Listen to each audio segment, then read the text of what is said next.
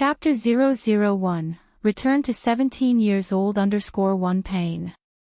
Intense pain. Like being pushed off a high building, her body was in a sudden state of weightlessness. Reduced to bloody fragments. Ni Yang jerked to her senses, eyes fluttering open amid splitting headaches. Her blurry vision slowly cleared. So did the muffled sound surrounding her. Ni Yang squinted her eyes. Dull yellow light from above flickered, resembling that of an old-fashioned light bulb commonly found in rural areas in the 70s and 80s, enough to make one dizzy. Wah-wah, the sudden wail of a newborn broke out in the air. Where was this? Why was there a crying child? Ni Yang suddenly realized that the situation before her eyes was all too familiar. Before Ni Yang could comprehend it over, a skinny and tall elderly woman burst in from outside, exclaiming excitedly, "It's born! My eldest grandson has been born! Let me see my eldest grandson! My precious eldest grandson, your grandma is here!" The woman on the bed, holding the weeping infant, bore no smiles on her face, only shame in her eyes. "Mother, I'm sorry, it was not a boy. It was a girl." This was going to disappoint the old lady. The old Mrs. Mu swiftly pulled back the blanket covering the infant, tears streaking down her face as her countenance turned ominous. "My eldest grandson. Where is my eldest grandson? You wicked woman, give me back my eldest grandson." The abject weeping of the woman on the bed continued. I'm sorry, mother. I'm sorry, I have failed the Mu family. But I promise I will give birth to a son for our Mu family in the next pregnancy. Next one. You have the nerve to talk about the next one. Think, how many liabilities have you birthed? You old barren hen who can't produce sons. Mrs. Mu harshly stated, get rid of it immediately. We, the Mu family, can't afford such a liability. These unspeakable words echoed in her ears. Ni Yang rubbed her temples with her hand. Suddenly, Ni Yang froze. This pair of hands was creamy and delicate, slender beyond measure. Her hands, scarred from time and trials, couldn't possibly be this beautiful. However, the small red birthmark on the tiger's mouth was undoubtedly hers. Ni Yang swiftly understood. These were her hands from when she was younger. If this wasn't a dream, then it was the summer of 1983, the year when she lost everything. At that time, her name was Mu Yang. Ni Yang was the name she chose after escaping from this hellish ordeal. She was born into a family that favored sons over daughters. Her mother, Ni Tsuehua, gave birth to 4 daughters, 3 of whom were cast away. Her father, Mu Jinbao, desired a son so much that he kept a mistress. Ni Tsuehua not only served like cattle and horse for the mistress but ultimately died under the heavy torment of that family. And her? She was sold to an old bachelor from the neighboring village by the mistress, suffering endless torment. And that ferocious, foul-mouthed person was her grandmother, Mrs. Mu. Previously, she failed to protect her mother and youngest sister. This time, even if it's just a dream, she will protect her mother and sister. Grandmother, please don't. Don't throw away my sister. Ni Yang shielded her mother and sister with her arms. A harsh slap swung towards Ni Yang from Mrs. Mu, and a bright imprint was left on Ni Yang's face. Shut up. Loss-generating child. How dare you defy me? Do you want to die? It hurts so much. A trickle of blood flowed from the corner of her mouth. Ni Yang covered her left cheek, disbelief filled her eyes. Would a dream cause pain? This was not a dream. She had been reborn. She was back. Despite the dire situation, Ni Yang was still elated. This time, she was determined to take charge of her own destiny.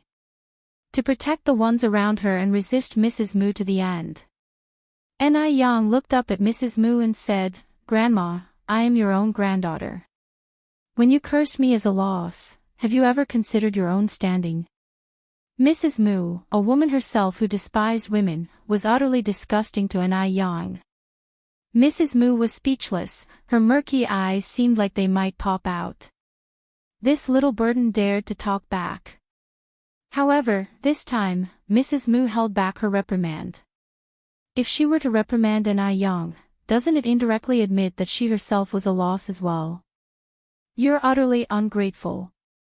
Move aside, or else I'll kill you.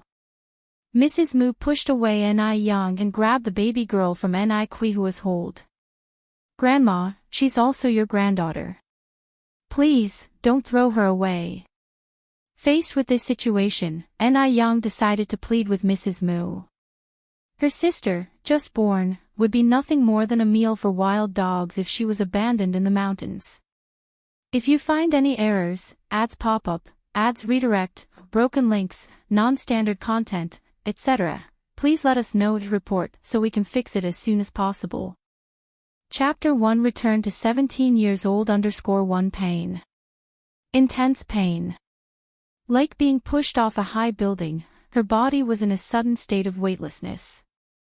Reduced to bloody fragments. Anai Yang jerked to her senses, eyes fluttering open amid splitting headaches. Her blurry vision slowly cleared.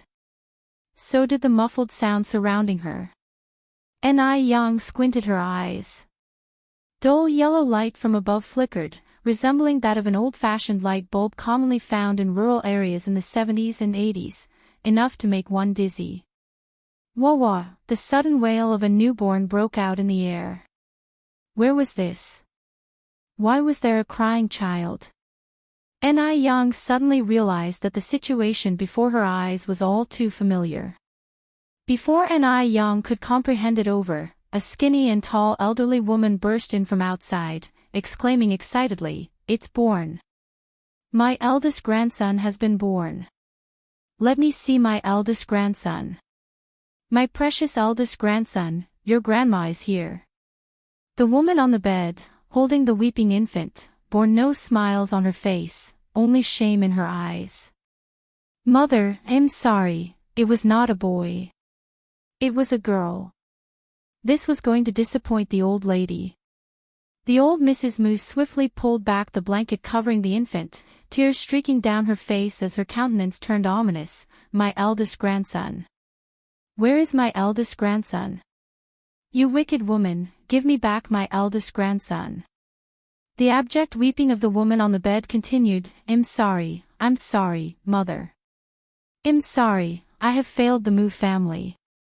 But I promise I will give birth to a son for our Mu family in the next pregnancy. Next one. You have the nerve to talk about the next one. Think, how many liabilities have you birthed? You old barren hen who can't produce sons. Mrs. Mu harshly stated, get rid of it immediately. We, the Mu family, can't afford such a liability. These unspeakable words echoed in her ears. Anai Yang rubbed her temples with her hand.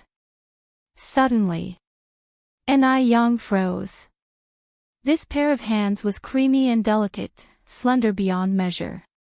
Her hands, scarred from time and trials, couldn't possibly be this beautiful. However, the small red birthmark on the tiger's mouth was undoubtedly hers. Anai Yang swiftly understood. These were her hands from when she was younger. If this wasn't a dream, then it was the summer of 1983, the year when she lost everything. At that time, her name was Mu Yang. Anai Yang was the name she chose after escaping from this hellish ordeal. She was born into a family that favored sons over daughters. Her mother, Anai Tsuehua, gave birth to 4 daughters, 3 of whom were cast away. Her father, Mu Jinbao, desired a son so much that he kept a mistress. Anai Tsuehua not only served like cattle and horse for the mistress but ultimately died under the heavy torment of that family. And her? She was sold to an old bachelor from the neighboring village by the mistress, suffering endless torment. And that ferocious, foul-mouthed person was her grandmother, Mrs. Mu. Previously, she failed to protect her mother and youngest sister. This time, even if it's just a dream, she will protect her mother and sister. Grandmother, please don't. Don't throw away my sister. Ni Yang shielded her mother and sister with her arms. A harsh slap swung towards Ni Yang from Mrs. Mu, and a bright imprint was left on Ni Yang's face. Shut up. Loss-generating child. How dare you defy me? Do you want to die? It hurts so much. A trickle of blood flowed from the corner of her mouth. Ni Yang covered her left cheek, disbelief filled her eyes. Would a dream cause pain? This was not a dream. She had been reborn. She was back. Despite the dire situation, Ni Yang was still elated. This time, she was determined to take charge of her own destiny. To protect the ones around her and resist Mrs. Mu to the end. Ni Yang looked up at Mrs. Mu and said, Grandma, I am your own granddaughter. When you cursed me as a loss, have you ever considered your own standing? Mrs. Mu, a woman herself who despised women, was utterly disgusting to Ni Yang. Mrs. Mu was speechless, her murky eyes seemed like they might pop out. This little burden dared to talk back. However, this time, Mrs. Mu held back her reprimand. If she were to reprimand Ni Yang, doesn't it indirectly admit that she herself was a loss as well? You're utterly ungrateful. Move aside, or else I'll kill you. Mrs. Mu pushed away Ni Yang and grabbed the baby girl from Ni Qihua's hold. Grandma, she's also your granddaughter. Please, don't throw her away. Faced with this situation, Ni Yang decided to plead with Mrs. Mu. Her sister, just born, would be nothing more than a meal for wild dogs if she was abandoned in the mountains. Chapter 2 Return to 17 years old _2. Ni Zhuhua crawled up from the bed, kneeling in front of elderly Mu, crying out, Mom, I beg you, don't throw her away, I beg you. As long as you don't throw her away, I'm willing to work like an ox and horse for the Mu family. Ni Zhuhua is just an honest countrywoman, uneducated, illiterate. All she knows is to respect her mother-in-law, serve her husband, and bear a son for her husband's family. Now that her daughter is about to be discarded by her mother-in-law, she has no other option but to plead submissively. She dares not refute when she is beaten and scolded by her mother-in-law and husband. Hearing this, elderly Mu was so angry that her face contorted. You're supposed to work like an ox and horse for the Mu family. You worthless woman who can't give birth to a son. Why don't you just die? You're a jinx. You are our Mu family's jinx. Because of you, our family doesn't have a grandson. Mom, I beg you. Can you not throw away my child, please? Ni Zhuhua pleaded desperately. Wench. Get lost. Elderly Mu glared fiercely at Ni Zhuhua, looking as if she could kill her at any moment. Her husband, Mu Jinbao, and elderly Mu are on the same side. He doesn't care about his daughter at all. He dreams of having a son. Mu Jinbao grabbed Ni Qihua's hair and said viciously, Scoundrel. Can't give birth to a son and still dare to rebel, huh? Watch me kill you today. Ni Zhuhua cried so much that she ran out of tears. Her life is so unbearably hard. Why doesn't God bless her with a son? Why? Ni Yang watched everything in front of her, forcing herself to calm down. Then she suddenly seemed to remember something and knelt down on the ground. Dad, Grandma. My sister is our family's lucky star. How could we throw our lucky star away? Mu Jinbao spat with disgust. Lucky star. I think it's more like a disaster star. Ni Yang said seriously, Dad. Everything I said is true. Last night I dreamed of a fairy, and the fairy told me that my sister is our family's Kaibao girl, our family's lucky star. Not only will she bring prosperity to our family, she will also bring us a little brother. The fairy also said that my sister's feet have 6 small black moles, which are blessings from the fairy to bless our family.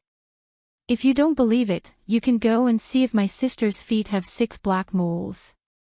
In her past life, when elderly Mu was about to throw her sister away, she heard elderly Mu say, "This worthless child even has 6 black moles on her feet." Luckily, Ni Yang remembered this sentence. Hearing this, elderly Mu squinted and looked at Mu Jinbao. "Jinbao, go and see if it's true." Mu Jinbao immediately walked to the bedside to look. After a while, he joyfully said, "It's true. Mom, it's true. There are really 6 black moles. This is truly miraculous." People are somewhat superstitious in this era. After hearing this, the facial expression on elderly Mu's face changes. May God bless us. Does this mean the Mu family will finally have descendants? Elderly Mu was very excited. Ni Yang seized the opportunity to fan the flames. "Grandma." The fairy also said that the little brother has a special connection with Li Shu, and said that the little brother will be coming to our family in a few days. Li Shu.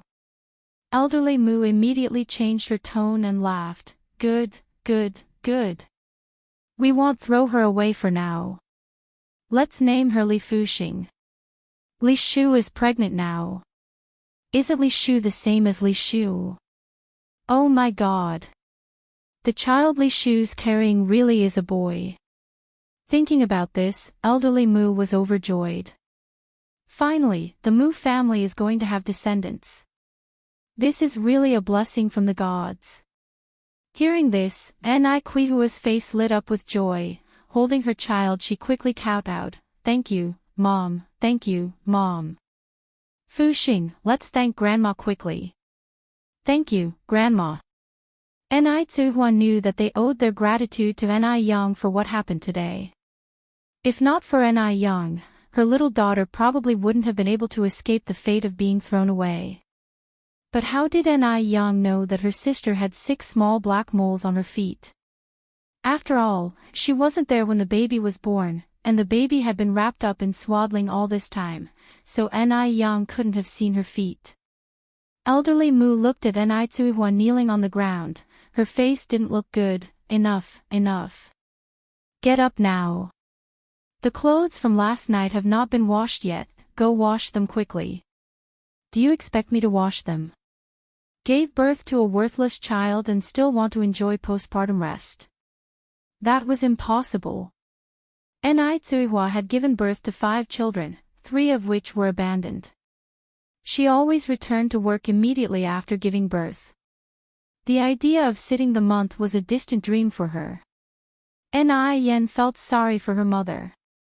"It's bad for a woman who just gave birth to do laundry," she interrupted. "Grandma, let me wash the clothes." The old lady Mu picked up a stick and hit Ni Yan with it. "You stupid girl. Born of low status. You think you're off the hook?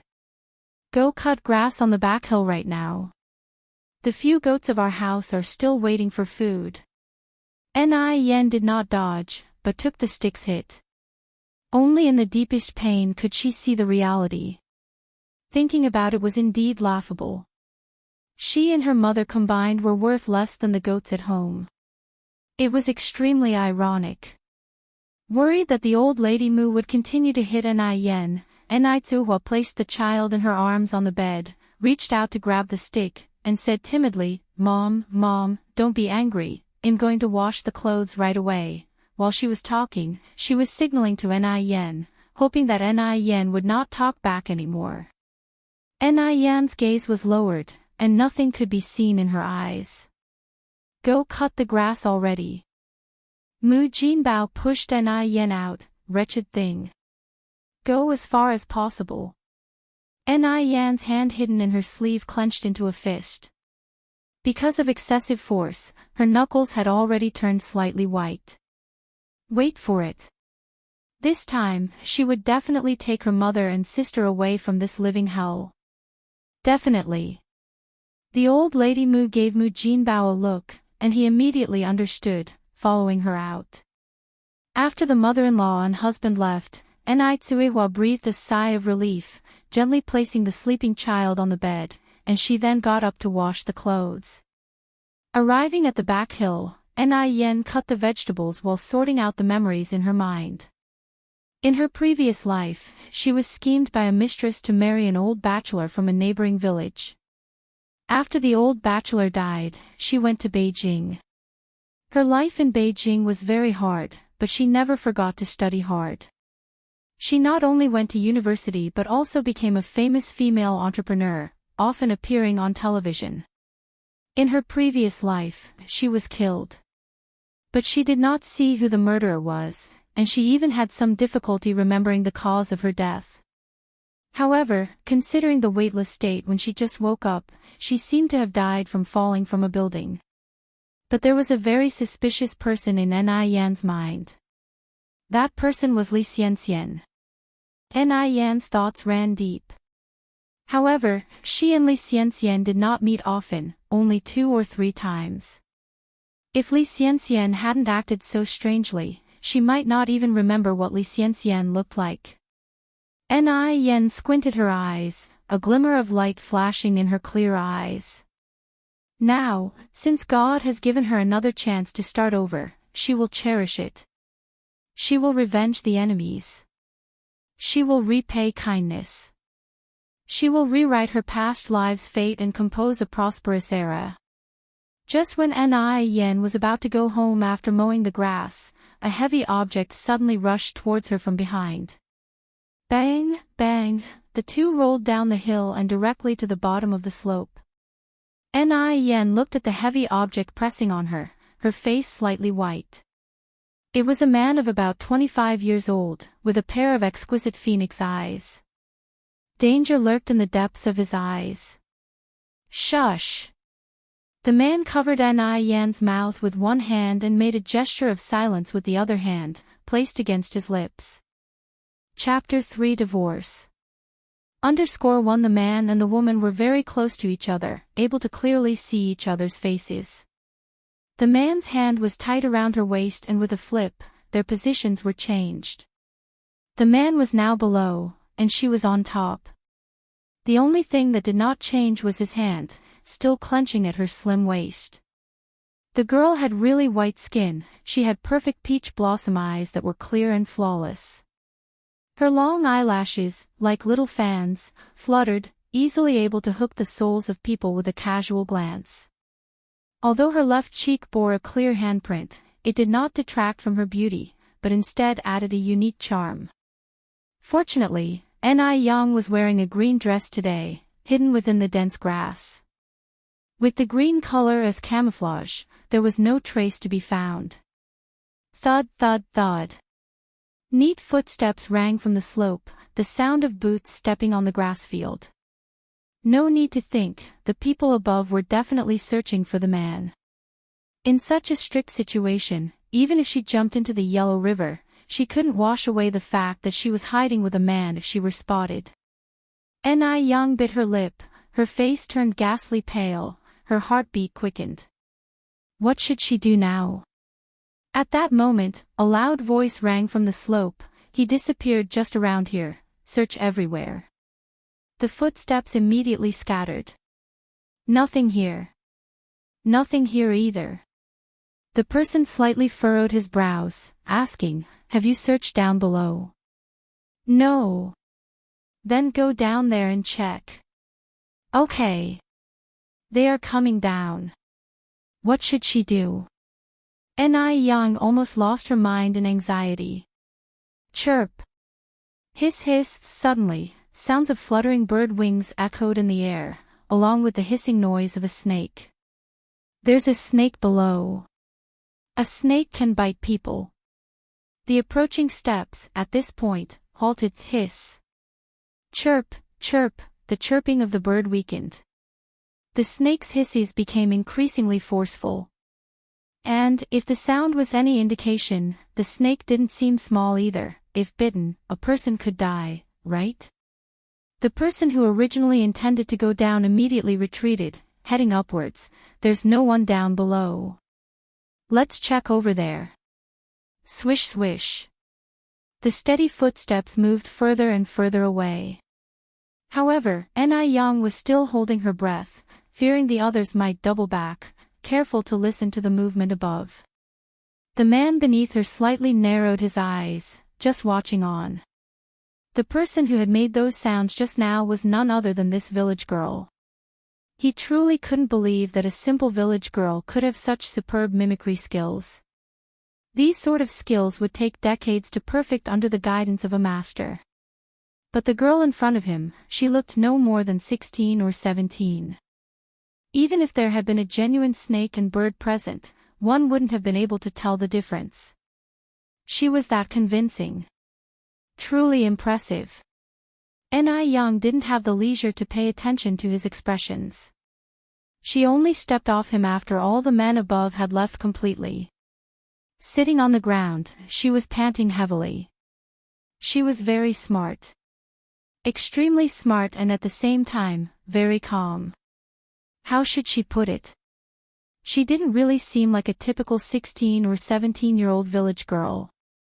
Her appearance was exceptional. Could an ordinary village girl possess such looks and adaptability? The man stood up from the ground, squinting his eyes. What's your name? Yang. Yang lied about her name. She wasn't stupid, she could tell that this man, with his vicious demeanor, wasn't someone good to deal with. She wasn't going to reveal her real name to him. Anyway, Ying and Yang are quite similar. What's your surname? The man continued to ask. Mu, Yang replied. Indeed, her surname is Mu now, she wasn't lying this time. How did you learn to mimic voices? The man's gaze was firmly locked on her, like a giant beast, making it somewhat suffocating. Yang said, this is the countryside, we have all sorts of animals around. I learned it growing up. Yang had always been smart, and had a great memory. The man narrowed his eyes as if to question the truth of her words. Then, he took out a wallet from his pocket and pulled out a bundle of cash. This is my thanks. I'm from Beijing, if you ever run into trouble, you can come find me in Beijing. All right. Yang reached out to take the money, her expression obedient but a flash of mockery passed through her downcast eyes. How could she ever seek out this kind of man that she wanted to avoid so badly? As for the money, of course she wouldn't refuse. It was rightfully hers after all. At the very least, she did save his life. If it weren't for her, this man might have been nabbed a long time ago. Moreover, she was in dire need of money right now. The man didn't linger around after giving the money. He left hurriedly. Just as he was about to disappear from Yang's sight, he suddenly turned back to look at Yang. Under the sunlight, the young girl stood there, slender and beautiful with skin as white as snow, as if she had just stepped out of a painting. Even the rich young ladies in the city couldn't compare to her. After one last glance, the man left. Once the man's figure disappeared out of sight, Yang exhaled. At this moment, a dazzling reflection caught her eye. When she looked closely, she realized it was a watch in the grass. Yang picked up the watch, casually putting it into her basket and returned home with the green grass. When Yang returned home to the Mu family, a faint aroma of food wafted from the courtyard. Naturally, the one cooking was Tsuihua. Though Tsuihua had just given birth, she didn't have a moment to rest. Mom, let me help you. You go and check on my little sister. Yang picked up the spatula and skillfully flipped the potato pancake in the pan. Yang, I can handle this. Tsuihua watched Yang and suddenly realized that her daughter had grown up quite a lot. The Yang of the past was extremely timid, scared half to death at the sight of a mouse. But today, she dares to challenge both Jin Bao and the Mu matriarch. After flipping the potato pancake, Yang looked up at Tsuihua. Mom, do you want to continue living like this?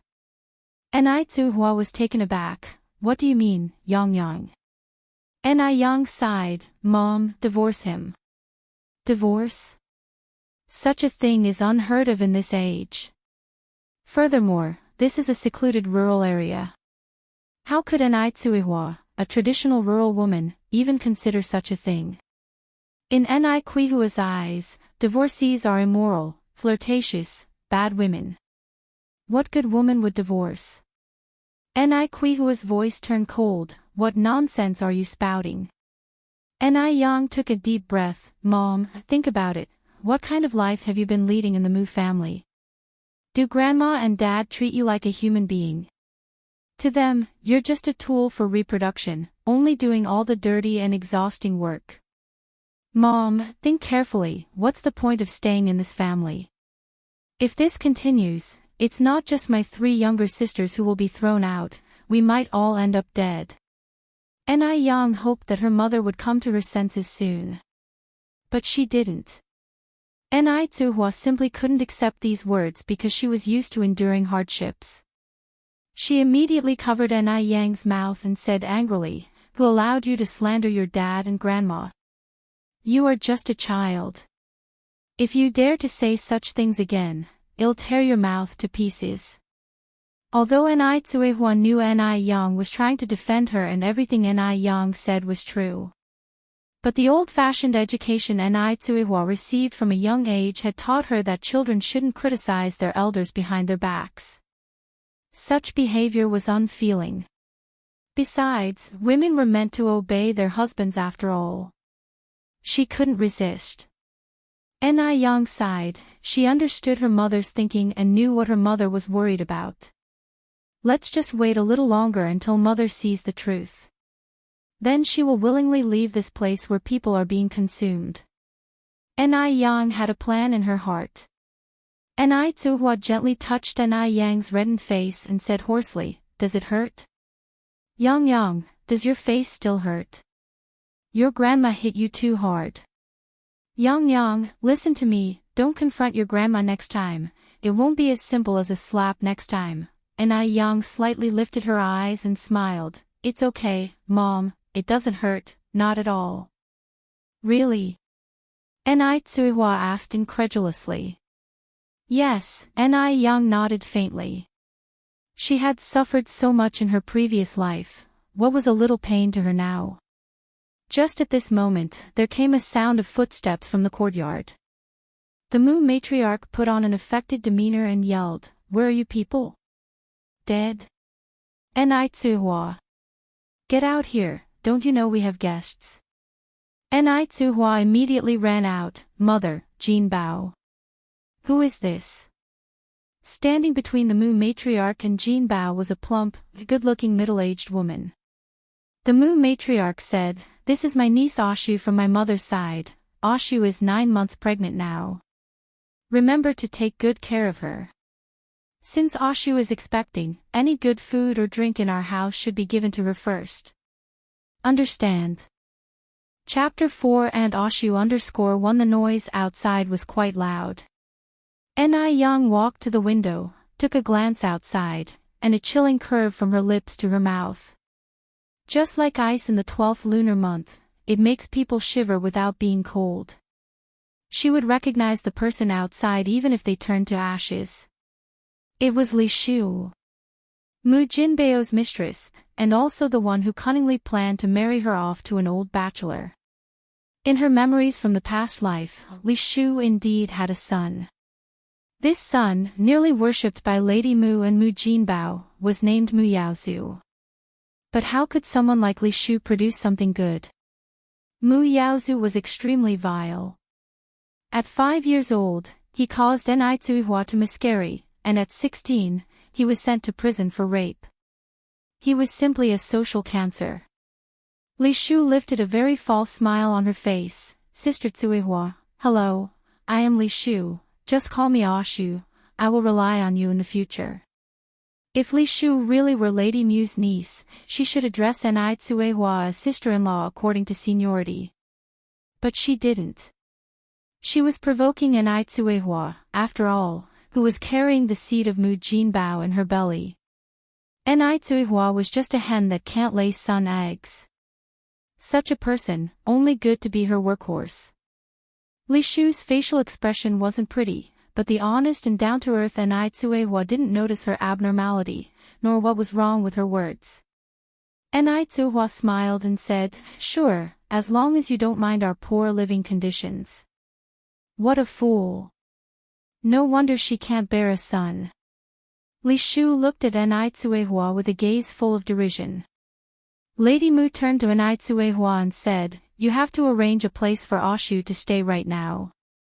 Ashu is pregnant, you can't treat her badly." Lady Mu ordered around Enai just like a servant. In fact, in Lady Mu's eyes, Enai was even lower than a servant. She was an animal that anyone could bully at will. Enai Yang stood by the window, watching what was happening in the courtyard with cold eyes, a pale smile hooking at her bright red lips. Enai then says, "Then let Ashu and Yang Yang sleep in the same room. Yang Yang's bed is big enough, and Ashu is pregnant, so she can have someone to help her at night." Enai is just too kind, always thinking of others, but unfortunately, she was dealing with monsters. She would not get a good end. Hearing this, Lady Mu almost jumped in anger, shouting, "You bitch! I knew you were up to no good. Are you wishing something bad to happen to Ashu? To actually let Ashu sleep with that piece of trash?" If Li Shu and Enai Yang, that piece of trash, slept together, what if Li Shu also gave birth to good-for-nothing? Lady Mu didn't want to take such a risk. She couldn't risk it. Enai went pale with fright. "Mother, we don't have any other rooms." Although the Mu's living condition in the village was considered okay, it's still a rural area. No matter how good it was, it couldn't be that good, right? Lady Mu was glaring at Enai. "Of course, Ashu needs to stay alone in that piece of trash's room." How does a piece of trash qualify to live in a room? What about Yang Yang? Enai asked. "Let that piece of trash roll into the woodshed. Or the sheepfold will do too," spat Lady Mu savagely. Enai looked at Lady Mu and said, "Mother, how can people live in the woodshed? Furthermore, Enai Yang was already so big, how convenient would it be for her to live in the woodshed?" Lady Mu didn't expect Enai to be defiant, and scolded directly, "You barren old hen, you're out of control now. Now you dare to talk back to me. If I ask you to move, you move." Mu Jinbao came over, not wasting even one word, and went straight to action. Enai was kicked to the ground. "You worthless woman. You dare argue with my mother? I think you are in need of a good beating. Don't hit me anymore, don't hit me, Jinbao, I won't dare." Enai begged for mercy repeatedly. Mu Jinbao rolls up his sleeves, "Don't waste time. Go and clean the room now."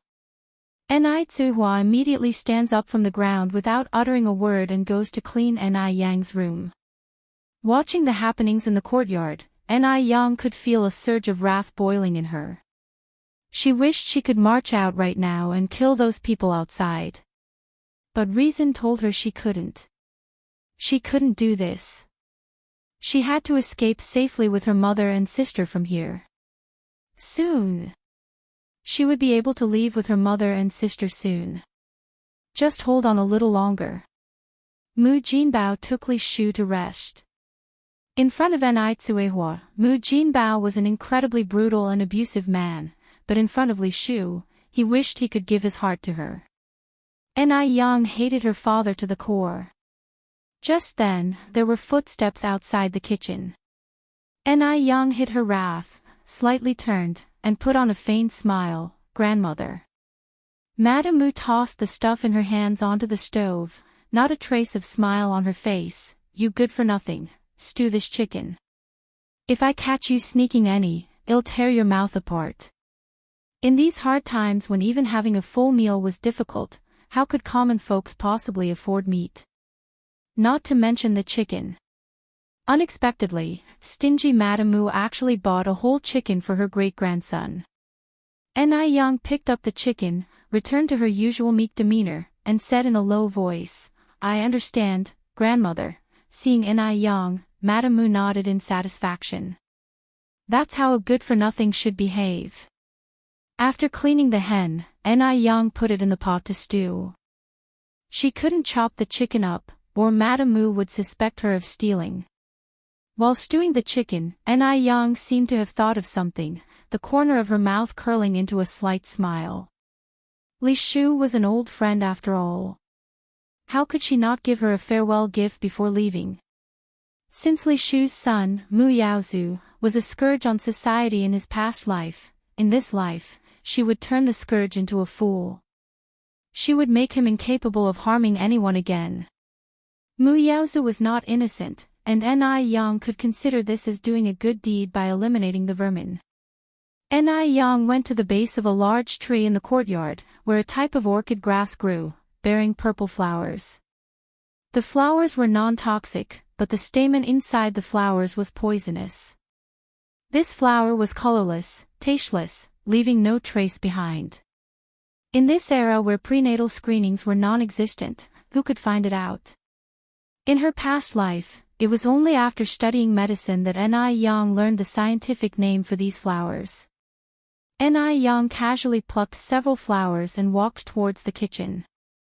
After the chicken soup was ready, Ni Tsuhua came in. Yang Yang, come, let me pass you by and deliver the chicken soup to your Aunt Ashu. The air was permeated with the delicious aroma of chicken soup. Ni Tsuhua couldn't help but swallow saliva. She had never smelled such a savory chicken soup before. It must be delicious. Ni Yang checked that there was nobody behind Ni Tsuhua, carefully took out a bowl of oily chicken soup. Mom, I secretly poured this out, nobody will find out. Drink it while it's hot. Chicken soup is beneficial for Ni Tsuhua who has just given birth. But how could the ever-obliging Ni Tsuhua sneak a sip of a guest's soup? I won't drink it. Mom's in good health, there's no need for this. Pour it back quickly, I have to deliver it to your Aunt Ashu. Ni Yang didn't say much in response, she lifted the chicken soup and finished it in one gulp. Such a good chicken soup, how could Li Shu benefit from it? Yang Yang, how could you do something like this? Ni Tsuhua slightly frowned. Ni Yang's eyes bore a serious look, her words were earnest and filled with emotion. Mom, that Li Shu is not a good person at all. I'm telling you, the child in her belly is most likely my dad's. They're fooling you. Mom, wake up. Chapter 5 There is a conspiracy _1 Ni Yang's words were well-reasoned and justified. Li Shu is just a pregnant woman. The two from the Mu family, who had thrown their own daughter and granddaughter to feed the wolves, would they actually slaughter a chicken and mutton to entertain another's pregnant woman? But Ni Tsuhua is inherently kind-hearted. She believes that the world is as good-hearted as her since she is. At the same time, she also believes that the old Mu lady and Mu Jinbao aren't like that. And besides, she had brought disgrace to the Mu family by not giving birth to a son. How could she dare to question the old Mu lady and Mu Jinbao now? Ni Tsuhua immediately covered Ni Yang's mouth. Yang Yang, you can't talk nonsense like this. They are your grandparents and your father. You, as a daughter, how can you talk about them this way?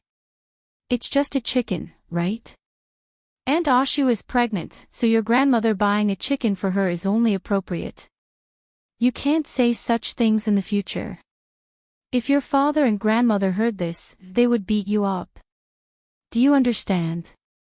Ni Yang sighed again. Stupid. Ni Tsuhua is truly foolish. No wonder she was bullied to death in her previous life. Ni Yang sighed. Li Shu is just pregnant, but my grandmother has made chicken soup for her and asked you to take care of her.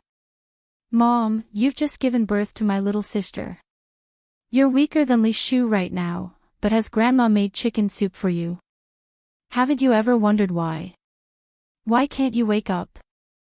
Ni Yang closed her eyes, finding it hard to breathe. Ni Tsuhua also sighed. It's all my fault, I didn't give birth to a brother for you. If I could have had a son, perhaps things would not be this way. She took all the blame onto herself. Ni Yang continued. It's not your fault that you didn't give birth to a son. It's not your mistake. The sex of a child depends on the father, it has nothing to do with you. Besides, these days everyone is equal, so what's the difference between a boy and a girl? But there's a big difference. Boys can carry on the family name, what can girls do? Haven't you heard the saying, a daughter married is like a bucket of water thrown away? The idea that men are superior to women has deeply ingrained in Ni Kuihua's mind, and it's hard to eradicate. Ni Yang's eyes were cold. Mom, you're a woman too. You can't belittle women. If you look down on yourself, who will respect you? Ni Tsuhua retorted, regardless, girls are inferior to boys. Look at our village, doesn't every family have a man as the head of the household? Yang, you are still young and it's normal that you don't understand these things.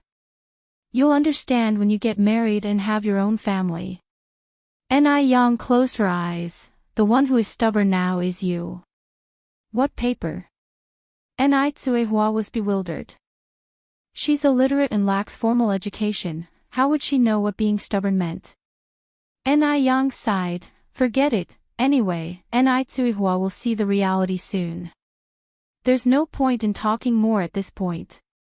Seeing that Ni Yang didn't continue, Ni Tsuehua said, Yang, I'm sorry. Your room is being occupied by your Aunt Ashu, as per your grandmother's orders. You might have to stay in the firewood room for now. I'm sorry, I failed to protect you, your mother is not competent. Ni Yang wiped the tears off Ni Kuihua's face, her voice flat, it's okay, Mom, I'm not scared, don't cry. It's just the firewood room, what's there to be afraid of? After all, she won't be staying there long. Ni Tsuhua looked up at Ni Yang, Yang, you shouldn't resent your grandmother either. It's just that our home doesn't have enough rooms. It's my fault too. If I could have given you a brother, you wouldn't have had to suffer these indignities and you wouldn't have had to drop out of school. Ni Yang, only 17, had already dropped out of school. It wasn't that the family couldn't afford Ni Yang's schooling. It was the old lady Mu who didn't allow her to continue. In the old lady Mu's eyes, Ni Yang was a losing bet. Why would she waste money on a losing bet? Ni Tsuhua thought, if she could have a son, the old lady Mu would definitely not be like this. Alas! It's her incompetence, causing her daughter to suffer alongside her. Ni Yang said, it's not your fault, Mom. Really, it's not your fault. Ni Tsuhua wiped her tears and took the pot of chicken soup that was already cooked. I'll go and deliver this chicken soup to your Aunt Ashu. You clean your mouth properly, don't let your grandmother find out you've been sipping the soup. If the old lady Mu knew that Ni Yang was sneaking sips of chicken soup, she would certainly beat Ni Yang to death. I remember before, Madame Mu once beat Ni Yang half to death. Ni Tsuhua brought the chicken soup to Li Shu's room. Seeing the chicken soup, Li Shu laughed, Sister Tsuehua, I won't stand on ceremony with you then. Ni Tsuehua laughed, we are all family, no need to be polite. Even though there was a whole chicken and a big bowl of chicken soup, Li Shu finished it all by herself with ease. Because people in this era generally didn't have much to eat, they all had a healthy appetite.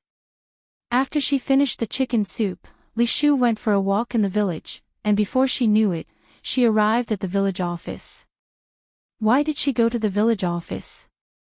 Because the village office had a phone. But at that time, calling charge was quite expensive, 5 cents per minute. Li Shu paid for 5 minutes. Picking up the handset, she lowered her voice, Xian, I've made it to Mu Jinbeo's house now. The person on the other end of the call was nobody else but Li Shu's daughter, Li Xian. Li Xian was pleased, that's good, Mom. You have to give birth to my little brother in the Mu family. By the way, is Mu Jinbeo's daughter named Ni Yang? Ni Yang. Li Shu frowned slightly, no, her name is Mu Yang. On the other end of the phone, Li Xian also frowned, then she must have changed her name. Li Shu curiously asked, Xian, why do you ask? Li Xian continued, Mom, let me tell you, This Mu Yang is my nemesis, she will block my financial and developmental path. You must help me get rid of her. As long as she's gone, there will be opportunities for me to prosper. Li Shu was stunned. What? Xian, what's going on? Li Xian said, you don't have to ask so much. Just do as I said. Mom, you must help me with this. Your daughter's future depends entirely on you. Li Shu hung up with a troubled expression on her face. How was she supposed to get rid of Yang? Murdering is illegal. What should she do? Li Shu sighed, walking and thinking. Just then, a thought struck her. She remembered that an old bachelor cousin from her mother's side had also moved to this neighborhood. The old bachelor was in his 50s, wealthy but unable to marry a wife due to health issues. She could introduce Yang to the old bachelor. After all, the old bachelor has always been dreaming of having a wife. By then, the old bachelor would be thrilled, and perhaps she could even benefit from it. Perfect. The more Li Shu thought about it, the more pleased she became. Her lips curved into a triumphant smile, and she moved briskly in the direction of the old bachelor's house. Coming out of the old bachelor's house, Li Shu maintained her triumphant smile. At dinner, Li Shu attempted to strike up a conversation with Yang. Oh my! Yang is such a beautiful girl. Yang was indeed beautiful. Just turning from her pair of exquisite peach blossom eyes, one could not help but fall for her. Which family in this area did their daughter look like this? She was so beautiful that it made people jealous. Yang was nibbling a steamed bun, pretended not to hear Li Shu's words. Thawed. At that moment, a sound of a table being hit echoed in the air. Useless thing. Are you mute? Your Aunt Ashu is talking to you. Don't you know to answer? Chapter 6 Good show _1 Who else could it be banging on the table, if not old lady Mu? Yang didn't say a word. With a laugh, Li Shu smoothed things over. It's all right, kids will be kids. Don't be mad at her, auntie. Cold iciness filled Yang's downcast eyes. Li Shu sure knows how to play the good Samaritan. Does she really think Yang is unaware of her ulterior motives? Yang remembered being fooled by Li Shu's fake facade in her previous life. Li Shu had sold her to an old bachelor for 500 yuan. It wasn't until much later that Yang discovered the true relationship between Li Shu and that old bachelor. It was disgusting. Even after a long time, every time Yang recalled those experiences, she felt a chill run down her spine. Who would believe that such nightmares, akin to hell, were actually real, if they hadn't personally experienced them? Yang simply kept her head lowered. In the eyes of others, she was simply a timid little country girl. Li Shu looked at Yang with a sneer. This little country bumpkin, she wondered what she could achieve in the future to make Li Xianxian so scared. As far as Li Shu was concerned, Yang wasn't even fit to lace Li Xianxian's shoes. Upon hearing Li Shu speak, old lady Mu's expression softened a bit. She chuckled and said, "Ah Shu, you are always so kind, not like this ungrateful girl." You ungrateful girl, aren't you going to thank your Aunt Ashu? Yang looked up at Li Shu, stuttered and said, Thank you, Aunt Ashu." Li Shu laughed, feeling very satisfied, convinced she had Yang completely under her control, ready to manipulate at will. You're welcome, we're all family here. Come on my dear, eat more." Li Shu put a chicken leg in Yang's bowl. Even old lady Mu was stunned. She couldn't even bear to eat that chicken leg herself, having saved it for her beloved grandson, and Li Shu had given it to that money-losing wretch. Tsuihua was also surprised at Li Shu, moved to tears. It seemed she had misunderstood Li Shu before. Li Shu was a good woman. In the future, she would take good care of Li Shu. Yang, of course, did not let go of the chicken leg. She immediately took a big bite and mumbled, "Thank you Aunt Ashu." You're really nice. You're even better than my mom. Li Shu said, good girl, eat more, you're too thin, so pitiful. She was about to be sold to that old bachelor. And who knows what kind of torment she will endure. A sinister smile tugged at the corner of Li Shu's mouth. As Li Shu had a score to settle, after the meal, she specifically called Old Lady Mu and Mu Jinbao together to chat. After a roundabout discussion, Li Shu asked, Mother, Jinbao, is Yan Yan still in school? Upon hearing this, Old Lady Mu looked disgusted. Why mention that wretch all of a sudden? Just a wretch, her sheer mention would ruin the mood. One can imagine how Ni Yang usually lived in the Mu family. Mu Jinbao responded, in school. Who's got the money to send her to school? We don't have the money for her to go. She was tutored by the literacy class in the village for a while, but she's dropped out long ago. Li Shu chimed in, that's right, girls get married off sooner or later, there's really no use in going to school. As the saying goes, a daughter married off is like a bucket of water thrown out. Old Lady Mu liked what she heard and happily said, indeed, Ashu understands me, not like that Ni Tsuihua, who only knows how to enrage me. She even had the audacity to ask me to pay for that wretch's education. She's shameless. Her money was for her beloved grandson's upbringing, not for a hopeless cause. Li Shu then asked, if Yan Yan is not going to school, then is she engaged? In the rural areas of this era, girls had no status at home. Their parents, fearing a wastage of food, mostly married them off early. Many girls were already married by the time they turned 15. Moreover, the family was also raising a child bride. Ni Yang was 17, the age when it was time to talk about marriage. Hearing this, Mu Jinbao shook his head, not yet, but we're asking someone to look for opportunities. The main reason was to collect a larger dowry, but at that time in the rural areas, there were too many girls and none were wanted. The situation was financially difficult for everyone, it was tough to collect a large dowry. So, the marriage affair of Ni Yang had been put on hold. Otherwise, Ni Yang would have been married a long time ago.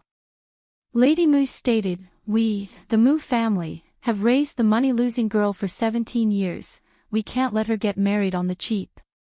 Li Shu chimed in, Mom, you're right. There is a good marriage opportunity available here, would you like to listen? Old Lady Mu trusted Li Shu a lot, so she responded, Ashu, I trust you. Go on and tell me.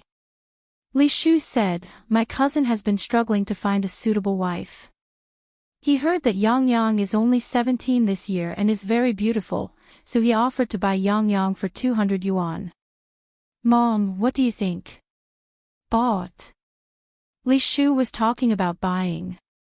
Ni Tsuihua was also bought by Mu Jinbao. A bought wife can't return to her maiden home. It was like signing a slavery contract. That's why the Mu family dared to bully Ni Tsuihua so unreasonably. In fact, Ni Tsuihua has a brother who has not visited the Mu family in all these years. Ni Tsuihua, who was bought for a few yuan, never thought her daughter could be sold for 200 yuan. This was 200 yuan. For that era, 200 yuan was a huge sum. You must know that at that time, the price of salt was just 1 cent per kilogram. A kilogram of pork was just a few cents. Old Lady Mu never dreamed that Ni Yang could be sold for 200 yuan. Ashu, is that money-losing girl really worth that much?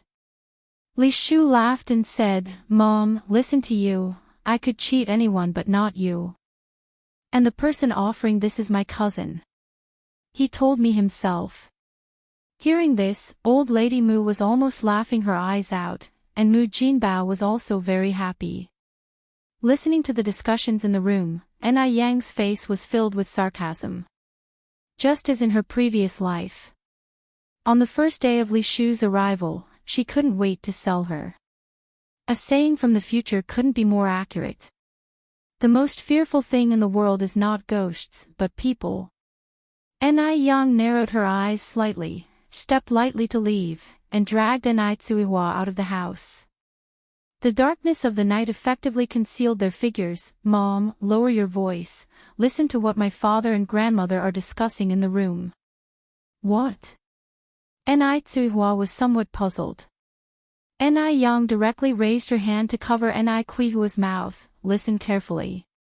Enai Tsuiwa stared blankly at her daughter. The moonlight tonight was beautiful, shining evenly on Enai Yang, as if coating her with a silver hue. In the moonlight, she was like a fairy coming down from the moon, stunningly beautiful. It must be said, the changes in Enai Yang were too pronounced. At this moment, the voices in the room were heard again. "Mom, Jinbao, if you agree to sell Yang Yang to my cousin, tomorrow Jinbao and I will go over there, to finalize things quickly, to avoid unnecessary delays." Enai Tsuiwa frowned slightly. Generally speaking, shouldn't Li Shu call old lady Mu as auntie? Why did she call her mom? Did she mishear? Before Enai Tsuiwa could react, old lady Mu's voice came from inside the house again. "Ashu, are you saying that money-losing girl can actually be sold for 200 yuan? "Absolutely." Li Shu hurriedly nodded. Old lady Mu continued, "Why is he willing to spend 200 yuan to buy a wife?" Old lady Mu was too curious. Li Shu hesitated for a moment, then said, because my cousin is a castrated man who can't have children." Chapter 7 Final Awakening _1 A eunuch. What is a eunuch? A eunuch is a man without root. Upon hearing this, old lady Mu fell silent. She had lived for so long, and it was her first time hearing about a real eunuch. Seeing old lady Mu silent, Li Shu continued, "Mom, my cousin is also getting older. He is over 50 this year, which is somewhat older than Jinbao. What do you think about selling Yang Yang over to him?" Li Shu's words were intended to probe the position of Enai Yang in Mu Jinbao's and old lady Mu's hearts. Old lady Mu said, "We should sell. Of course, we should sell. It's 200 yuan. How could we miss this opportunity to fortune?" Mu Jinbao chipped in, Right. Mom is right. We can't miss this opportunity to fortune. Where is your cousin now? We have to send over this money-losing thing immediately. It's just wasting food at home every day and being an eyesore. Compared with this money-losing thing and 200 yuan, of course, 200 yuan is more important. What is a money-losing thing anyway? Li Shu laughed and said, All right, since you and Mom agree, Jinbao, we will visit my cousin's house tomorrow. After all, it's 200 yuan. My cousin will also come to see the person. Otherwise, he will not feel at ease. Enai Yang squinted slightly. I remember in my previous life, that old bachelor also came. But at that time, Li Shu lied to her and said, this old bachelor was just visiting the family, and Enai Yang believed it. She hated that she was not suspicious enough at that time. Old lady Mu chuckled, it's normal to check. It'll make that money-losing thing tidy up well tomorrow. We won't disappoint your cousin. Li Shu nodded, Mom, you'll have a lot of troubles then. Old lady Mu laughed, what's there to worry about, Ashu, you are the one who has worked hard. Li Shu followed, Mom, do you think I'm really carrying a boy in my stomach? Old lady Mu replied, of course it's true. The Immortal has said it. Would they be lying? Ashu, stay home and cultivate your fetus properly. Give birth to a boy for our Mu family as soon as possible. Li Shu nodded shyly. It had started raining outside unknowingly. On Enai Kuihua's face, it was unclear whether the droplets were rain or tears. She was deceived. She was really deceived. She was deceived so badly. All these years, she served her in-laws and husband, took on the dirtiest and most tiring work at home, worked like an ox and a horse for the Mu family, did not resist against the beatings and never complained about anything. Even if she was wearing the worst clothes and eating pig food, she never hated anyone. But now, she was rewarded with such an outcome. Boom! A thunderous sound echoed from the horizon, which was particularly terrifying. Tsuhua looked up at the sky. Her body was so weak that she couldn't muster any strength. What should she do? What should she do now? Her daughter is going to be sold. Her husband betrayed her. There is no place for her in this world. Why is her life so sorrowful? Tsuhua simply wanted to wail loudly. Mom, are you okay? Yang looked at Tsuhua. His clear and handsome face showed no expression, his calmness was beyond comprehension. I'm fine, Tsuhua stuttered, biting her lower lip. Her face was terribly pale. Yang sighed, led Tsuhua to sit down under the firewood room. Mom, don't cry. A woman's fate is in her own hands, crying won't solve anything. Tsuhua hugged Yang tightly and choked up, Yang, I'm sorry, I failed you. I'm not capable, I couldn't protect you. I'm sorry. Tsuhua cried her heart out. Yang patted Tsuhua's back gently. Mom, we can't stay in this home anymore. Staying here only means death. Let's get a divorce. Divorce again. But could she really get divorced? She is a woman with 2 children. If she divorces, how will she live in the future? And besides, a woman who divorces will be looked down upon. After divorce, where would they go? Tsuhua didn't know how to answer Yang. Without a man, how would they survive? Even if it meant death, Tsuhua dared not divorce. In this feudal era, convincing a woman to divorce is incredibly difficult. Yang continued, Mom, if you are unwilling to divorce, my younger sister will end up the same as me when she grows up. They will sell her to an eunuch. Afterward, Li Shu will be the mistress of this house, and there will be no place for us here. Mom, wake up. An eunuch. Her daughter would be sold to an eunuch. Tsuhua's face turns pale. This cannot happen. She must protect her daughters, even at the cost of her own life. She must protect her 2 daughters. Tsuhua stops crying, clutching a wooden stick tightly. Looking at Tsuhua's emotional changes, Yang sobbed, Mom, can I beg you? I really don't want to marry a eunuch, I really don't want to. Hearing Yang's crying, Tsuhua's heart clenched painfully. Yang, stop crying, stop crying.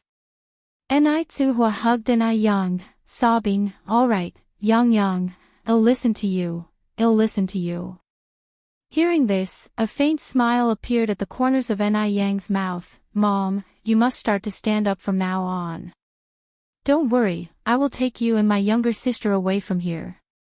Under the night light, Yang's attractive peach blossom eyes shone brightly, outshining all the stars in the sky. It seemed like Tsuhua was seeing her daughter for the first time, and she nodded firmly. With a crisp crowing of a rooster, the day broke in the blink of an eye. The sun slowly rose from the east, and the air was filled with the fresh smell left after a rain. Tsuhua was making breakfast in the kitchen. This morning, the Mu family was not home, and the small kitchen was filled with the aroma of fried eggs in sesame oil. Yang. Tsuhua waved at Yang. Mom. Yang walked over. Tsuhua scooped up 2 fried eggs from the pot. Eat these quickly. After a night of thinking, Tsuhua had finally come to understand, she wouldn't be so foolish anymore.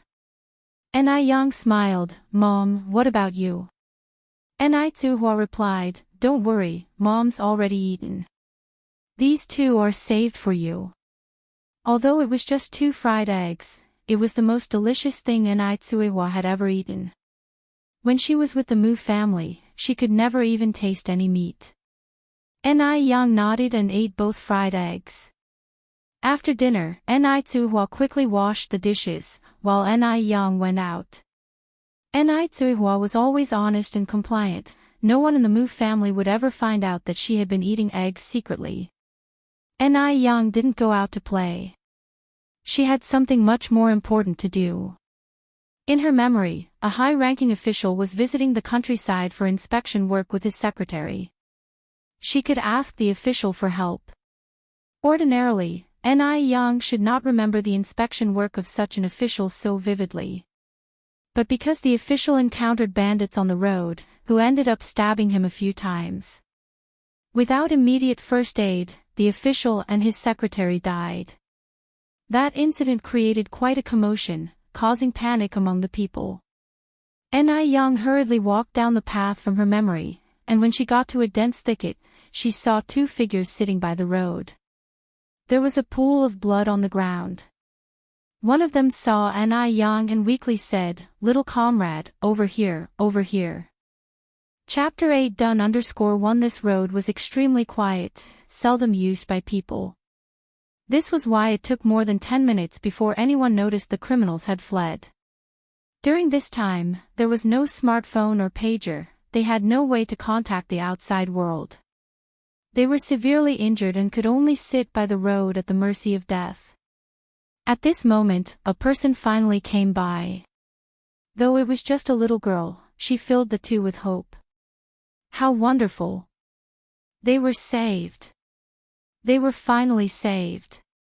Ni Yang ran over. "Uncles, what happened to you two?" The slightly older man replied, "Little girl, it's not safe here. Quickly go and call for help." The criminals might have fled, but they could return at any moment. However, Ni Yang remained calm despite the increasingly dangerous situation. With a serene expression, she took the two men's wrists in her hands. "Uncles, your wounds are severe. If I run back now to call for help, it may be too late for you." Upon hearing this, the middle-aged man was taken aback. "Yo, young comrade, do you possess medical skills?" It was inconceivable that such a young girl would have such knowledge. They were destined not to die. Ni Yang nodded. "Uncle, please preserve your strength by remaining silent." In her previous life, she was in the catering industry, where medical skills were indispensable. Among the two men, one was more seriously injured than the other. Ni Yang chose to treat the more severely injured first. The most important thing for knife wounds was to stop bleeding and stitch up the wound. Because she had come prepared, Ni Yang had brought 2 sewing needles and some herbal medicine for hemostasis and analgesia from her home. Given the limited conditions, she could only make do with the sewing needles. She took out a sewing needle, and then said, "I am going to stitch your wound now. It might hurt a bit, so bear with it." "Okay," the man responded with a nod. Ni Yang calmly stitched the man's wounds, her face showing a level of calm that was devoid of any extraneous expression, as if she was merely sewing clothing. After stitching the wound, Ni Yang applied the hemostasis herbal medicine to it. The man sucked in a cold breath due to the pain, but the wound indeed stopped bleeding. After treating this man, Ni Yang then cared for the middle-aged man. About 10 minutes later, Ni Yang wiped the sweat from her forehead. "Uncles, your lives are no longer in danger." After receiving treatment, their physical condition improved considerably. The middle-aged man expressed his gratitude. "Comrade, you are truly remarkable. Could I trouble you for one more thing?" "Go ahead." Ni Yang responded. The middle-aged man then said, "My surname is Zhou, my name is Zhou Chongjing. I came from the township. Could you help me to make a trip to the township?" At present, they could still not walk due to the severity of their wounds. Ni Yang nodded. "No problem." Zhou Chongjing pointed to the bicycle roadside. "Young comrade, you can ride my bicycle. Just go to the police station. After explaining the situation, they will come back with you." "Okay, I will go now." Ni Yang hopped on the bicycle and pedaled swiftly toward the township. Ni Yang successfully arrived at the police station. The officer's face turned pallid when he heard the situation. He immediately dispatched officers and an ambulance, before accompanying Ni Yang back to the scene. After examination, the doctor exclaimed in fear, "Mr. Zhou. Thank goodness that young lady treated you in time. If it was any later, your life could have been in danger." Zhou Chongjing asked, "How is Secretary Wu?" The doctor soothed, "You don't need to worry. Secretary Wu is also fine." "That's good," Zhou Chongjing sighed with relief. "We must thank that young comrade." "Where is she now?" The doctor said, "She's outside, I'll call her in." Ni Yang was summoned to the ambulance. Zhou Chongjing asked, "Young comrade, what's your name?" Ni Yang replied, "Uncle Zhou, my name is Ni Yang. I live in Dam Village." After hearing Ni Yang's words, Zhou Chongjing nodded. "Young comrade, don't worry. I will definitely ensure justice is served for you and give you your freedom." "Thank you." Ni Yang bowed to Zhou Chongjing. When Ni Yang returned to the Mu family, there was a faint smile on her face. "Yang Yang is back," Ni Tsuhua came out from inside. Ni Yang nodded, "Where are the others?" Ni Tsuhua looked at the gate of the yard, "They're not back yet." Just as she was speaking, the old Granny Mu helped Li Shu, who was being crutched by Mu Jinbao, into the house. Li Shu was like a queen. When Granny Mu saw Ni Tsuehua and her daughter, she began to swear at them, "You stand there like death itself. Don't you have work to do?" Ni Tsuehua nodded like she always did, "Yes, Mom. Yang Yang and I will get right to it." Granny Mu no longer bothered with Ni Tsuehua. She took Li Shu to the living room and closed the door. Once inside, Granny Mu could not help but ask, "Shu, what did your cousin say?" Li Shu laughed and said, "My cousin of course agreed. He will be coming over to pick up Yang Yang tomorrow." Upon hearing this, Granny Mu was taken aback. "Tomorrow? So soon?" Li Shu nodded. Mu Jinbao chuckled, "Mom, are you not willing to let go of that useless girl?" "Reluctant? How could that be possible? What was there to be reluctant about a useless girl?" Granny Mu said, "We are during the busiest farming season at the moment. If that useless girl is gone, who will harvest our paddy?" Despite Ni Yang's slight frame, she was agile and capable when it came to farm work. If Ni Yang left, who would harvest their rice? That was Granny Mu's concern. Was she supposed to go down to the field in her old age? Mu Jinbao chimed in, "Mom, don't forget, we still have an old work ox in our house." This old work ox was naturally Ni Tsuehua. Granny Mu countered, how long it would take her to do it all by herself. By then, the rice is probably all eaten by sparrows. The ripe rice was most attractive to sparrows. Upon saying that, Granny Mu continued, "Shu, can you discuss with your cousin if it's possible to take that useless girl away later?"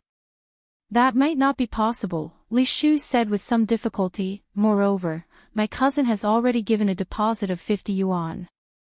With that said, Li Shu took out 50 yuan and put it on the table. Seeing the 50 yuan note, Granny Mu's eyes sparkled. She quickly pocketed the money. "That's settled then. Let your cousin pick her up tomorrow." "Okay." Li Shu was very pleased with herself. After she said that, Li Shu asked, "Mom, how do we break the news of this to Yang Yang?" Granny Mu responded, "Leave that to me. That brat wouldn't dare to make any trouble." Li Shu nodded, "I'll leave it to you." With the problematic Ni Yang finally out of the way, Li Shu was very pleased with herself. She quickly made an excuse and went to the village department to call Li Xianxian and give him good news. "Xianxian, I've taken care of the problem." Chapter 9 Are You Crazy _1 Li Shu adored her daughter, Li Xianxian, immensely. Li Xianxian was quite remarkable herself. Not only had she attended university at a very young age, she had also accomplished a lot. However, Li Shu had always been unable to comprehend why Li Xianxian, a daughter aptly compared to a treasure from heaven, would feel intimidated by an Yang, who was no better than mud. How could an Yang possibly influence Li Xianxian? But, since it was something her daughter had instructed, she was naturally going to do it flawlessly. Now she had successfully wed an Yang off to a eunuch and even made a profit from it. Li Shu was extremely pleased. Is it done? On the other end of the call, Li Xianxian narrowed her eyes before asking, Mom, how did you handle an Yang?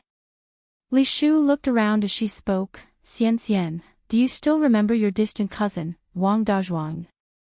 There was a moment of silence on the other line. Mom, are you implying? Li Xianxian had a fairly strong impression of her cousin, Wang Dazhuang.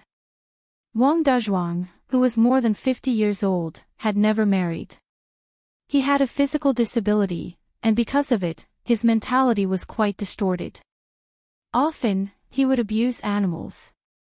If an Yang were married to him, it would be like plunging into a fiery pit. She would never see the light again in her life. A sinister smile curved at the corners of Li Xianxian's lips. Li Shu laughed and nodded. Exactly, that's what I mean.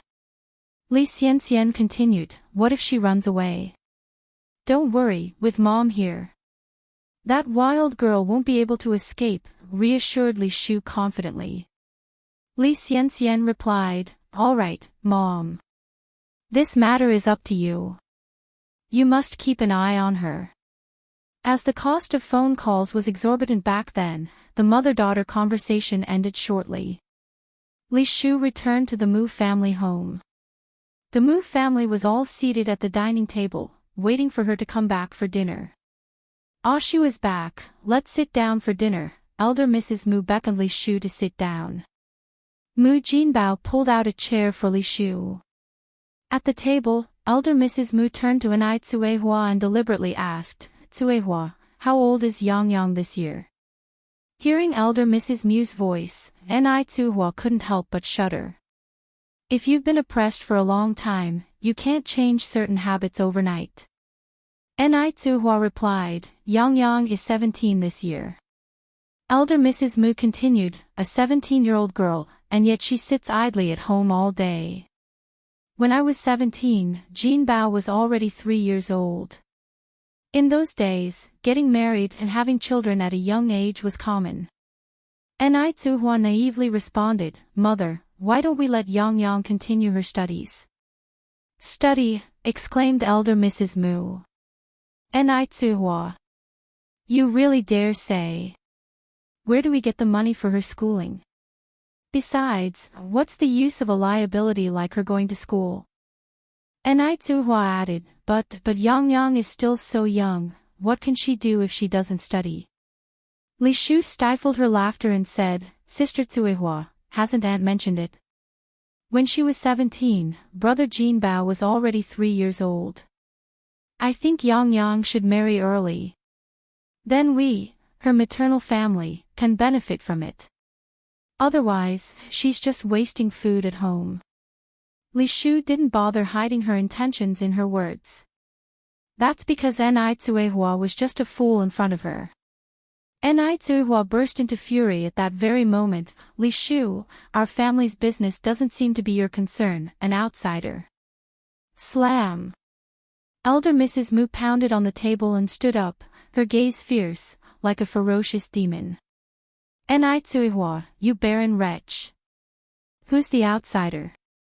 I think you're asking for it. Jin Bao. Mu Jin Bao immediately rolled up his sleeves and stood up. You wretched woman, say that again. Beating his wife was a regular affair for Mu Jin Bao. Who told Anai Tsuehua not to be capable, not making a son? In the countryside, without a son at home, one is not only despised as extinct, one also has to be ridiculed and belittled. Anai Tsuehua looked at Mu Jin Bao with red eyes. Mu Jin Bao, we've been married for 17 years, how have you treated me these whole 17 years? You have either beaten me or insulted me every day, you never once had a kind face for me. I've borne you 5 daughters, with you discarding 3. Mu Jinbao, you too are the biological father of these children. How could you bear to do it? Nothing matters at all. Ni Tsuihua dares to talk to him like that now. It must be known that before she would neither hit back when beaten nor retort when insulted. This cheap woman. Has she gone mad? Mu Jinbao's eyes turned red with rage, veins protruded on his face. Ni Tsuihua knew that this was the prelude to him wanting to beat someone. Every time Mu Jinbao wanted to beat someone, he put out this ghost-like appearance. And each time, he would beat her to within inches of her life. His methods were shocking to everyone. Remembering those experiences, Ni Tsuihua shuddered with fear. Mu Jinbao raised his fist to hit Ni Tsuihua. Ni Tsuihua was gripped with terror and momentarily forgot to resist. Dad, you're getting old, it's easy to wrench your back if you start fighting. Ni Yang came over, and stood in front of Ni Tsuihua, reaching out to grab Mu Jinbao's hand, and then said, Dad, Aunt Ashu is right. I'm 17 years old this year. It's a waste to sit around at home doing nothing. Better to marry into a good family sooner rather than later. So, I wonder, does Aunt Ashu have some outstanding young men to recommend me? Ni Yang trained in fighting arts and taekwondo in her former life, so she has some basic skills in martial arts. Furthermore, what surprised Ni Yang was that since saving that big official yesterday, her 5 senses had become a lot sharper than the average person, particularly her strength. It felt as though she had an endless supply of energy. Otherwise, she wouldn't have held Mu Jinbao's arms so effortlessly. Mu Jinbao looked at Ni Yang incredulously. How is it that this useless creature's strength could be so great? His expression was a bit unnatural as he said, Your Aunt Ashu treats you so well, she would definitely not harm you. Relax, she has introduced you to a good family. Not only is the young man handsome, but his family also has money. When you marry and go there, you can enjoy your life. Ni Yang smirked slightly, Aunt Ashu will not harm me. Dad, you are my biological father, will you harm me? He had introduced her to a good family. A young man. Ha! Mu Jinbao sure knows how to tell lies with his eyes wide open. Seeing Ni Yang like this, somehow made Mu Jinbao feel a bit panicked, especially when Ni Yang said the words biological father. It was clear that he was the elder, but it felt as if Ni Yang was the elder. It was really too strange. Stammering, Mu Jinbao said, I am your biological father. How could I harm you? Ni Yang gave a faint smile, releasing Mu Jinbao's wrist, right, you are my biological father. How could a biological father harm his own daughter? In the past, she also did not believe that a biological father would harm his own daughter. Later, the reality told her how ridiculous her ideas were. Li Shu came over from the other side, smiling and saying, Yang, since you have agreed, then let's settle this. Aunt Ashu has already spoken to the young man, he will be coming over tomorrow morning. You should dress up nicely, you better not disappoint him. Ni Yang looked up to Li Shu, smiling and saying, All right Aunt Ashu, rest assured, I promise I won't disappoint them. Chapter 10, Big Shot. _1 Li Shu looked at Ni Yang, her eyes full of mockery. This little girl is just too stupid. Even more stupid than she had imagined. Someone sells her and she still counts the money for them. Even Li Xianxian was scared of her. Li Xianxian smiled and said, Good, Yang, that's what it is. A girl should be obedient so that she can have good days after she gets married. Ni Yang nodded, Aunt Ashu is right. Ni Tsuihua looked at Ni Yang somewhat unbelievably from the side.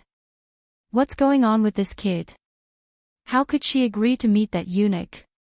Didn't she say she wanted to leave this place with her mother and sister? Ni Tsuihua anxiously looked at Ni Yang, her eyes seeming to have 1,000 words to say. Ni Yang slightly raised her eyes, met Enai Quihua's gaze, with a faint smile in her eyes. Oddly, Enai Tsuihua felt a sense of assurance seeing the look in her eyes. The deal was settled. Old Lady Mu slapped the table and said, "All right, let's start the meal." Because she was about to sell Enai Yang to the old bachelor, Old Lady Mu didn't make it hard for Enai Tsuihua at the dinner table. She even graciously allowed Enai Tsuihua to eat an extra bowl of porridge. After the meal, Old Lady Mu took out a pink dress and handed it to Enai Yang. Yang, this is a dress that Grandma especially asked someone to buy in the city. It cost 2 yuan. You should wear it tomorrow. At any other time, where would Old Lady Mu be willing to spend money to buy new clothes for Enai Yang? But now it's different. Enai Yang can now be sold for 200 yuan. What if she looks dirty and the man doesn't like her? Between 200 yuan and 2 yuan, of course, 200 yuan is more important. Enai Yang joyfully took the clothes. Wow! Such a beautiful dress. Thank you, Grandma, you're so good. This sentence "you're so good," Grandma made Old Lady Mu feel a bit uneasy for some reason. What's up with this little brat Enai Yang? Old Lady Mu looked at Enai Yang and said, "I'm your grandma, how can I not be good?" No matter what, Enai Yang can't change the fact that she is her grandma. She is her grandma. She can sell Enai Yang to whomever she wants. Thinking this way, Old Lady Mu felt a little relieved. Enai Yang gave a faint smile. "Yes, Grandma, you're the best. If there's nothing else, Mom and I will go wash the dishes in the kitchen." "Go ahead." Old Lady Mu waved her hand casually. "By the way, feed the sheep." "Understood." Enai Yang obediently answered. Watching the retreating figures of Enai Yang and Enai Tsuihua disappearing into the kitchen, Old Lady Mu looked at Li Shu, somewhat unsure. "Ah Shu, are you sure you and your distant cousin have discussed everything clearly?" She didn't know why, but Old Lady Mu always felt her heart keep thumping, like something big was about to happen. Li Shu laughed. "Mom, rest assured, my cousin will come early tomorrow morning, and Yang Yang is so pretty. This marriage contract won't escape." Old Lady Mu nodded. "That's good." In the kitchen, Enai Tsuihua looked at Enai Yang with a worried expression. Yang, why did you agree to your grandma just now? If we really meet the man tomorrow, can we still get away? The Mu family treats her as a free workhorse and Enai Yang as a money tree. Under these circumstances, can she really successfully divorce Mu Jinbao? Enai Yang patted Enai Quihua's hand. "Mom, don't worry. What I did just now was just a delaying tactic. As soon as tomorrow is over, I'll immediately take you and my sister away from here, and we'll start a new life." Can the three of them really start a new life? Enai Tsuihua was very worried. Enai Tsuihua gripped Enai Yang's hand, her gaze firm. Yang, why don't we take your sister and escape together?" Enai Yang was delighted that Enai Tsuihua had such an awareness. Shaking her head, she said, "No, Mom, we won't run away. You're divorcing Dad, we're leaving openly." In an era where even train tickets are hard to buy without a letter of introduction, where could they possibly run to? If they could flee, Enai Yang would have taken Enai Tsuihua and escaped a long time ago. Why would they go through all these troubles then? Enai Tsuihua still seemed somewhat worried. Enai Yang comforted her with a smile. "Mom, don't worry, go back and rest. We should leave tomorrow after a good rest tonight." "All right." Enai Tsuihua nodded in agreement.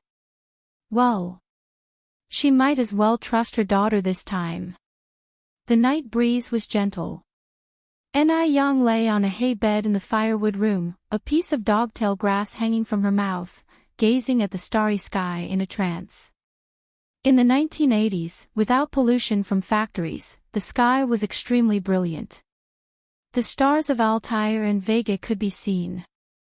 Croak, croak, croak, the sounds of frogs and insects filled the ears, and the air was full of the fragrance of ripe paddy. Such a night was so peaceful. The faint glow of fireflies interlaced with the starlight, casting a soft glow on Yang, making her look like a banished immortal who descended from the moon. Underneath her long eyelashes hid a pair of charming peach blossom eyes, giving off a gleam as brilliant as the Milky Way. Such a beautiful woman. At that moment, Yang suddenly felt something hard against her back. She felt around in the hay and pulled out a delicate wristwatch. If she guessed correctly, this watch should belong to that man. Successful people all fancy watches, Yang was no exception. Furthermore, Yang in her previous life studied watches specially. This was an extremely valuable watch. A model like this was almost extinct in the future. Even now, this watch was a limited edition one, with no more than 3 in existence worldwide. It was worth 100,000 renminbi. What did 100,000 renminbi mean at that time? It meant enormous wealth. One could tell from this that the owner of the watch was not an ordinary person at all. However, it didn't matter who he was. She couldn't afford to mess with a guy covered in blood like him. Yang placed the watch back into the hay, squinted her eyes, and started to sleep. Thinking that she could leave this hellhole the next day, a faint smile appeared on Yang's face. The time passed quickly, and in the blink of an eye, it was the next morning. The golden sunlight filled the earth. Early in the morning, Tsuehua was already busy in the kitchen. The air was filled with the sweet aroma of steamed sweet potatoes and the fragrance of steamed buns. Seeing Yang come in, Tsuehua secretly handed her 2 boiled eggs. Yang, here you go. Yang calmly put the boiled eggs in her pocket. Tsuehua continued, Yang, can we really leave here today? Yang nodded slightly, Mom, remember to follow my lead later. I will definitely take you and Sis away from here. Tsuehua wiped her hands on her apron, okay, what should I do to help you? Yang leaned over and whispered into Kuihua's ear. This version of Yang, brilliant and confident, with a voice as calming as a spell, put people at ease. Tsuehua slowly calmed down. Looking at Yang, she said, Yang, I got it. Don't worry, I'll definitely cooperate with you. As long as she could take her 2 daughters away from here, she was willing to do anything. It took a while before the people of the Mu family got up for breakfast. Suddenly, after the meal, there was a frantic knock on the door from outside. Is anyone there? Is anyone home? Chapter 11, Want to Marry Me? _1 Li Shu immediately put down her chopsticks. Brother Jinbao, my cousin is here. You better go open the door. Lady Mu urged anxiously, hurry up. Don't keep him waiting. Lady Mu was afraid that the 200 yuan would sprout wings and fly away. All right. Mu Jinbao put down his bowl and chopsticks and quickly ran to the door. Li Shu looked up at Yang, a triumphant glimmer in her eyes. Little wretch, you have nowhere to run now, do you? You're going to be taken away by an old bachelor today. Suddenly, she met a pair of radiant eyes, shining bright like the stars, and Yang gave a faint smile, the corners of her mouth curling up into a light arc. This pure, untainted smile could reveal the true nature of anything sordid. Her eyes were filled with clarity. So radiant and confident. She doesn't look like a naive girl brought up in a tiny village. Li Shu felt an inexplicable shiver and quickly averted her gaze, her hollowed-out throat swallowing as if she were a child who had done something wrong. This is insanity. How can this little village girl possess such a gaze? Li Shu frowned, filled with bewilderment. She found it hard to discern whether that scene was an illusion or real. Li Shu suppressed her chills and looked at Yang again. Li Shu, with her forehead crinkled, looked back at Yang who sat opposite her. Today, Yang wore that pink dress gifted by Lady Mu. The dress was rather simple with long sleeves and a doll collar, reaching down to her ankles. Yet, such an old-fashioned dress somehow made Ni Yang look vibrantly classic. The sunlight streaming in from outside illuminated her, making her seem like a fairy high up in the clouds. Li Shu always believed her beloved daughter, Li Xianxian, was the most beautiful, but at this moment, she had to admit that if Li Xianxian were to stand beside Ni Yang, she'd probably go unnoticed. At this moment, the sounds outside the door became increasingly clear. This way, follow me. That was Mu Jinbao's fawning voice. In a short while, Mu Jinbao ushered the man in. The man standing next to Mu Jinbao looked about 60 years old, with a belly bigger than Li Shu's. His shiny bald head and rodent eyes darted everywhere. When he smiled, a mouthful of big yellow teeth was revealed. Yes. This was Li Shu's distant cousin. Mu Jinbao smilingly introduced, "Mom, this is Wang Dezhuang. Dezhuang, this is my mom, this is my wife Ni Tsuehua and this one is Yang Yang." Upon seeing Ni Yang, Wang Dazhuang's eyes instantly lit up. This young girl is so pretty. It's a bargain to buy her back for 200 yuan. Wang Dazhuang swallowed his saliva, moved his gaze away from Ni Yang and greeted everyone in the room. "Hello Granny, hello Auntie. I'm Wang Dezhuang." Being addressed as Granny by someone of a similar age didn't bother Lady Mu at all. She even reciprocated with a smile, "Very good. So you're Dezhuang, you're quite a spirited young man." Ni Yang almost laughed at this comment. A spirited young man. Lady Mu doesn't feel guilty for saying this. Seeing Wang Dezhuang, Ni Tsuehua was so terrified, she found herself shaking uncontrollably. This is too much. Lady Mu and Mu Jinbao are too heartless. Do they even have a conscience? They're actually selling their own granddaughter, their own daughter, to a man like this. Fortunately, she had already decided to divorce Mu Jinbao.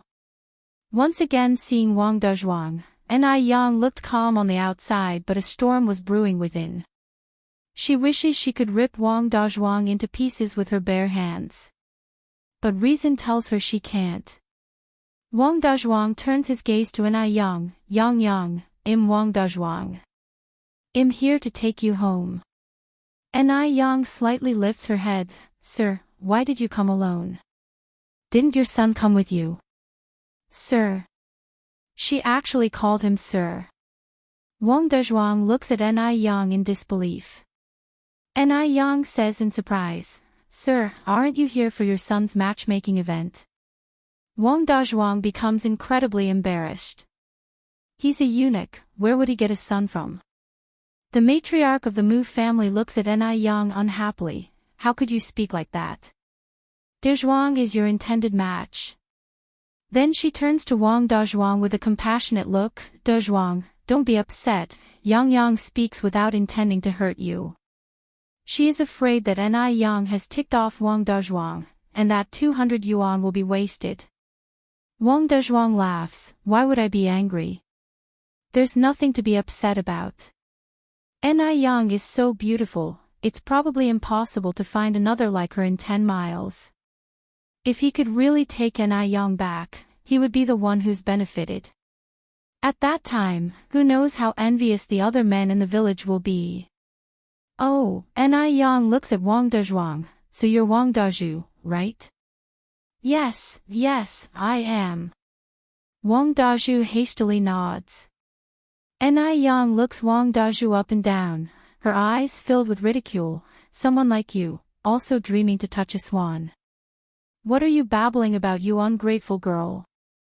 The old lady from the Mu family stands up in anger. "I think you and Dezhuang are a match made in heaven, a perfect couple. Dezhuang is a very promising young man, how could he not be good enough for you? If anyone's not good enough, it's you who's not good enough for Dezhuang." Li Shu quickly says, "That's right, cousin, my aunt is right, don't be angry, Yang is still a child," she speaks without thinking.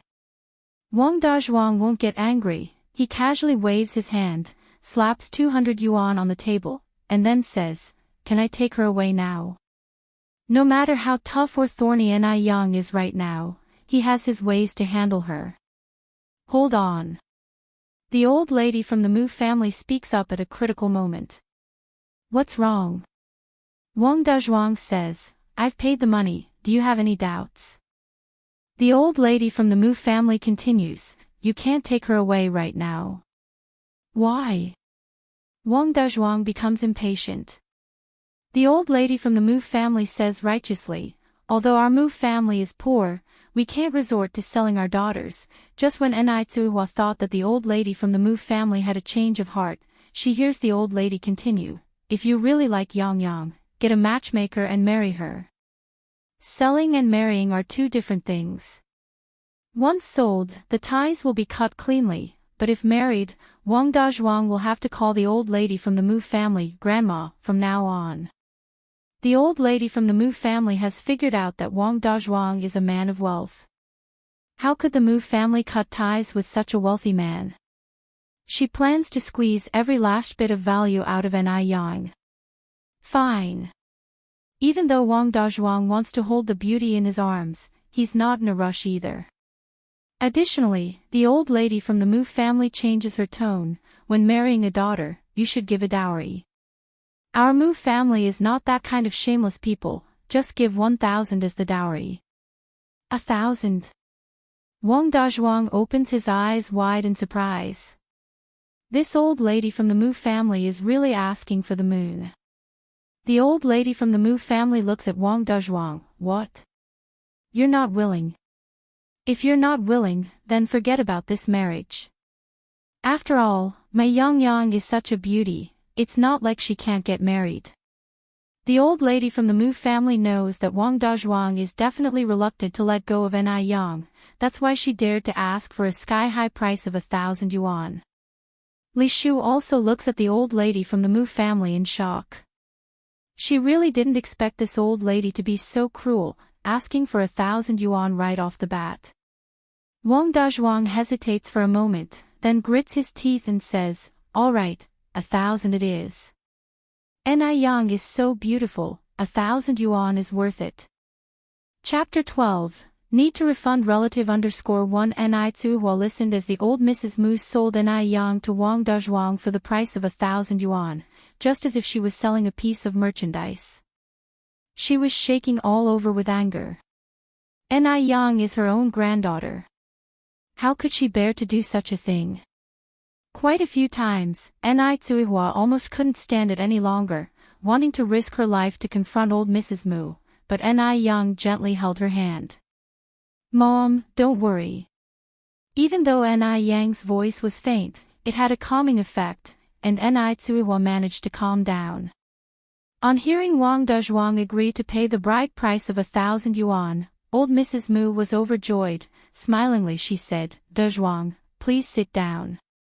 We will be family from now on. Make yourself at home. Sit. Wang Dazhuang had no wish to sit at the moment. He had parted with 1,000 yuan, now he wants to check the goods to see if his 1,000 yuan was well spent. Wang Dazhuang's eyes kept darting around Ni Yang's body, brimming with lasciviousness. Ni Tsuhua slightly frowned, protectively standing in front of Ni Yang, glaring at Wang Dazhuang. Actually, Ni Tsuhua was a little scared of Wang Dazhuang herself, but because of motherhood, she grew strong. At this moment, she could not be afraid, because if she was scared, what would Ni Yang do? She must protect Ni Yang. Old Mrs. Mu's gaze moved between Wang Dazhuang and Ni Yang, quickly figuring out what Wang Dazhuang was thinking. Since Wang Dazhuang had readily come up with 1,000 yuan, she shouldn't let him be disappointed. Old Mrs. Mu turned to Ni Yang, Yang, why don't you show Dazhuang around? The two of you young people should get to know each other better. Young people. If Ni Yang remembered correctly, Wang Dazhuang was about Mrs. Mu's age. People of this era generally marry early. Old Mrs. Mu had become a grandmother at 40. By estimation, Wang Dazhuang was even a year older than Mrs. Mu. How could Mrs. Mu have the nerve to use the term young people? There was a flicker of sarcasm in Ni Yang's eyes as she looked down. Hearing this, Wang Dazhuang rubbed his palms together, eagerly looking at Ni Yang, muttering, "Auntie, you're absolutely right." Old Mrs. Mu was indeed a shrewd woman. She knew perfectly well what he was thinking. Seeing Ni Yang hadn't moved, old Mrs. Mu's expression cooled a bit. Yang. Ni Yang, grinning from ear to ear, came out from behind Ni Tsuihua. "Grandma, I'm not deaf." "Since you're not deaf, hurry up and take Dazhuang for a tour," old Mrs. Mu ground out through clenched teeth. Ni Yang looked at Wang Dazhuang, the shallow dimple at the corner of her mouth deepening. "There's a cornfield up front. Do you want to go look?" At this time, the corn in the cornfield was thriving. If something were to happen, who would notice? Wang Dazhuang perked up at the idea, repeatedly nodding his head. "All right, exactly. Let's go to the cornfield." "Follow me then." As she turned, Ni Yang gave Ni Tsuihua a reassuring look. Wang Dazhuang immediately followed Ni Yang's steps. Seeing Ni Yang obediently following orders, old Mrs. Mu was momentarily satisfied. Ni Yang was really too naive. She actually took Wang Dazhuang away. Li Shu saw the backs of Ni Yang and Wang Dazhuang and was so pleased that she could barely stop herself from bursting into laughter. Since Wang Dazhuang was a gelded man and couldn't marry a wife, his mind had long become twisted. He was a pervert among perverts. Just wait. Today, even if Ni Yang isn't killed, she's going to have a near-death experience. Ni Yang took Wang Dazhu to the front of the cornfield. "I'm going in first." Ni Yang stepped into the cornfield. "I'm coming too." Wang Dazhuang immediately followed Ni Yang's pace. The sun was very high, but due to the dense corn stalks, not a sliver of sunlight penetrated the cornfield.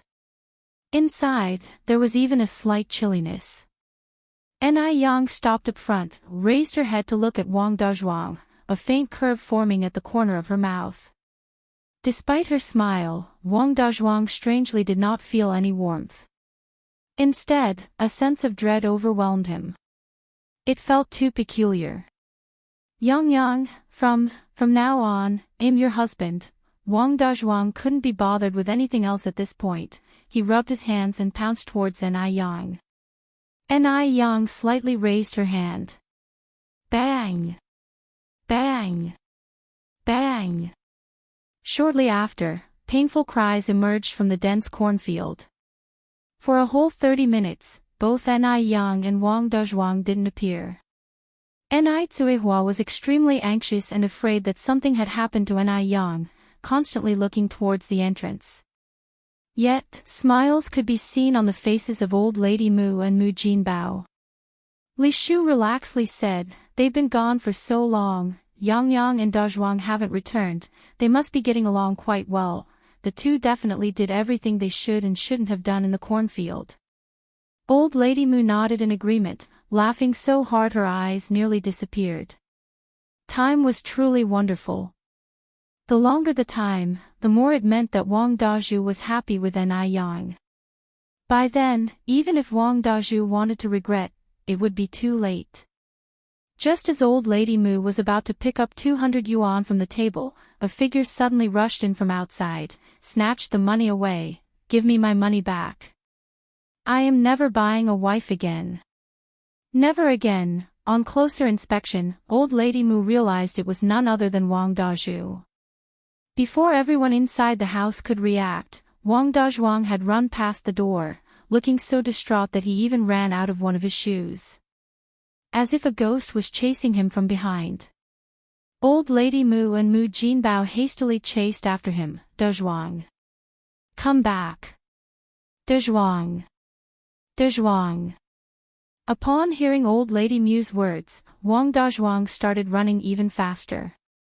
Mu Jinbao caught up with Wang Dazhuang. "Ah! Good heavens! My money! My 1,000 yuan!" Old Lady Mu sat on the ground, crying and causing a ruckus. She had nearly gotten the money, only to see it slipping away from her grasp. How could she not be furious? Li Shu's eyebrows scrunched up into a frown. The situation was far from what she had imagined. What in the world was Wang Dezhuang thinking? Why did he run all of a sudden? Where was Enai Yang? Where did that sneaky Enai Yang go? Just then, Enai Yang nonchalantly walked in from outside. "Granny, what happened? Did someone upset you again?" At the sound of her words, old lady Mu immediately stopped crying, looked up at Enai Yang and bitterly cursed, "You shameless hussy. You dare to come back. What did you do to Dezhuang?" "I have no idea," Enai Yang shrugged, her eyes reflecting an innocent look. "There's a possibility he's mentally ill." I was even shocked. "You shameless hussy. You dare to argue back. You wretched creature. Useless junk." Old lady Mu cursed loudly. Enai Yang didn't get angry, but the corner of her mouth hinted a faint smile. "Granny, I've heard that people with filthy mouths will have their tongues severed by the king of hell after they die, especially those like you with many sins. You're not far from descending to hell. Save yourself some virtue." You. Old lady Mu was so furious her whole body started shaking. This shameless girl was so bold, she even dared to curse her to death. Chapter 13, Village Chief arrived. _1 Enai Yang has always been a soft, docile, and submissive person. When was she ever so defiant? Li Shu felt her temple throb wildly, an ominous feeling suddenly bubbling up. No way. She couldn't let Enai Yang slip out of her control. Li Shu offered up a forced smile, her eyes focused on Enai Yang. Yang, what's gotten into you? Your grandmother is thinking of your best interests. How could you talk to her like that? Do you have any idea how wealthy my cousin is? If you marry him, you could live a luxurious life. So many girls crave this opportunity, yet you've got it. Stop angering your grandmother, apologize to her and get my cousin back here." Enai Yang responded with a bright, pointed smile. "If your cousin is such a catch, why not marry him yourself? Isn't this perfect, seeing as how you're a widow too?" Li Shu's eyes bulged, unable to conceal her fury anymore. "You shameless girl, what are you babbling about?" Right at that moment, Mu Jinbao rushed in from the yard, his face an image of dismay. "Mom, I caught up with Dezhuang, but he refuses to return." Who knew what was going on with that Wang Dezhuang? He was clearly quite interested in Enai Yang just a while ago. However, after a romp in the cornfield, he returned as if he was a completely different person. Refuses to return. Why does he refuse to return? My 1,000 yuan. My 1,000 yuan. Granny Mu was so furious it felt like her liver would burst, her face deathly pale. It was more painful than dying a little. That was 1,000 yuan. A whole 1,000 yuan. Jinbao, beat this shameless wench to death. Beat her till she's dead. Granny Mu pointed at Enai Yang and spat out viciously. Even if Enai Yang was beaten to death right now, she still wouldn't feel satisfied. This cheap wench was truly hateful. Even Mu Jinbao was pining over the 1,000 yuan. He stepped up to Enai Yang, raised his hand, and viciously slapped down. Mu Jinbao's hand was about to make contact when Enai Tsuehua hurriedly stepped in front of Enai Yang, taking the slap full on her face. Enai Quihua's head jerked sideways from the force, but she didn't retreat. She looked up at Mu Jinbao and summoned the courage to say, "Mu Jinbao, I want a divorce." Divorce? Mu Jinbao laughed scornfully at Enai Tsuehua. You're nothing more than an old cow bought and paid for by our Mu family. You don't have the right to demand a divorce. You belong to the Mu family in life and death. You'll never escape from the Mu family. Yes, Enai Tsuehua was merely purchased by Mu Jinbao for 3 yuan. Hearing these words, Enai Quihua's face darkened. Yeah. How could she have forgotten? She was bought by the Mu family. She can't get a divorce. If she can't get a divorce, what should she do? Does that mean she's doomed to spend the rest of her life with this scum? Just then, a few figures appeared outside the door, stopping to listen to the commotion inside. If Mu Jinbao raised his head to look out, he would see, amongst the group, the village chief of Dam Village. Ni Yang stepped in front of Ni Tsuehua. Human trafficking is illegal. My mother wants to divorce you now, you have no right to deprive her of her freedom. Since Ni Tsuehua had never gone through a registration process with Mu Jinbao, this matter was much easier to settle. Ni Yang caught sight of the shadow on the ground and started devising her plan. Mu Jinbao was so infuriated at Ni Yang's retort that he grabbed an axe and swung it towards Ni Yang. You ungrateful brat. If I don't kill you today, I'm not a Mu. Ni Tsuehua gasped and quickly shielded Ni Yang behind her. But Ni Yang was not afraid of Mu Jinbao. You don't have the right to hit me. And you sure as hell have no right to be my father. Don't think I don't know who Li Shu is, she's your mistress and she's carrying your bastard child. You're keeping a woman on the side and yet you still expect my mother to slave for you. People like you should all rot in hell. Upon hearing that, beads of sweat dotted Li Shu's forehead. Ni Yang knew about her and Mu Jinbao's relationship. What should she do? What now? She thought she could control Ni Yang, but she never expected this girl to be so fierce. Besides, it's a sensitive period now. If people find out about her relationship with Mu Jinbao, she won't get off scot-free. Mu Jinbao was incensed by Ni Yang's words and swung the axe straight down. Ungrateful brat. I'll kill you today. Just when he was about to strike, a figure rushed in from outside, grabbed Mu Jinbao's hand. What's going on? Is there no respect for law in your eyes? The person who came in was no other than the old village chief along with several men in suits. The one who grabbed Mu Jinbao's wrist was indeed the old village chief. Despite his age, the village chief's strength wasn't weaker than any young man's. Village chief, what wind blows you our way? Mu Jinbao asked playfully as he looked towards the village chief. The village chief also surnamed Mu and was a relative of Mu Jinbao's, so he wasn't particularly afraid of the village chief. How bad could it be if the village chief found out that he was hitting his wife and children? Would he turn against his own family for this? Impossible. But the village chief wasn't as accommodating as usual and demanded harshly, if I didn't come now, there would have been a homicide. Comrade Mu Jinbao, no matter the reason, it can't be an excuse for you to beat your wife and children. Mu Jinbao, grinning ear to ear, said, Village chief, I was just disciplining my wife and kids. You're making it sound like a murder. How many men in this village don't hit their wives? Even the village chief himself perhaps isn't clean in this regard.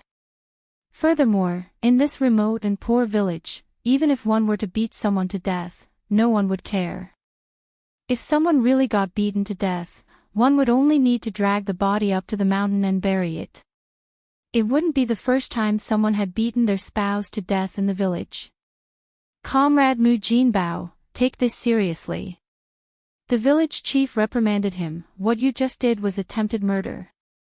If it were any other day, the village chief wouldn't have bothered with such matters.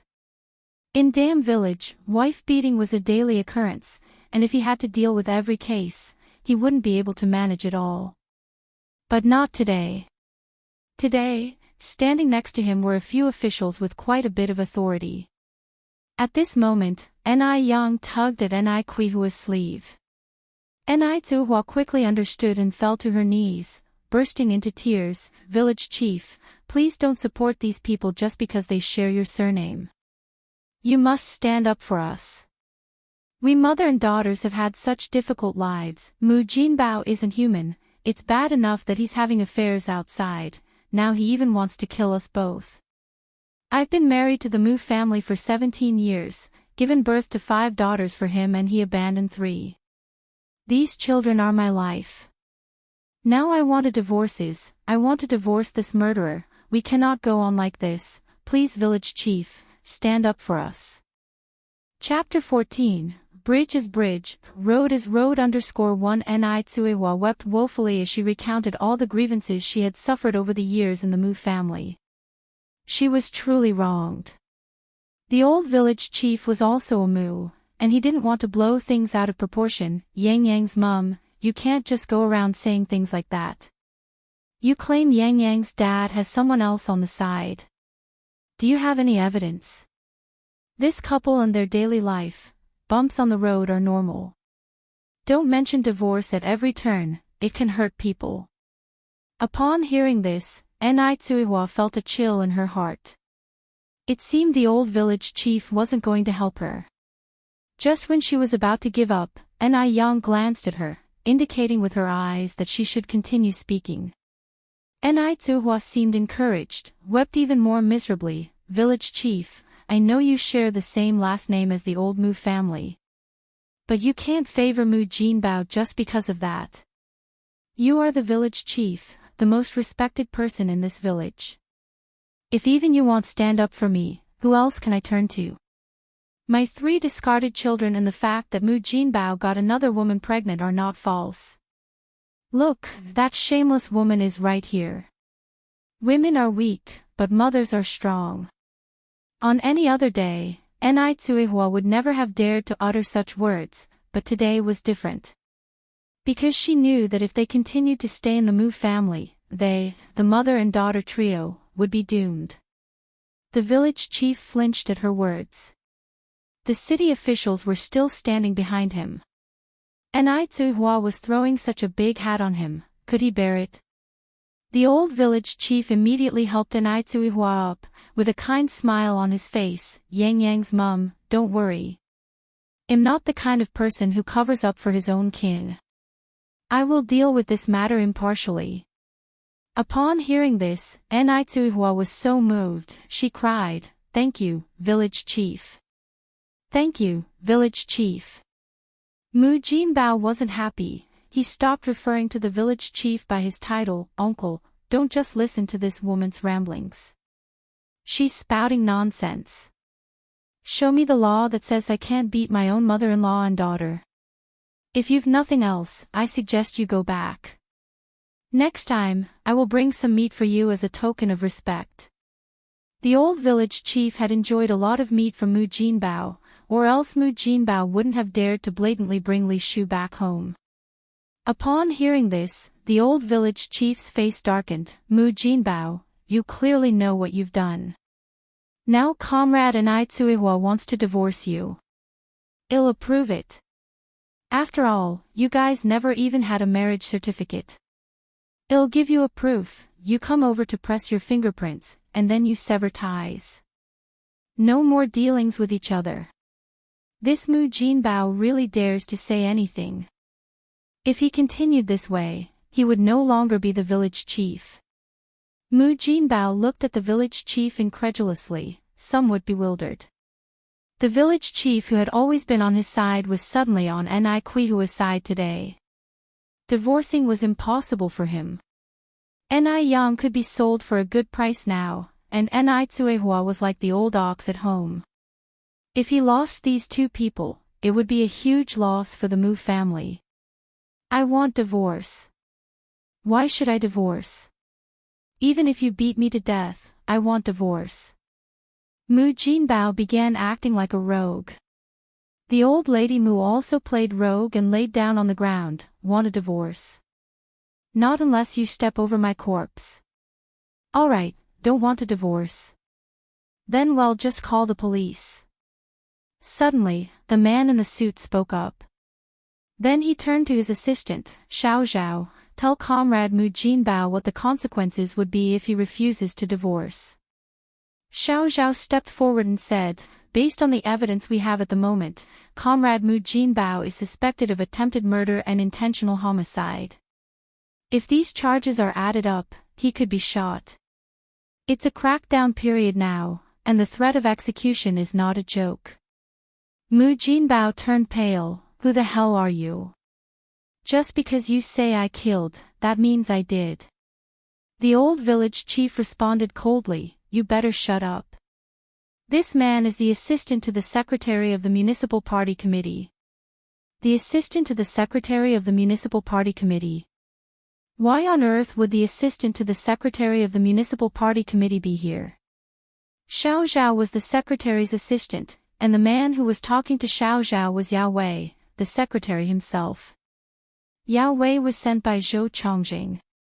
Because Zhou Chongjing was seriously injured, they could only send Yao Wei to make the trip. Mu Jinbao shuddered in fear. Uncle, please, don't joke with me. What on earth could the secretary of the municipal party committee be doing in their dirt-poor village? Before the village chief could speak, Xiao Zhao continued, Mu Jinbao, you were just about to attack your daughter with an axe. If it wasn't for the timely intervention of village chief Mu, your daughter would be dead. That's attempted murder, and we're all witnesses. Plus, the 3 children you abandoned all died unnaturally. That's deliberate murder, and Ni Tsuihua is the witness. As for the affair, Comrade Li Shu is pregnant. Need I say more? Hearing this, Li Shu was terrified, cold sweat trickling down her forehead. If they really reported him, Mu Jinbao wouldn't be the only one sentenced to death by firing squad. She would be an accomplice. The old village chief continued, Mu Jinbao, think about it carefully. Would you rather be shot, or get a divorce? Mrs. Mu was startled, and quickly stood up from the ground. Divorce. Jinbao, well, get a divorce. At this point, of course, life was more important. Furthermore, if they divorced, the one to suffer would be Ni Tsuihua. She's a woman, and she would have no choice but to starve out there. When that time comes, it'll be Ni Tsuihua who will regret. Mu Jinbao was scared out of his wits, death by firing squad. How could he not be afraid? Okay, Mom, I'll listen to you. The old village chief finally relaxed, continuing, now that you've decided to divorce, he'll issue you a divorce certificate. Although Ni Tsuihua and Mu Jinbao hadn't gotten their marriage certificate, the two had lived together for so long and had 2 children. To avoid any future complications, a certificate was necessary. Ni Yang stepped forward at the right time, my sister and I want to go with Mom. Ni Tsuihua finally came to her senses, right. The 2 kids are coming with me. No. I don't agree. Mrs. Mu said angrily, these 2 children are from the Mu family. Why should they go with that slut Ni Tsuihua? The old village chief continued, Madam, currently Mu Jinbao is the one at fault, he has no right to the children. We must respect Comrade Ni Tsuihua and the children's opinions. No. The children belong to our Mu family. If that slut Ni Tsuihua wants to leave, let her leave by herself. She won't take anything from our Mu family. At this moment, Yao Wei continued speaking. Xiao Zhao, we should call the police, let the murderer taste the bullet. Old Mrs. Mu's face turned white, and she was instantly silenced. The old village chief finished the certificate and stamped the village's official seal on it, Ni Tsuihua, Mu Jinbao, you 2 press your fingerprints. Once these are pressed, you 2 will have no relation at all. Ni Tsuihua pressed her fingerprint without hesitation. Mu Jinbao was reluctant to press, but thinking his life was at stake, he still pressed it. This divorce certificate had 3 copies, 2 for Ni Tsuihua and Mu Jinbao, and 1 for the village to keep. After pressing the fingerprint, Ni Tsuihua went to the room to carry the children out. Ni Yang bowed to the village chief and Yao Wei, Secretary, Chief, thank you for today. The village chief laughed awkwardly, not knowing if he could still retain his position after today. Yao Wei smiled and said, if an official doesn't serve the people, they might as well go home and sell sweet potatoes, this is what should be done. Chapter 15, Goodbye, Damn Village. _1 It was apparent that Yao Wei was a good official who served the people. Off to the side, though, old Lady Mu was becoming anxious, watching Yao Wei and Ni Yang speak with such familiarity. What on earth was happening? Why would the city's party secretary come to their home? And to chance upon this very incident. This clearly wasn't a coincidence. Could it be that Ni Yang and the city party secretary had planned this all along? Otherwise, this couldn't possibly be such a coincidence. Yes. Ni Yang must have colluded with them in advance. But how did Ni Yang know the city party secretary? Old Lady Mu raised her head to look at Ni Yang. Under the dim light, Ni Yang stood there, with a soft glow on her beautiful face, and when she spoke, 2 small dimples appeared at the corners of her mouth. For the first time, Old Lady Mu realized that her granddaughter had such a pretty face. But the thought that, starting from now, Ni Yang was no longer her granddaughter, twisted Old Lady Mu's face into a grimace. That bitch, Ni Tsuihua. It would have been fine if she had wanted a divorce herself. But now she was even taking away their Mu family's granddaughter. Just then, Ni Tsuihua came out of the house holding the child. Yang, I've packed everything. Ni Yang turned to look at Ni Tsuihua. Mom, let's go then. All right. Ni Tsuihua nodded. Old Lady Mu continued. Ni Tsuihua, I'm giving you one last chance to reconsider. Back out now while you still can. Otherwise, it won't be easy for you to step inside the Mu family's home ever again. Let me tell you, the world is a chaotic place right now. You 3 women leaving just like that will surely end up starving on the streets. Ni Tsuihua turned back to look at Old Lady Mu, her tone cold. Don't worry. I'd rather starve in the street than return to the Mu family. Good. Old Lady Mu remarked sarcastically, you have some nerve. Fine, leave. I look forward to the day you come back begging. How can a woman survive without a man? It's impossible. Without a doubt, Ni Tsuihua will come crying back to her eventually. Escorted by Yao Wei and the village chief, Ni Yang and Ni Tsuihua left the Mu family mansion, carrying the child with them. Just then, a pair of worn-out shoes tossed viciously, hit Ni Tsuihua's back. Indeed, a place of deprivation breeds wicked people. Yao Wei frowned. Holding the child, Ni Tsuihua couldn't help but tear up. In these times, a divorced woman was bound to be gossiped about. Needless to say, life for her, her daughter, and the child wouldn't be easy from now on. Mom, don't be afraid, and don't pay attention to others' stares. Rest assured, in the future, we will have good days. Isn't there a saying? Good days are forged through hardships. Upon hearing this, Yao Wei felt a rush of respect for Ni Yang. The young girl was nothing like he had imagined, she was even stronger than her mother, Ni Tsuihua. From start to finish, she hadn't shed a single tear. Yao Wei had initially thought that Ni Yang was just a small-town girl with medical skills. It now seemed that she was far more exceptional than he had imagined. Yao Wei then asked, young comrade Ni Yang, where do you plan to go from here? I haven't decided yet, Ni Yang answered. The village chief understood that Ni Yang was hesitant to speak because of his presence.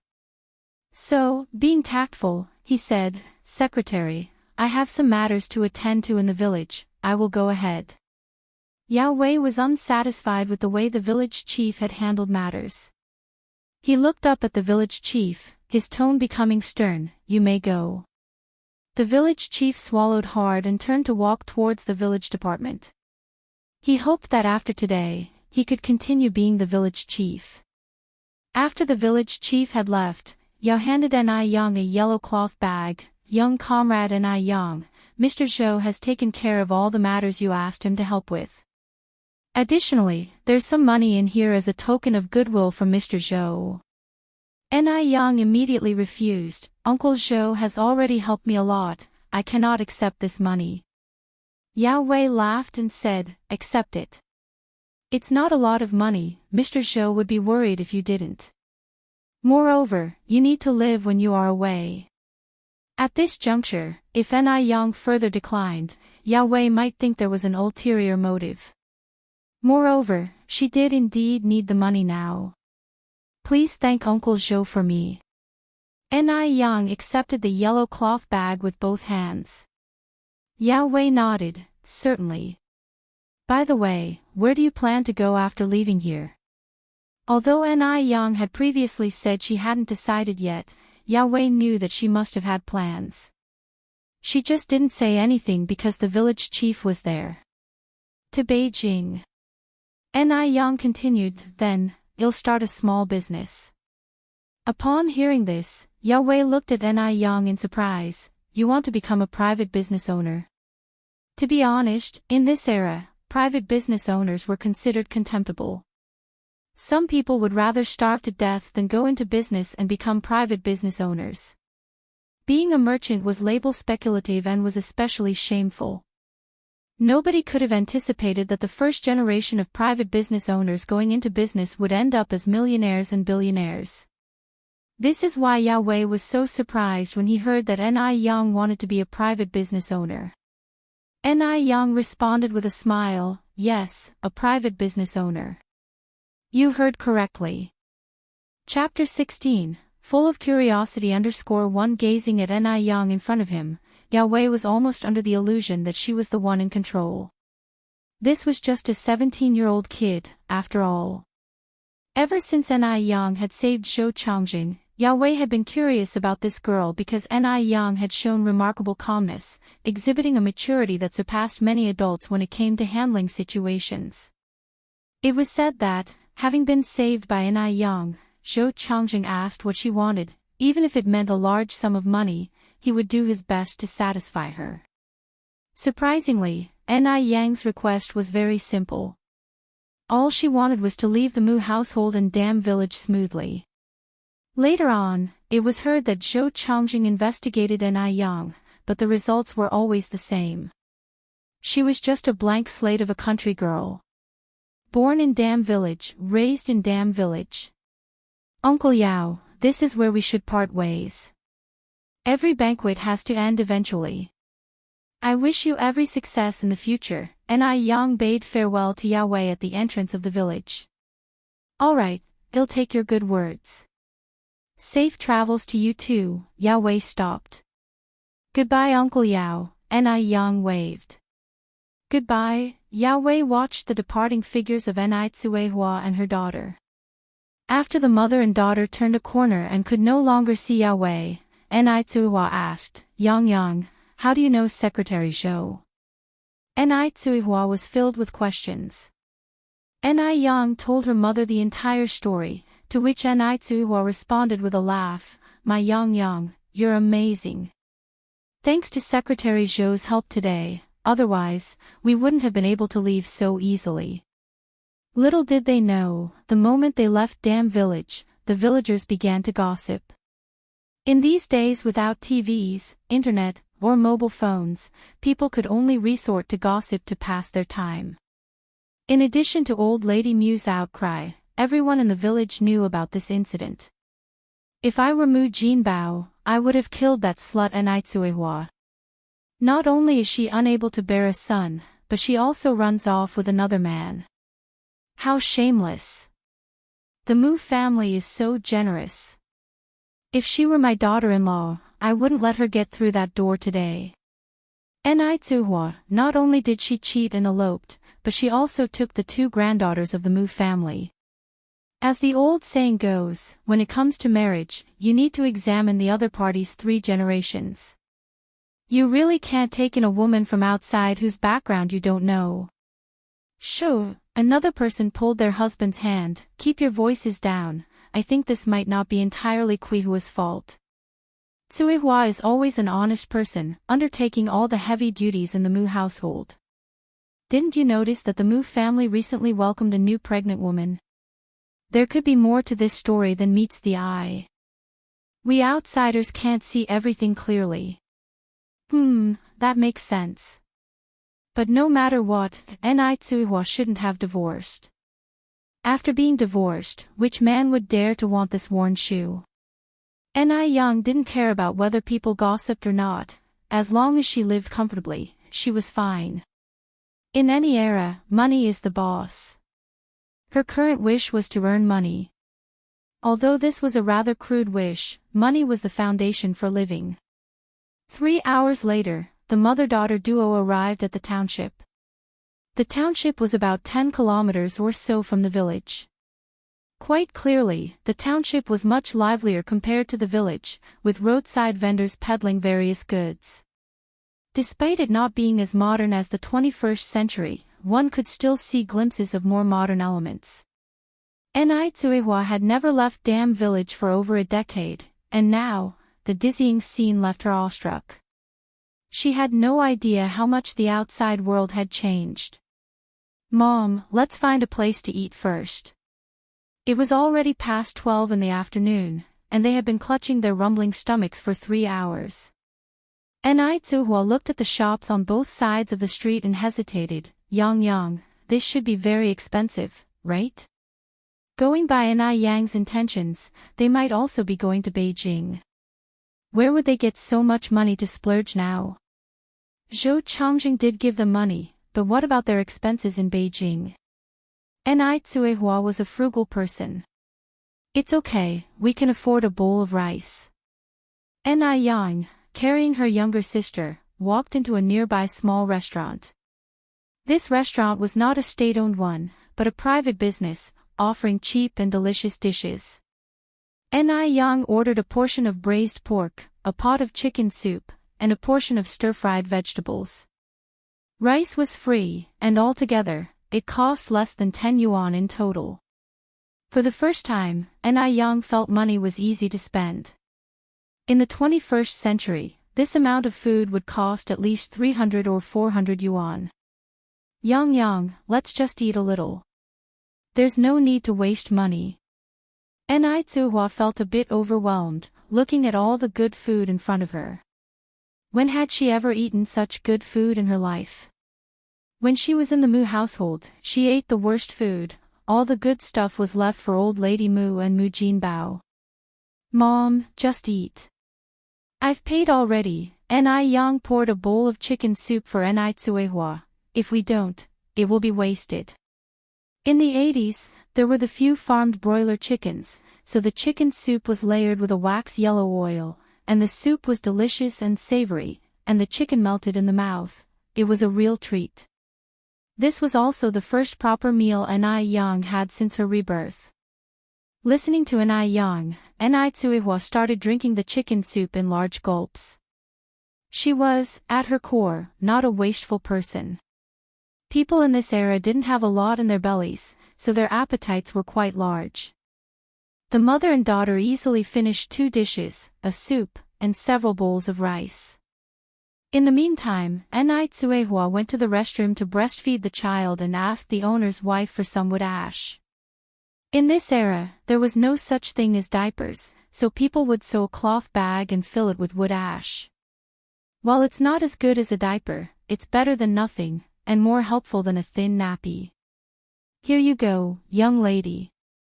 Here is the wood ash you asked for." The restaurant owner's wife was a very kind person and handed her a full bag of wood ash. "Thank you, ma'am." Ni Tsuehua received it with both hands, thanking her. Ni Yang, holding her younger sister, walked ahead. "Mom, let's go to the county town first, spend the night, and take the train to Beijing tomorrow morning." Chapter 17, Being Followed. _1 They were nearly 50 kilometers away from the county seat. On the way, they had to change vehicles 3 or 4 times. By the time they arrived in the county seat, it would likely be after 4, forcing them to stay overnight and set off early in the morning. "Alright, I'll follow your lead." Ni Tsuehua now had complete trust in Ni Yang. The mother and daughter took their child on the journey. They were poorly dressed and had a child with them, so small thieves wouldn't pay them any attention. By the time it was 5 in the evening, the mother and daughter finally arrived in the county seat. The county seat was much more prosperous than the town. Only then did Ni Tsuehua truly feel her insignificance. She tightly held her child, closely following Ni Yang, not daring to stray even half a step away. As she watched Ni Yang walking ahead, a feeling of unfamiliarity welled up in Ni Tsuehua's heart, alongside a sense of pride. Her daughter was much more capable than her. Ni Yang checked them into an inn. It was a twin room. The condition was not very good, but compared to the rural area, it was heaven and hell. Ni Yang placed her package on the cabinet, took the room key, and said to Ni Tsuewa, "Mom, you rest in the room first. I'll go buy the train tickets. I have the key, don't open the door to anyone else." "Okay," Ni Tsuewa nodded, then added, Yang, can you manage on your own? Should I go with you?" "No need, you rest well. I'll be back soon." When Ni Yang got to the door, she casually opened another one. "Mom, this is the bathroom." "All right." Ni Tsuewa stood up. No, be careful." Ni Yang opened the door and left. In June, the sun at 5 o'clock was still very high in the sky. It was hot and made people sweat a thin layer. With the memories from her previous life, Ni Yang quickly found the train station. The train station underwent several renovations in the future, but its location never changed. There weren't many people taking the train at this time of the year. Ni Yang arrived at the ticket booth. "Comrade, I would like 2 sleeper tickets." The ticket seller was a young guy, who seemed almost asleep. When he heard the sound, he opened his eyes reluctantly. "What?" "Speak up." The ticket sellers of this era had the same status as public servants of the present day. It wouldn't be easy to get this job without connections or know-how, especially in a state-owned enterprise like the Railway Bureau. Especially when Ni Yang was so shabbily dressed, it was clear that she was from the countryside. Ni Yang didn't pay attention to the ticket seller's attitude, smilingly saying, "Hello, I need 2 sleeping berths to Beijing." It's not worth getting angry with such people. Seeing Ni Yang not getting angry, but instead being so polite, the ticket seller was indeed a little embarrassed. Especially since this girl was so pretty. He scolded himself for his poor eyesight earlier. He hadn't noticed how pretty this girl was. "Do you have an introduction letter?" The guy's attitude did an about-face in an instant. "Yes." Ni Yang took out the introduction letter from her pocket. After the ticket seller glanced at it, he said, "That will be 68 yuan in total." Ni Yang took out a pile of change and handed it to the ticket seller. Most of these coins were in denominations of 1 and 5 cents, with the largest value being 1 yuan. 68 yuan made quite a big pile. Ni Yang had specially got the change from the restaurant owner when having a meal. If she was flashing big money around, it would definitely attract attention from others. At just 16 and with a family to support, she didn't want to attract unwanted attention. On any other day, the ticket seller would definitely not be happy facing so much change. But not today, because the person standing in front of him was a beautiful girl. He had been selling tickets for 2 years and had never seen a girl as pretty as this. Beautiful women will always receive special treatment, regardless of the era. After successfully buying the tickets, Ni Yang started walking back. Thinking about how smoothly everything had gone, Ni Yang unconsciously let out a smile. In the afternoon sun, the young girl came walking against the light, a smile on her lips. Her stunning beauty made the city traffic in the background seem to pale in comparison. Little did she know, 3 good-for-nothing hoodlums already had their eyes on her from afar. They just hadn't found the opportunity to make a move, as this was the bustling city area. Ni Yang might not be dressed impressively, but someone who buys 2 sleeper train tickets without batting an eyelid, how could she possibly be poor? They were sure they could squeeze something out of her. Moreover, she was gorgeous. A young girl, if anything happened to her, would unlikely voice it out loud. In this era, women are very conservative and value their own reputation. Normal women would rather suffer silently when insulted, than to make it public. Otherwise, even if they get married in the future, they would still be looked down upon by their in-laws' family. By this time, the county and the village were quite different. In the village, to purchase daily necessities one would need all sorts of coupons, but in the county, as long as you have money, it's fine. So, Ni Yang bought an extra 2 cups for drinking water, a bag of milk powder, some biscuits and dry food for the journey. The milk powder was for her sister to drink, as Ni Tsuehua wasn't producing enough milk, especially since she hadn't had the proper rest period after giving birth and hadn't really eaten anything nutritious. Moreover, after getting off the train, they would still need to take the tram.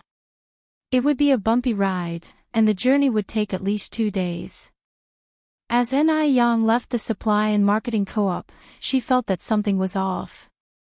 With her heightened senses, she could easily tell that 3 people were following her. Ni Yang's ears twitched slightly, and then she quickened her pace, turned a corner, and her figure disappeared in an instant.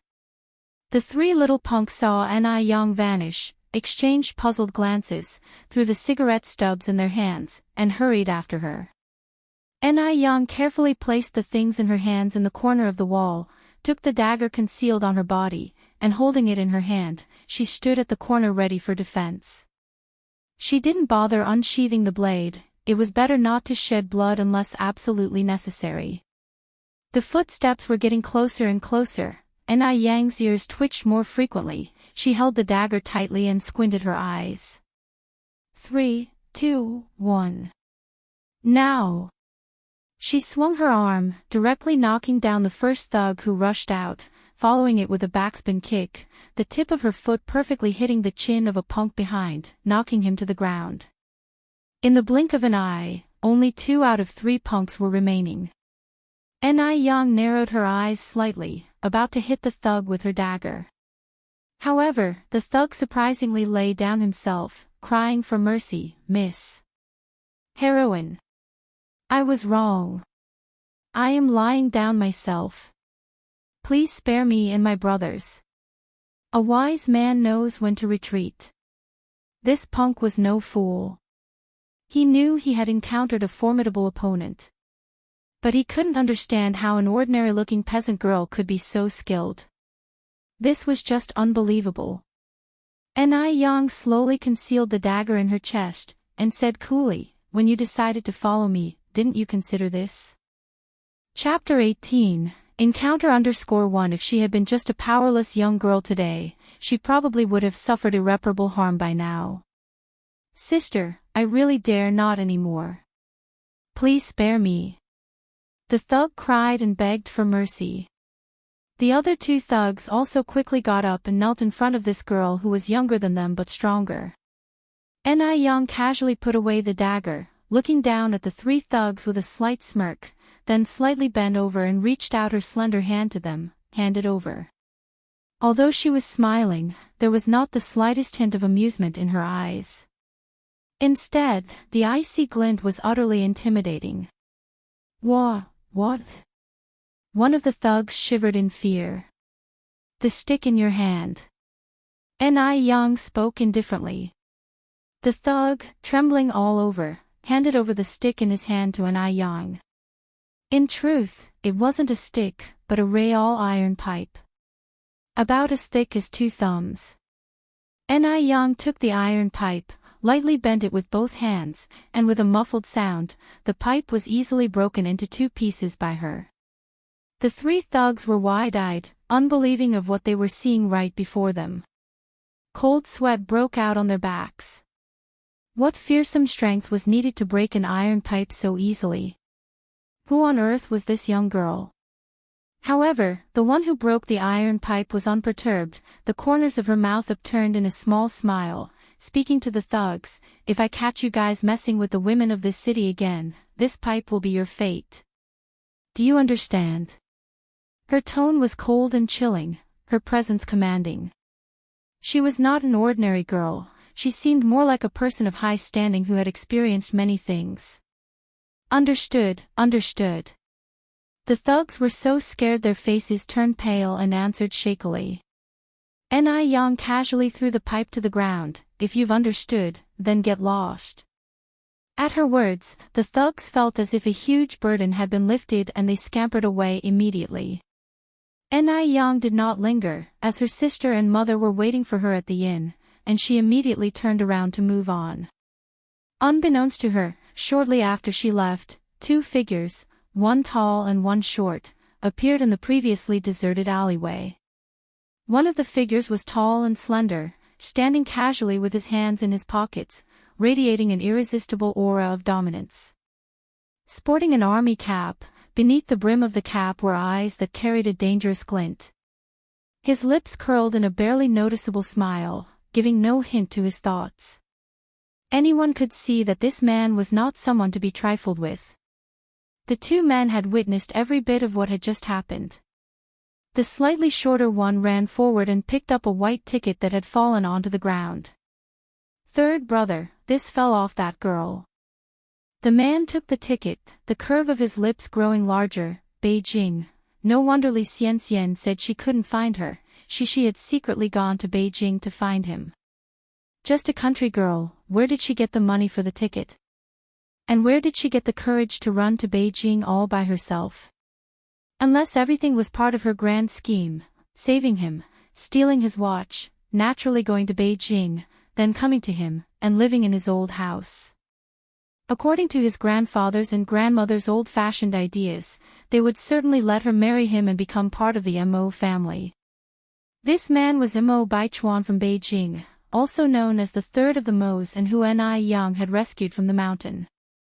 Mo Baichuan tightly gripped the ticket, a dangerous light flashed in his eyes as he slightly turned his head towards the man next to him. Take this ticket to her. He was curious to see who had sent Ni Yang. How dare she calculate his every move? She actually went to Beijing to find him, she had quite an appetite. In hindsight, it was a strange situation from the beginning. How coincidental was it that he happened to see this young country girl when he was being pursued? Even more so, this girl surprisingly helped him get out of a crisis.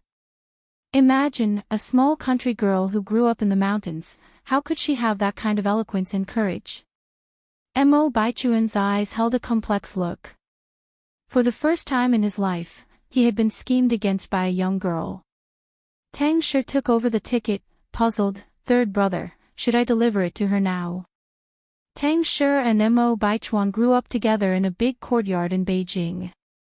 Mo Baichuan was 3 years older than him and much more capable. After he graduated from the military academy, Tang Shi had always been behind Mo Baichuan. Tang Shi could tell that Mo Baichuan must know the girl just now. At this moment, the third brother should deliver the ticket himself to win the Bowtie's heart. What's the point of having him deliver it? Third brother is already quite old and hasn't yet found a wife. He can't delay his good fortune. Third brother, why don't you deliver it yourself? Tang Shi handed the ticket back to Mo Baichuan and muttered, if I deliver it and she mistakenly fancies me, what should I do? He couldn't get in the way of other people's love. If she fancies you, then you can marry her. Mo Baichuan gave him a swift kick. Stop talking nonsense. Ni Yang was clearly coming for him. How could she possibly fancy Tang Shi, this naive boy? But now, he could only let Ni Yang go safely to Beijing to find out what she was really up to. Tang Shi touched his backside, limped in the direction that Ni Yang had disappeared off to. Comrade, comrade, comrade at the front, please wait. As Tang Shi ran, he called out. Ni Yang was already aware that someone was chasing her from behind. She turned around in confusion. Are you calling me? Yes, yes, yes. Tang Shi stopped, gasping for breath. You are Comrade Ni Tsuehua, aren't you? Ni Yang shook her head slightly. No, I'm not Tsuehua, but I know her. Only then did Tang Shi get a clear look at Ni Yang's face. He stood there stunned, presenting the ticket. He said shyly, well, as long as you know her, this comrade, you dropped your ticket. Tang Shi, having grown up in a big courtyard in Beijing, has seen many sophisticated city girls and daughters from prestigious families. However, he had never seen anyone as beautiful as Ni Yang. Perhaps beautiful was not enough to describe her beauty.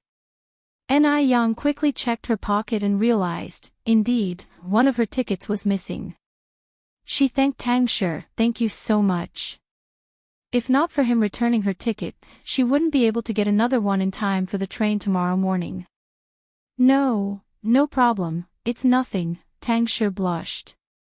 At that time, the phrase, "I found a penny on the road and handed it to the police," was a household term, and people were very unsophisticated. There were none of the many scammers of later generations. Ni Yang took the ticket and smiled, "My friend, you've been of great help. How about I treat you to a bowl of noodles?" There was a noodle restaurant nearby and Ni Yang did not want to owe him anything. Chapter 19. Start a new journey _1 At these words, Tang Shi felt a sudden jolt in his heart. This isn't good. Could Ni Yang really be interested in him? Otherwise, why would she invite him for dinner on her own? This woman belongs to his third brother, he doesn't dare to mess with her. No need, no need. Tang Shi immediately refused, clutching his butt, limping and running away. Ni Yang silently watched Tang Shi. Was she really so scary in appearance? He ran even faster than a rabbit. Tang Shi quickly ran to Mo Baichuan, "Third brother, I've returned the ticket to the female comrade." Mo Baichuan nodded, "Go buy 2 tickets back to Beijing." Back to Beijing. Upon hearing this, Tang Shi looked at Mo Baichuan in surprise and asked, "Third brother, aren't we going to Dam Village? We just got off the train from Beijing, and now we're going back to Beijing. What on earth does he want to do? Is he just running around for fun?" "We're not going." Mo Baichuan answered indifferently, "We're going straight back to the base. Everyone has eagerly gone to Beijing. Going to Dam Village then has no meaning. Weren't you out looking for a person? Now we're returning to the base without finding her." Tang Shi asked with confusion. "What? Do you have a problem with my decision?" Mo Baichuan gave Tang Shi a plain look. Even this plain look was enough to send chills down Tang Shi's spine. No, let's return to the base, we're going back to the base right away." Even if he had 100 guts, he would not dare to question third brother's decision. By now, Tang Shi had a more audacious suspicion in his mind. Could third brother be going back to Beijing for the attractive female comrade? Perhaps, this pretty comrade was the person that third brother was looking for. Ni Yang went to a small restaurant nearby, packed up some food, and brought it to the inn. In the inn, her younger sister had already fallen asleep. Ni Tsuhua came out from the bathroom and said to a worried-looking Ni Yang, Yang, I want to take a bath, but there's no tub. What should I do?" Ni Yang placed the food on the table and spoke softly, "Mom, wait, let me see." At that time, the showers were foot-operated. To Ni Yang, this kind of shower was not unfamiliar at all. But to Ni Tsuehua, a rural woman who had just arrived in Beijing, it was very strange. For a while, she found it hard to accept. "Mom, it works like this. This is called a shower. When you step on this pedal, water will spray out. You can stand under it to wash." Ni Tsuhua frowned. No good. That's such a waste of water." She was inherently thrifty. Ni Yang smiled, "It's sanitary and convenient to wash like this. It's popular in the city. Go take a shower quickly, while eat after you're done. We have to get up early tomorrow to take the train." "All right." Ni Tsuhua nodded and then asked, Yang, do they charge for the soap? How much does it cost?" Ni Yang shook her head, "They don't charge for it, Mom. Use it as you like." "Really?" Ni Tsuhua said joyfully, "Then I'll wash my hair too." Ni Yang nodded, "Sure." Ni Tsuhua was quick. In less than an hour, she came out of the bathroom, smiling, Yang, I have to admit, although that thing wastes some water, it's very convenient to use." I never dreamed that one day I'd be able to use things that city people do. Yang set up the food, glanced at the hairdryer on the bedside table. Mom, come here, let me blow dry your hair. Hairdryers have been around even before the liberation, they just hadn't spread to the countryside yet. Blow dry. Tsuhua asked in confusion, how do you blow dry? Yang replied with a mysterious tone, you'll know when you come over. Tsuhua had no choice but to approach. Yang then turned on the hairdryer, which immediately emitted a humming sound. At the same time, a gust of hot air puffed towards Quihua's face, which startled her, making her stand up. My goodness. What's going on? Yang laughed and explained, Mom, this is a hairdryer. See, it can blow hot air. It's specially designed for drying hair. While explaining, Yang started to blow dry Quihua's hair. With a face of awe, Tsuhua expressed, how come the minds of people in the city are so brilliant? By the way, Yang, how did you know about all these?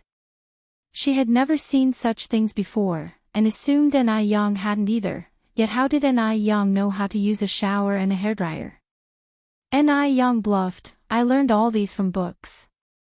She could certainly not tell her mother that she had been reborn, could she?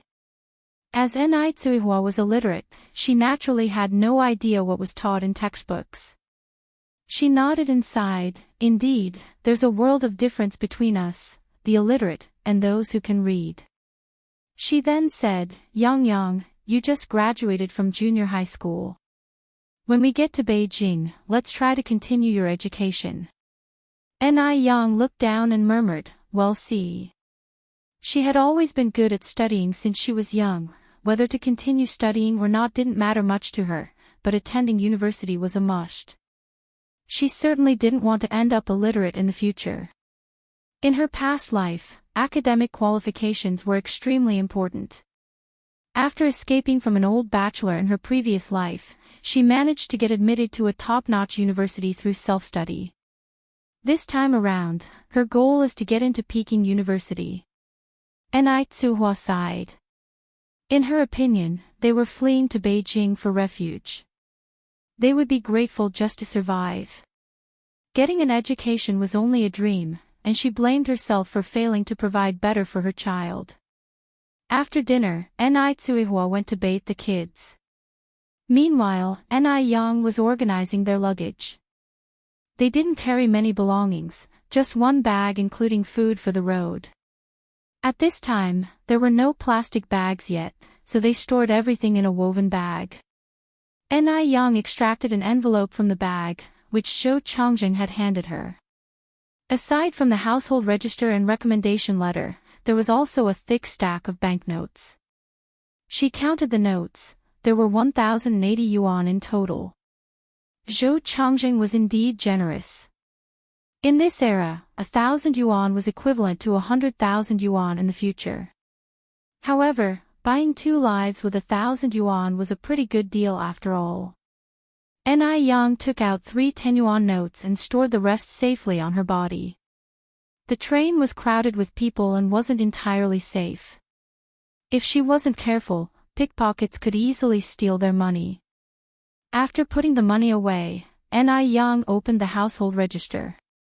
Her name had been changed from Mu Yang to Yang, and her sister's name had been changed from Mu Lady to Yun. From this point forward, she would be known as Yang, the genuine Yang.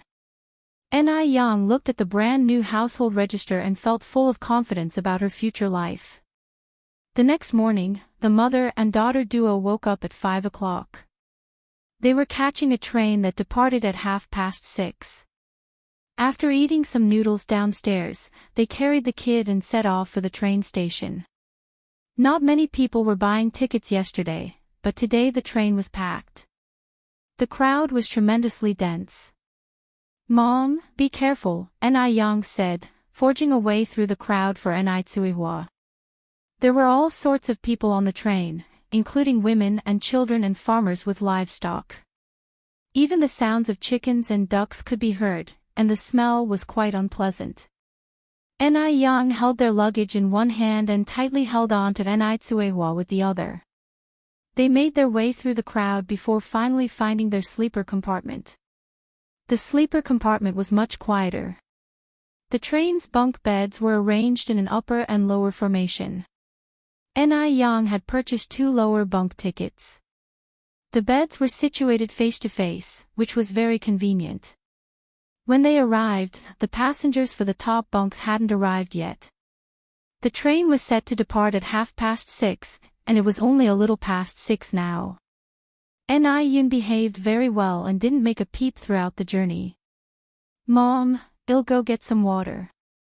Ni Yang picked up the cup and stood up. Ni Tsuehua nodded. By the time Ni Yang returned with the hot water, the passenger for the upper bunk had arrived. It was a woman in her 40s. She had permed hair, drew thin curved eyebrows, and wore lipstick. She dressed in a white blouse, the trendiest bell-bottom pants, and a pair of shiny small leather shoes. She appeared lively and spirited, unmistakably a city dweller. Her attire was undoubtedly the model of fashion for this era. Ni Tsuehua glanced at the woman, then looked down at her own clothes, suddenly feeling a sense of inferiority. The woman appeared quite friendly. Upon seeing Ni Yang walking in, she asked, "Are you two heading to Beijing as well?" Chapter 20, effortlessly _1 No matter what era, there are good people and bad people. In 1980s China, human traffickers were rampant. So, Ni Yang had to be vigilant. She nodded with a light smile to the enthusiastic middle-aged woman. "Yes. This is your mother, right? And the other one is your sister." "Oh, she's so small, pale, and very cute," the woman said with a full-faced smile. "Thank you," Ni Yang responded with a faint smile, handing a cup of water to Ni Tsuehua. "Mom, have some water." The woman looked at Ni Tsuehua with evident envy, saying, "Big sister, you're so fortunate to have such a filial daughter. I really envy you." Ni Yang, with her vast experiences and exposure, could see that the middle-aged woman's envy was genuine. She really did envy her. A soft smile also appeared on Ni Tsuehua's face. "This child has always been obedient. But you look younger than me, don't you?" The woman appeared to be in her 30s, why would she call her big sister? Being complimented for looking young, the middle-aged woman was delighted. "I'm already 45 this year." 45. Ni Tsuehua looked at the middle-aged woman in surprise. Ni Tsuehua herself was only 36, she was a full 7 years younger. But by looks, Ni Tsuehua seemed at least a decade older. "Yes," the middle-aged woman nodded, "I'm 45 this year. My daughter married and lives in Dam Village. I came to visit her." Dam Village. On hearing these 3 words, Ni Tsuehua felt a deep sense of familiarity. Dam Village. Is your daughter Su Nianwang's wife? Though Dam Village was big, Su Nianwang was the only one who had a city girl as a wife. Yes, and yes, the middle-aged woman nodded quickly. My son-in-law is Su Nianwang. My daughter is called Wang Chunhua, and my surname is Ni. Are you guys from Dam Village too? Su Lin Wang was the village's only early college student. He worked in the county now. Previously, when he was studying in Beijing, he brought back a city girl as a wife, which not only brought honor to the Su family but was also the envy of the villagers. Back then, being a college student was a big deal. Having one in the family was more honorable than having a president. Unlike later, when college students were dime a dozen. However, when the middle-aged woman mentioned Su Nianwang, there was no trace of pride in her eyes. Ni Tsuehua nodded immediately. Elder sister, your surname is Ni too. My surname is also Ni. I used to live in Dam Village. After my divorce, I wanted to take my daughter to see Beijing. Knowing that the middle-aged woman's surname was also Ni and that her daughter was also married in Dam Village made Ni Tsuehua much more relaxed, and a little smile unconsciously appeared on her face. The two women chatted happily, soon divulging their life stories to each other. As it turned out, the middle-aged woman was named Ni Chingue, a native of Beijing who lived in the suburbs. Her husband died in a car accident many years ago, and she only had one daughter, Wang Chunhua, who unfortunately was married far away. This was the reason there was a lack of pride when she mentioned Su Nianwang. Big sister, life isn't easy for a single woman like us. Do you have a place to stay in Beijing? Ni Chingue asked as she looked at Ni Tsuihua. Being a woman without a husband, she knew the struggles of a single mother, especially one with two underage children. How was she going to get by in the future? Ni Tsuihua shook her head, showing a desolate look. Not yet, we'll just have to take it one step at a time. Ni Chingue thought for a moment, then said, I live in the suburbs of Beijing, and my house is quite big. There's also some farmland, and apart from me, there's no one else. I have to take the subway to work in the city every day.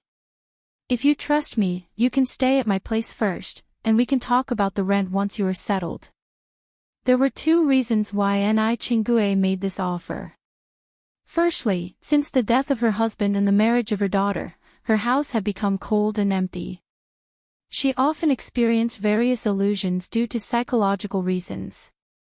Having someone else in the house would bring some warmth and companionship. Secondly, she could collect some rent. And these three were honest, had a clear background, and Ni Chingue would feel at ease with them staying. No one in the village would gossip. After all, these were two women. Two birds with one stone. As she finished speaking, Ni Chingue, fearing that Ni Tsuehua and Ni Yang might think she was a fraud, immediately took out her work permit and introduction letter. Look, this is my work permit and introduction letter. Don't worry, big sister, I'm not a fraud. Ni Yang, who had seen all sorts of people in her previous lives, knew that Ni Chingue was not lying. So she laughed and said, since Aunt Ni has invited us so warmly, we would be rude to refuse. Ni Yang's original destination was the suburbs of Beijing. She couldn't afford a house in the city for now. And dealing with official matters in the city was not as convenient. Living in the suburbs was great, with convenient transportation and easy access to the city. Once she made money in the future, she would buy several houses in Beijing. She remembered that the price of houses in Beijing in the future would rise astronomically. From then on, Ni Tsuihua could just be a landlord. Her plan was to buy Ni Chingue's house. If she wasn't willing to sell, then they would start off by renting it, and look for suitable houses in the surrounding area later. Having a foothold was the most important thing. When she heard this, Ni Chingue realized that the person who truly made the decisions here was Ni Yang. All right, then, it's settled.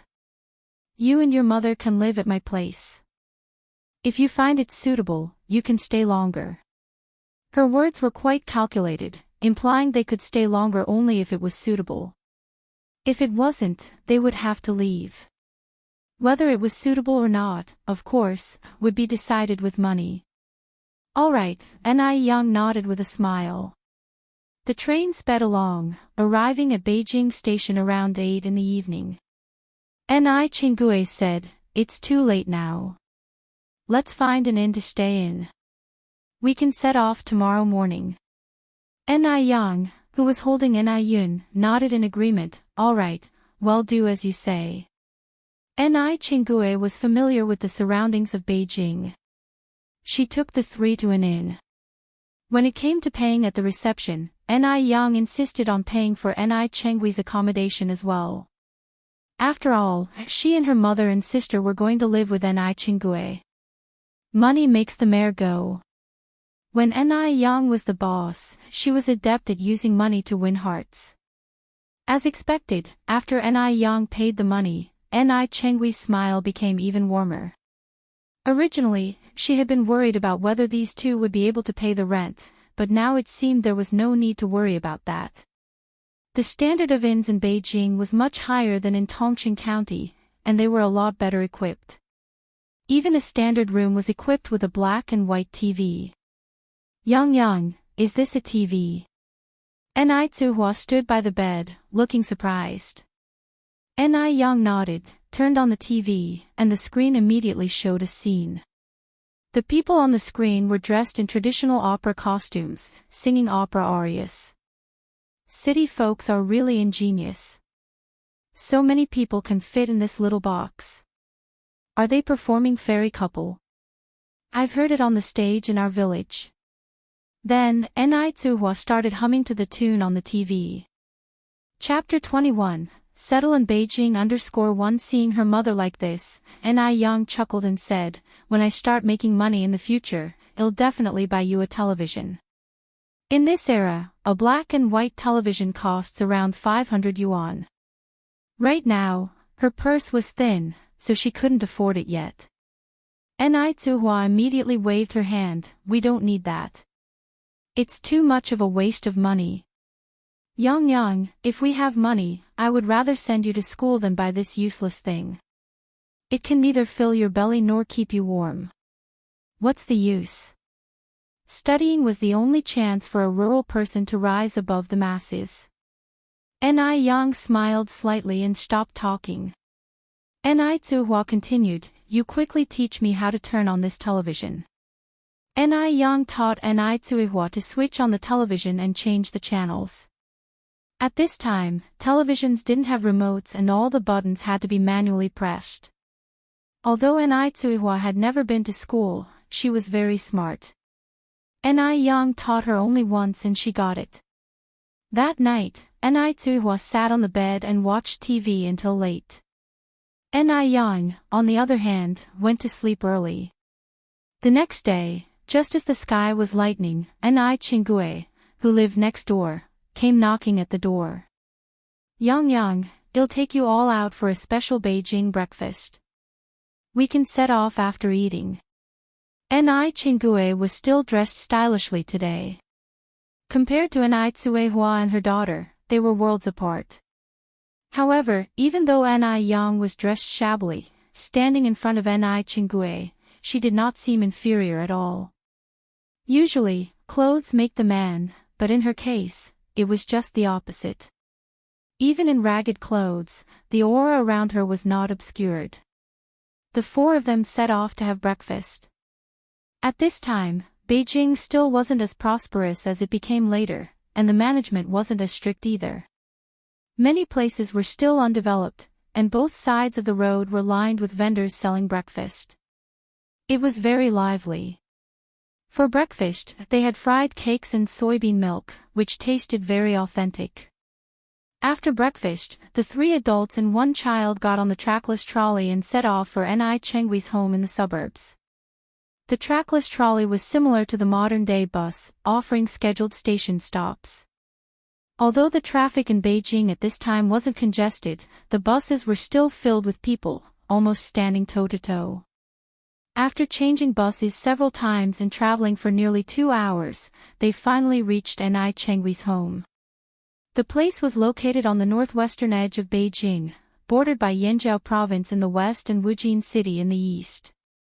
Transportation was convenient and it only took half an hour to get to the city by trolley. Compared to the hustle and bustle of the city, this area was not much different from the countryside, except for its convenient transportation. Surrounded by mountains on all sides, people supported themselves by farming. Yang's mother, this is my home, Ni Chingue pointed to the forecourtyard house behind him. The forecourtyard house seemed quite old, with pink walls and gray tiles, and looked very quaint. Chingue, your house is really grand. Ni Tsuhua looked at the forecourtyard house in front of her, eyes full of astonishment. Previously, the Mu family was considered well off in Dam Village, but they only had 5 brick houses. A fancy forecourtyard house like this must be worth quite a lot of money. When she saw the forecourtyard house, Ni Yang momentarily gave up her idea of buying a house. She only had 1,000 yuan on her, nowhere near enough to buy a forecourtyard house. She decided to think about the matter when she had some spare cash on hand. Ni Chingue responded with a faint smile, a hint of melancholy flashing in her eyes. what's the point of having a house when there's no one left? Switching her tone, she added, let's go, I'll show you around. The courtyard was vast, and there were over a dozen rooms inside, wrapping around nearly 1,000 square meters. Ni Chingue pointed to the main house in the north and said, I usually live on this side, you two figure out whether you want to live in the east, south, or west. Each side, including the kitchen and toilet, has 5 rooms. The rent is the same for each, 15 yuan a month. 15 yuan. So expensive. Ni Zuhua gasped. She knew Ni Yang had the 1,000 yuan given by Zhou Changjing, but they had already spent nearly 200 on their trip to Beijing. If they continued spending like this, not even 1,000 yuan, but even a pile of gold could be burned through. Ni Zuhua tugged at Ni Yang's sleeve. She had instinctively started to rely on Ni Yang to take the lead. I have a plan, Ni Yang reassured her by patting her hand. 15 yuan was indeed relatively high, but from another perspective, 15 yuan for rent of 5 rooms, and that too, in Beijing, it did not seem too expensive. Auntie and I'll take the house. Let's pay a year's rent up front. Ni Yang took out 180 yuan from her pocket and handed it to Ni Chingue. Ni Chingue was astonished at how quickly Ni Yang agreed. She had assumed Ni Yang would bargain. After all, 180 yuan was no small amount. Who would ordinarily rent a house on the outskirts of town? To Ni Chingue, Ni Yang was akin to the god of wealth. This was essentially free money. Okay, Ni Chingue chuckled as she received the money. You two can start cleaning up your rooms. You can use everything in the east rooms. If you need anything, just let me know. Now that Ni Yang had been so straightforward, she couldn't be stingy. Thank you Auntie and I. After expressing her gratitude, Ni Yang, with Ni Zuehua, entered the eastern rooms. The eastern rooms were clearly uninhabited for a long time, with all the furniture piled up under a layer of dust and a web of spider webs. Ni Zuhua first sorted out the bed for Ni Yun to sleep on and then began to clean up the room with Ni Yang. Mom, you're still in postpartum confinement and can't touch cold water. I'll handle this. Women during this era were truly strong. Ni Zuihua had birthed 5 children, and not once did she go through postpartum confinement. The scenario would simply be unthinkable in modern times. It could potentially cause significant health issues. I'm not made of glass, Ni Zuihua responded as she cleaned a table. I've managed so far, haven't I? Also, I can't let you be the only one cleaning these 5 rooms. That would take ages. As a mother, Ni Zuihua already felt guilty about not being able to protect her daughters. She didn't want to be a burden now. Ni Yang could only let her have her way. The mother-daughter duo busied themselves all day, only having biscuits for lunch. By evening, they had managed to clean up all 5 rooms. The 5 rooms were interconnected. The middle one was the living room, 2 others were bedrooms for Ni Yang and Ni Zuehua, and then there was an empty room on the side. You two are certainly hard-working. In less than a day, you've transformed this place. Ni Chingue arrived at the doorstep with a plate in her hands and said, smiling, these are steamed buns I made. I brought them for you to try. Ni Yang, brimming with smiles, took the plate from her and said, thank you, Auntie and I. Could you do me a favor tomorrow? Could you take me to the village committee? I need to file some paperwork. After moving from an outside enclave, they aimed to stay here for a long time. Naturally, they needed to notify the local leadership and fulfill necessary formalities to smooth out future cooperation. Having been a boss, Ni Yang knew well to pay attention to such details. Sure, no problem, Ni Chingue replied, smiling, I'm scheduled for a day off tomorrow anyway. I can take you there. Thank you, Auntie and I. Just then, Ni Zuhua came out of the kitchen with a bowl of noodles. Chingue, haven't had dinner yet, have you? We're having noodles tonight. Please join us. Chapter 22 Got an idea L, no need, no need. Ni Chingue repeatedly declined, I have already eaten. Have some more, these noodles are a specialty from our hometown, you can't find them out there. Saying that, Ni Tsuhua gave Ni Chingue a bowl of noodles. Then I want stand on ceremony. Ni Chingue didn't play coy, directly sitting down to eat the noodles. Truth be told, these noodles were very delicious, certainly more than 10 times better than those outside. Yang Yang's mom, your cooking skills are amazing. If you were to open a noodle restaurant, I'm sure it would do very well. Ni Chingue lavished her with praise. Speaking without a care, but the listener catching the hints, Ni Yang had some thoughts. In her past life, she was in the catering business. If they had the money to open a nood restaurant with her mother as the little boss, that could also be a good option. Midway through the meal, Ni Tsuhua spoke again. Chingue, I was throwing away trash this afternoon and saw an open space outside the courtyard. Is it yours? It's mine. Ni Chingue nodded, just that it hasn't been cultivated for many years, now it's all barren. A glimmer of joy flashed in Ni Quihua's eyes. Chingue, do you think I could grow some vegetables on that piece of land? Of course, the land is just lying bare anyway. You can grow whatever you want on it. Besides that land, I have some farms in the village, you can use them too if you want. Ni Chingue was not stingy. Ever since she got a job in the city, no one had cultivated the fields at home. Chingue, you're a really good person. Ni Tsuhua said with a big smile on her face.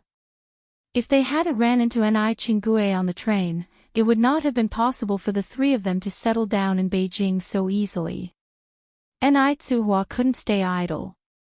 The next day, when Ni Yang followed Ni Chingue to the village town hall, she shouldered a hoe and started to reclaim the land in front of the courtyard, checking on her daughter every half an hour to see if she had woken up. Ni Yang had brought gifts with her to the town hall. Chinese people value reciprocity and the 3 points of laughter rule, so being a bit sweet-tongued and knowing how to use sugar-coated bullets never fails. How she managed to walk so successfully in her past life was because she knew how to handle people. Indeed, under Ni Yang's various savvy methods, the village chief was successfully won over. He graciously issued her a certificate, took her around the town hall, and announced that from now on, she would be a member of Jinghua village. And so, Ni Yang managed to successfully settle roots in Jinghua village. As Ni Chingue watched Ni Yang walking beside her, her eyes filled with surprise. She didn't expect Ni Yang not only to be beautiful, but also smart and skillful in handling affairs at such a young age, suggesting she would be a real disturber of peace when she got older. No wonder Ni Tsuhua listens to this daughter all the time. Mrs. Wang, long time no see, where have you been? An approaching villager wearing a straw hat curiously asked, as his eyes fell on Ni Yang. Who's this beautiful girl? I've never seen her before. Is she a relative of yours? Ni Chingue laughed, I went to visit Chunhua's family. This is my distant relative, Yang Yang. She's currently living in our house with her mom and little sister. Yang Yang, this is Auntie Wang. The first sentence was for Auntie Wang and the second one was for Ni Yang. Hello, Auntie Wang. Ni Yang greeted sweetly. Ni Yang was not only pretty, she also had a very sweet voice. Who wouldn't like such a well-behaved manner? After Auntie Wang's announcement, everyone knew that Ni Chingue's family had gained a beautiful little girl. Many people came over to visit, hence, everyone in the village slowly got acquainted with them. After Ni Tsuhua cleaned up the wasteland, she needed some vegetable seeds for sowing. The task of buying seeds naturally fell on Ni Yang. She took a trolley bus and went to the city. Actually, she could buy these vegetable seeds in the village, but Ni Yang had other things to do in the city. She wanted to see what could bring in money the fastest. She currently had 700 yuan on her, which was entirely inadequate for larger business projects. She could only start small and work her way up. Ni Yang's first stop was the agricultural market. Just like the vegetable markets of later times, the place was bustling with people negotiating prices. After procuring vegetable seeds, Ni Yang went up to a meat stall, planning to cut 2 kilograms of pork to bring home. "Boss, how much is the pork per kilogram?" The butcher was a middle-aged man of about 200 pounds, sporting a full beard. At her question, he lazily looked up at Ni Yang and replied, 2 yuan and 8 cents per kilogram. 2 yuan and 8 cents. Ni Yang was somewhat shocked. Why is it so expensive?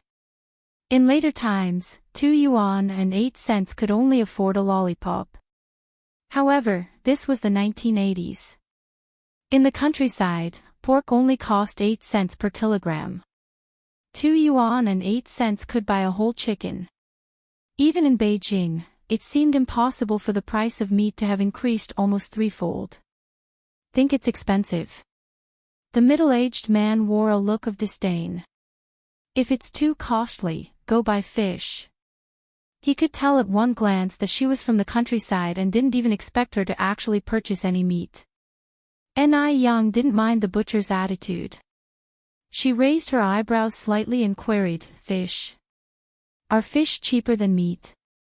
Maybe because Ni Yang was quite attractive, the butcher pointed towards a fish stand not far away. "There, a fish there costs 3 cents. It's certainly cheaper." Ni Yang turned her eyes and, indeed, saw a fish stall in an inconspicuous corner.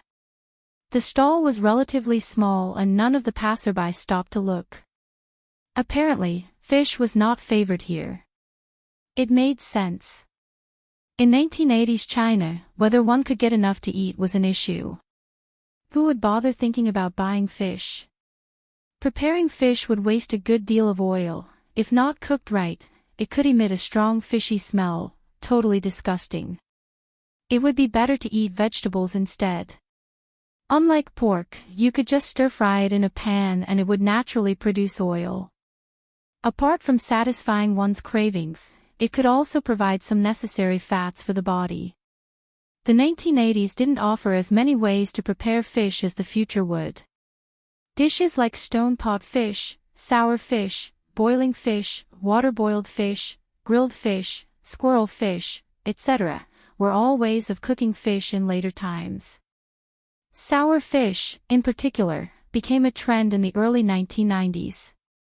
Approaching the fish stall, Ni Yang had a plan. She smiled and said, "Boss, give me 3 big head carp and 3 squid."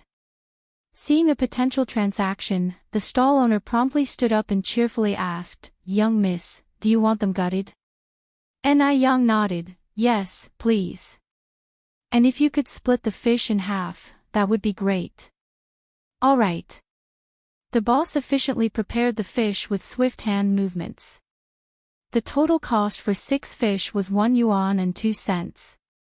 The big head carp cost 3 cents each, while the squid were simply 1 cent each. After buying the fish, Ni Yang purchased some anise and pickled vegetables. To facilitate her travels and future business plans, she resolved to invest more than 200 yuan to buy a Phoenix brand bicycle. Having a bike made commuting back to the village much more convenient. The thought of owning a vehicle thrilled her, and she hummed a merry tune all the way home. Upon reaching the village, a group of children chased after her bicycle, keenly interested in it. In this era, owning a bicycle was quite a rare thing, even more sought after than owning a car in later times. Consequently, rumors started circulating in the village. What professions were Ni Tsuehua and her daughter in? How did they have so much money? They could even afford a bicycle. Furthermore, there wasn't a man around them. And both mother and daughter were quite good-looking. Could they possibly be? The villagers thus became more wary of Ni Tsuehua and her daughter, fearing that their own men might be seduced by them. Chapter 23 Shameful self-employed individual Ni Yang didn't care about what the village people were discussing, her only focus was on having a good life and being true to herself. She parked her brand new bicycle in the yard and called out, "Mother, I'm back." Just as her words fell, Enai, with an apron around her waist, came out from inside. When she saw the bicycle, her face changed. "Yang, did you buy this bicycle?" Enai nodded. "Yes, Mom, what do you think of this bike? Isn't it grand?" Enai, somewhat agitated, walked over to Enai. "How could you buy such a big thing without discussing it with me first? Even though we have profitable business now, we can't just squander away like this. How are we supposed to make ends meet at this rate?" Enai's worries weren't unfounded. After paying the rent, they were left with a balance of only 700 yuan. The bike had to cost no less than 200 yuan. With Enai's spending habits, even a mountain of gold would be exhausted.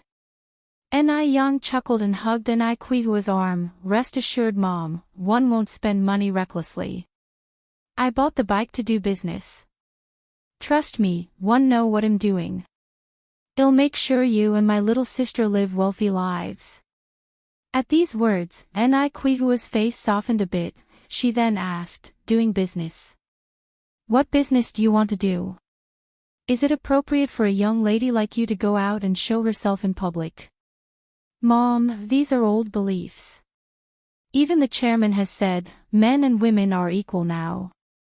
Should one wait and watch our resources deplete?" Enai smiled and answered back. With a sigh, Enai said, "I'm concerned that you'll be bullied outside. You're still a young girl. I talked to your Aunt Ning today. She has a few acres of land. Why don't we just peacefully farm the land and stop dreaming about the impossible?" During this period, working for oneself was considered a lowly profession, especially for Enai, who was a girl. If a girl spends too much time in public, it could harm her chances of finding a good marriage. "Mom, one didn't bring you to Beijing to farm," said Enai, her expression serious. "You can stay at home and take care of my sister, and leave the issue of money to me. There's no need to worry." Enai suddenly became serious, and even Enai, her mother, felt a sense of fear. "Mom, rest assured, 111 make sure you and my sister have a good life. Believe in me." Enai's voice softened, looking at Enai, her cat-like eyes filled with determination. Looking at her daughter, Enai inexplicably nodded. "Okay, Yang. One trust you." Having successfully persuaded her mother, Enai revealed a dazzling smile and went to the bicycle to unload the supplies she had purchased that day. Enai took the fish from Enai's hand, somewhat puzzled. Yang, this fish has such a strong smell. You bought so much, I'm afraid we won't be able to finish it." Enai smiled slightly, speaking mysteriously. "Mom, we're going to become prosperous because of this fish." Enai looked puzzled. Become prosperous through fish? Fish was the least popular food. Was her daughter still feeling groggy? Enai didn't explain further. She took one of the fish into the kitchen and placed the remaining 5 in the bamboo basket and hung it in the well. Refrigerators were available at that time, but the price was too high for ordinary people to afford. Hence, they made use of the low temperature in the well to preserve food. The preservation effect of the well was actually quite good, if somewhat troublesome. Enai picked up the leftover black fish, chopped the head and bones into chunks for making soup in a casserole, and cut 2 large pieces of fish to get slices. Enai, having experience in the catering industry from her previous life, had excellent knife skills. The fish slices she cut were just right in thickness and incredibly beautiful. After the fish slices are cut, they are put into a large bowl, seasoned with a spoonful of salt, minced ginger, chopped scallions, wine vinegar, and then marinated. Finally, 2 eggs are added, and a layer of starch is spread over the fish. The fish slices are now marinated and ready. Enai washed a pickled cabbage that she bought today and cut it into chunks. Then, she prepared some minced ginger, minced garlic, and other spices, heated the wok, and when the oil reached high heat, she put in broad bean paste to fry out the red oil. Then, she added the spices, followed by the pickled cabbage. After several minutes of stir-frying, a delicious aroma wafted through the air. As the pickled cabbage became fragrant, Yang immediately poured the prepared fish soup into the wok. The thick white fish soup looked incredibly nutritious.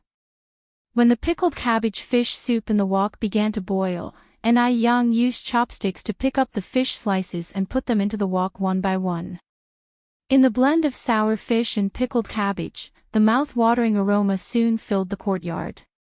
The sour and spicy flavor of the pickled cabbage fish soup was tantalizingly satisfying.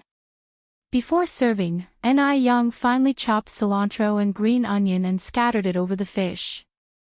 Then, she poured on hot rapeseed oil, creating a sizzling sound. The oil mixed with the scent of cilantro and green onion, creating a sour, appetizing, and extremely aromatic dish that made one's mouth water. Standing by the pot, Enai exclaimed, Yang, what kind of fish is this? Boiled fish. She was amazed. This was the first time she knew that fish could be cooked like this. The aroma was incredibly strong, even before they had started eating. If this is how it tasted, would she accidentally swallow her own tongue while eating? This is pickled cabbage fish, Mom, you should try it. Yang picked up a translucent piece of fish and handed it to Enai. The fish was incredibly tender. As she bit into it, a sour and spicy flavor spread through her mouth. The fish was tasty and melted in the mouth, leaving her longing for the next bite. It had no trace of fishy smell and was irresistible. Eating such fish, one could easily consume 3 to 4 bowls of rice. Enai had never tasted such delicious fish in her life, and she looked at Yang with surprise. This fish tastes amazing, she exclaimed. She could hardly believe it was fish if she hadn't seen it with her own eyes. Yang gave a slight smile, if it's good, eat more. Enai waved her hand, I'll have more with you later. What else do you need to fry? I'll get the fire going for you. The rural area still used traditional stoves that needed firewood.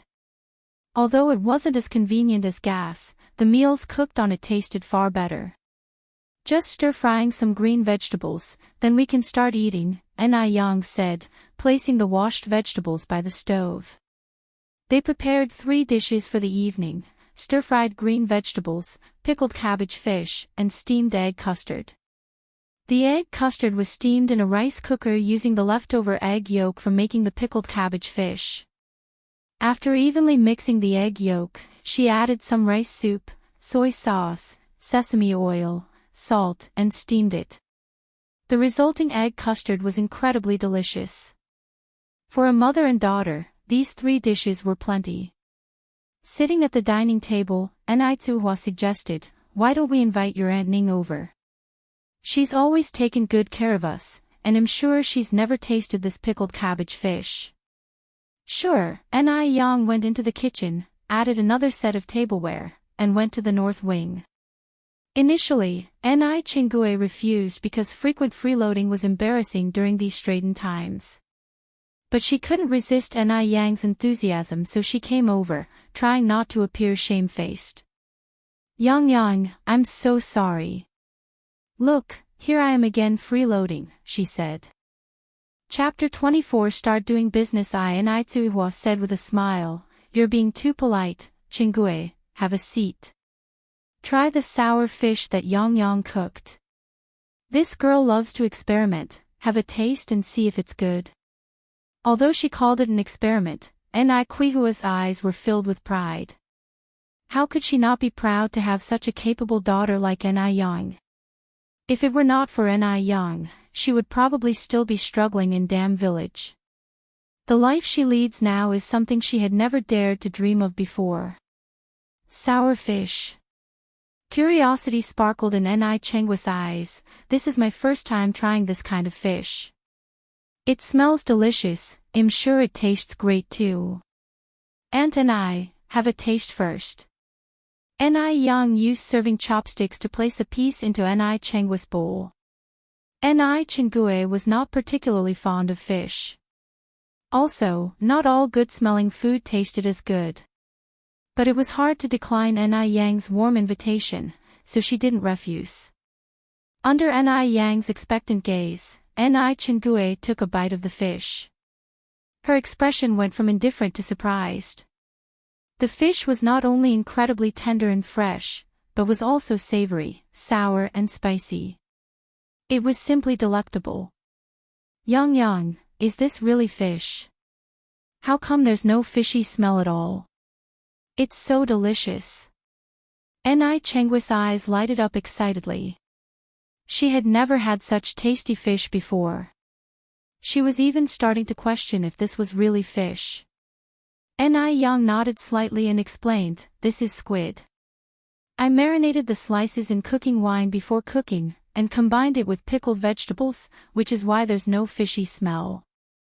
Yang, you're really amazing.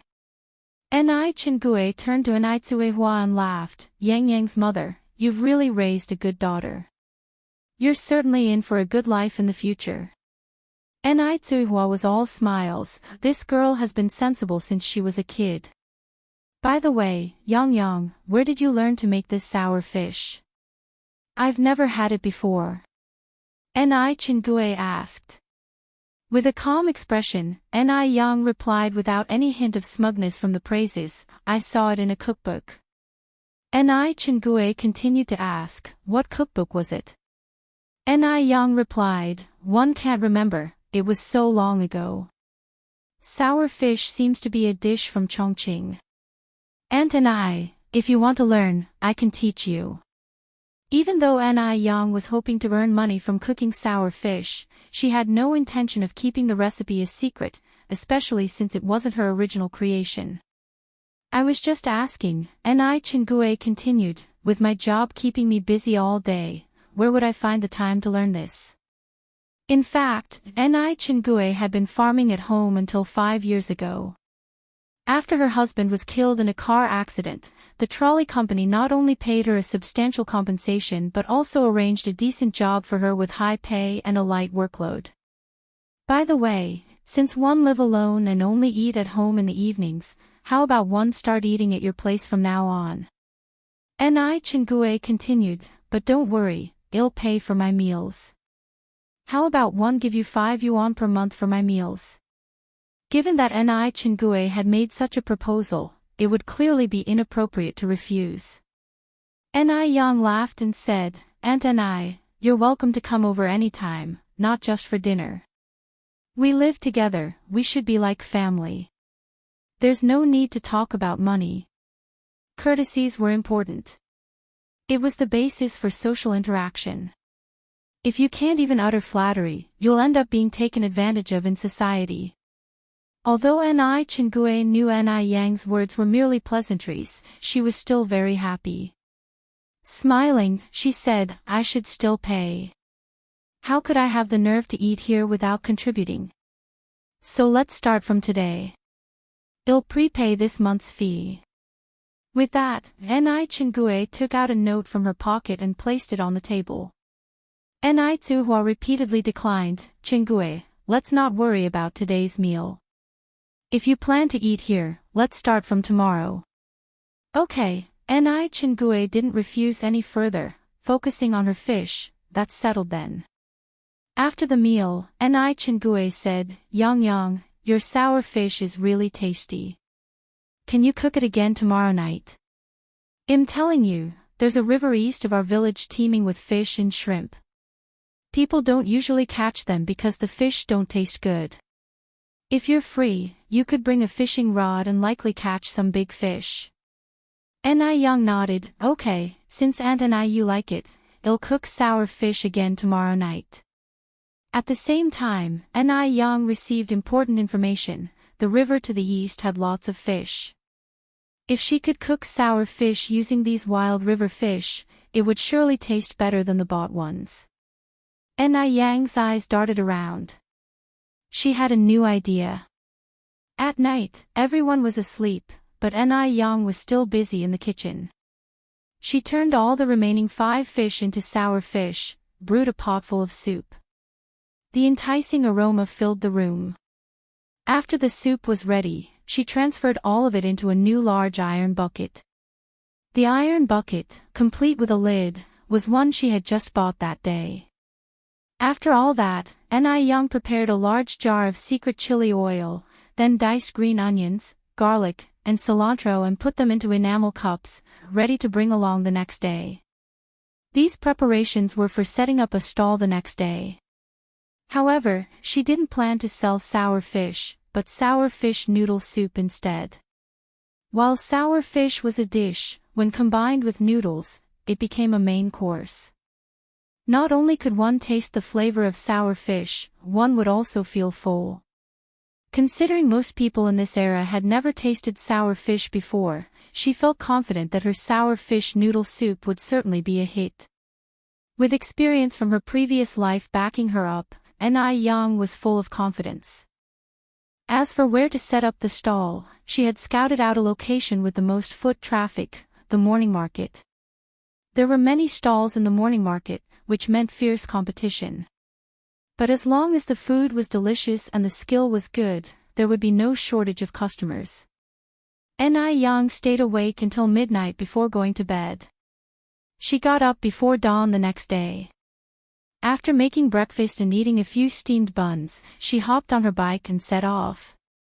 By the time she reached the food street, it was just after 6 in the morning, breakfast time. The food street was filled with the aroma of various deep-fried foods and the scent of steamed buns. Young first set up tables and chairs, lit the coal stove, then placed the large iron bucket on it. Soon, the alluring scent wafted from the bucket.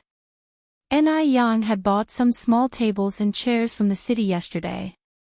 As it was not convenient to carry them back and forth, she had negotiated with the shop owner to leave these items at the shop for a monthly rental fee of 1 yuan. The street was crowded with passers-by. However, when they saw the sign that read, "Sour Fish Noodle Soup," next to Young, they lost their appetite. What's so great about fish? Observing her stall being void of customers for half an hour, Young grew anxious. She rubbed her temples and had a sudden brainwave. She had a solution. Young's eyes twinkled with a smile. She walked into a grocery store nearby and came back with 10 small cups in her hands. Chapter 25 Sell Short. _1 Young blanched a handful of noodles in fish soup and served them into 10 cups, sprinkled them with cilantro, chopped green onion, and minced garlic, before pouring the final touch of soup over them. Thus, 10 petite servings of sour fish noodle soup were completed. Though small, the servings had a full spectrum of colors, scents, and flavors. Young held a tray with 10 servings of noodles, and started soliciting passers-by loudly. Come, step right up, free noodles for tasting, it's all free." Upon hearing the word free, a middle-aged woman immediately paused and asked, "Are you really giving these away for free?" Young nodded and handed her a cup. "Yes ma'am, please judge if it tastes good or not. This cup of noodles doesn't cost you a penny. If you like it, you can sit down and have a bowl of it at only 3 cents per bowl. If you don't like it, you can simply leave without any obligation." After all, 1 a.m. a young girl standing before so many people. "Do you think I could swindle you?" The middle-aged woman suspiciously took a sip from the cup while multiple people had already gathered around to watch. In this era, promotional strategies were scarce, much more so the free food samples, thus attracting numerous onlookers. However, these onlookers only watched the first to act middle-aged woman, without accepting the cup noodles from Young, fearing it to be a scam. After finishing the soup, the middle-aged woman wore an incredibly baffled expression. The surrounding crowd was filled with curiosity. With an amiable grin, Young asked, "So ma'am, how would you rate the taste?" The woman took a bite of noodles without answering, carefully chewing, and then looked at Young incredulously. "This is absolutely delicious. Missy, how did you prepare this fish soup?" The noodles, imbued with the tangy, spicy, and savory flavor of the pickled cabbage fish soup, were incredibly appetizing and left people craving for the next bite. There was no fishy taste at all. If it weren't for the fish fillet floating on the soup, who could believe these were fish soup noodles? Exactly. Young nodded. Ma'am, would you like a bowl? Yes, yes. The middle-aged woman replied excitedly and picked a place to sit down. Missy, hurry up and bring me a bowl. The middle-aged woman was originally going to have breakfast. She had been eating here for 3 or 4 years, but had never tasted such delicious noodles. She couldn't wait to have a bowl right away. Sure ma'am, please wait for a moment. Young acknowledged the request. Having observed the reaction of the middle-aged woman, the onlookers started clamoring for a free cup of noodles themselves. They were simply too curious. Were the noodles indeed that delicious? Young rapidly handed out the remaining 9 cups of noodles to the others. However, many others had not gotten a share. She apologized. I'm sorry, I have got no free samples left for today. If you would like to eat, it's 3 cents per large bowl. Others who had tasted the cup noodles were cheered and exclaimed, Missy, bring me a bowl. Me too.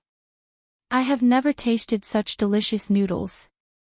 H2 similar comments increased, intriguing those who had yet to taste the free sample. I also want a bowl. In no time, all 3 tables were full, leaving many others standing while eating their noodles. In just 4 hours, 2 big pots of pickled cabbage fish soup were sold out, leaving many still waiting for their turn, expressing great regret. Young explained with a smile, our pickled fish noodles are served with limited availability. About 200 servings a day. If you want to eat, you can come over a bit earlier tomorrow, the location is still the same. This was a hunger marketing strategy, creating an inadequate supply phenomenon to maintain product prices and profit margins. She believes there will be more people coming tomorrow morning. Young packed up the tables and chairs and returned them to the neighboring stores. The shop owner was a middle-aged man in his 40s. Watching Young return the tables and chairs, he asked with a chirpy smile, Young, how's business? Young glanced up, a small smile playing on her lips. It went fairly well. She always wore a smile when facing people and dealt with things tactfully. These were the life lessons Young learned from her previous life.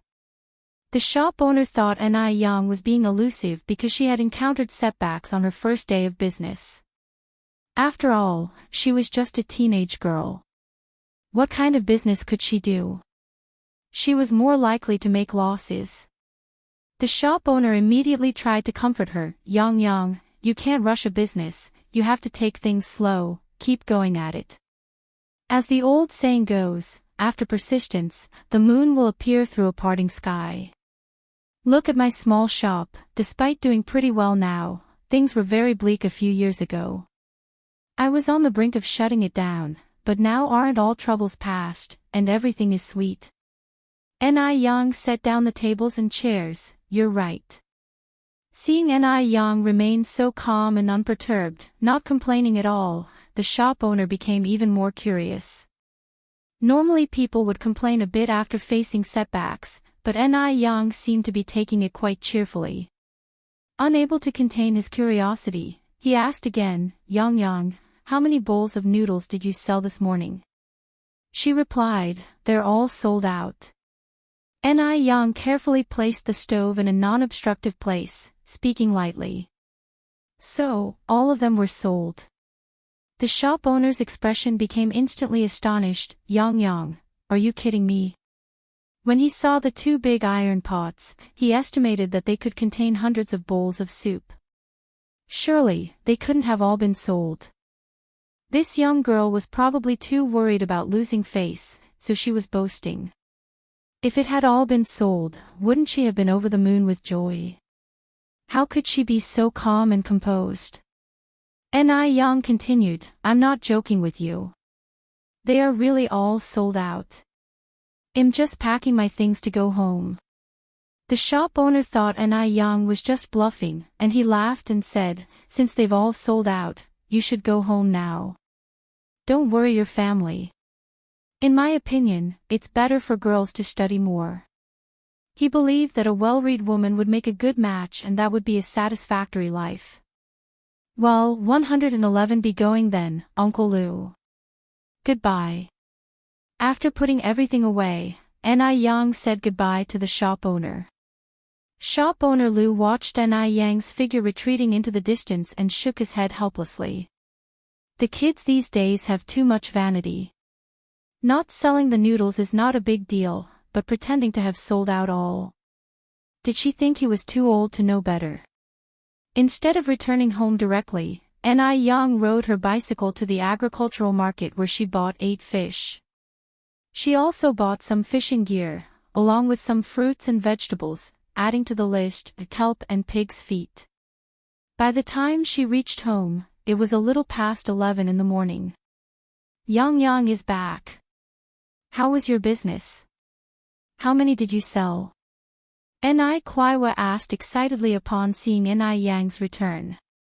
Clearly, she had been waiting anxiously at the door for a long time. Ni Yang handed over the fruits and vegetables she bought to Ni Tsuihua, laughing, "Mom, with your daughter being so capable, how could the business not be good?" Of course, they were all sold. All sold out. Ni Tsuihua opened her mouth wide in excitement and disbelief. Yang, you're not just saying that to make me feel better, are you? If they had agreed on a price of 3 cents per bowl the night before, how much money would they have earned if everything was sold? I didn't lie to you, Mom. They were all really sold out. Ni Yang unloaded the pots from the back of her bicycle, lifted the lid, and said with a smile, "Look, it's completely empty." Chapter 26 Picking Snails, Saving People. Seeing the empty large iron bucket, Ni Tsuihua finally realized that her daughter wasn't lying. She opened her mouth wide in astonishment. How much are we going to earn? She knew that her daughter's sour fish was delicious, but she didn't expect it to be so popular. Ni Yang was unfazed. It's only a few dozen yuan, Mom. Let's go inside, I'm so hungry. Ni Tsuihua took the produce from Ni Yang's hands. Let's go, meal is ready. Hurry and let's eat. Lunch was 2 dishes and a soup. 1 stir-fried green vegetables, 1 braised pork, and a tomato and egg soup. Ni Kuihua's culinary skills were quite good. Ni Yang finished a large bowl of white rice with the soup. Yang, eat more meat. Eating meat will help you grow taller. Ni Tsuihua kept adding meat to her daughter's bowl. Thank you, Mom. You eat too. Ni Yang also added a piece of meat to Ni Kuihua's bowl. After finishing the meal, Ni Yang counted the money she made from selling noodles in the morning. It totaled out to be 76 yuan and some change, which meant that she had sold almost 256 bowls of noodles. Ni Tsuihua had never knew that you could make so much money in just one morning. She immediately said, Yang, do you need Mom's help tomorrow morning? Ni Yang gave the money to Ni Tsuihua and smiled, No need, Mom. One can handle it on my own. You just need to take good care of little sister at home. Ni Tsuihua put the money away, feeling a sense of astonishment. I didn't know how easy it is to earn money in the city. Your dad and grandma would surely turn green with regret if they knew how good you are at making money now. The Mu family used to live frugally, and they couldn't even save 100 yuan over a year. But Ni Yang earned over 70 yuan in just one morning. Ni Tsuihua, a woman from deep inside the mountains, didn't know much. She thought that city money was easy to earn, unaware of how much hard work and sweat Ni Yang had put into it. Ni Yang maintained her composure and immediately corrected her mother's incorrect notions. It's not about city money being easy to earn. It's about finding the right method. If it was someone else, they might not necessarily make money. Lots of people lose money in business right now. Ni Tsuihua nodded in confusion. Ni Yang picked up her purchased fishing gear and continued, Mom, I'm going to make a round by the river. Alright, your aunt and I told me the river is quite deep. I'll go with you. Tzuhuan knew that she was going to fish and was a bit worried. Yang chuckled, it's okay, Mom. You don't need to go. One know how to swim. Just stay at home and rest. To the east of Jinghua village, there was a long river. During this era, there weren't any factories yet, so the river water was very clear, and occasionally you could see a few children herding cows by the river bank. It was the busy farming season, and people were hard at work in the fields everywhere. Did you see that? That's Chenggu's relative. I heard her name is Yang. The one who bought the bicycle? Yes, that's her. My gosh. She even bought a bicycle. I have no idea where the young widow and her daughter got the money from. Idle chatter began to increase throughout the fields. Yang didn't concern herself with the gossip. She carried on, believing that the rumors would be self-defeating one day. Her most important task right now was to earn money. To earn a lot of money. As long as she had money, she could ensure a good life for her mom and sister. Yang quickened her pace towards the river bank. The river wasn't very deep, and in the shallow parts you could see a lot of snails and river clams. Yang rolled up her trouser legs, put the fishing basket into the deep water, then began to pick up clams and snails from the river bank with a plastic basin. During this era, people were not fond of clams and snails because they smelled musty if not properly prepared. Moreover, everyone was busy farming, who had the time to explore new dishes.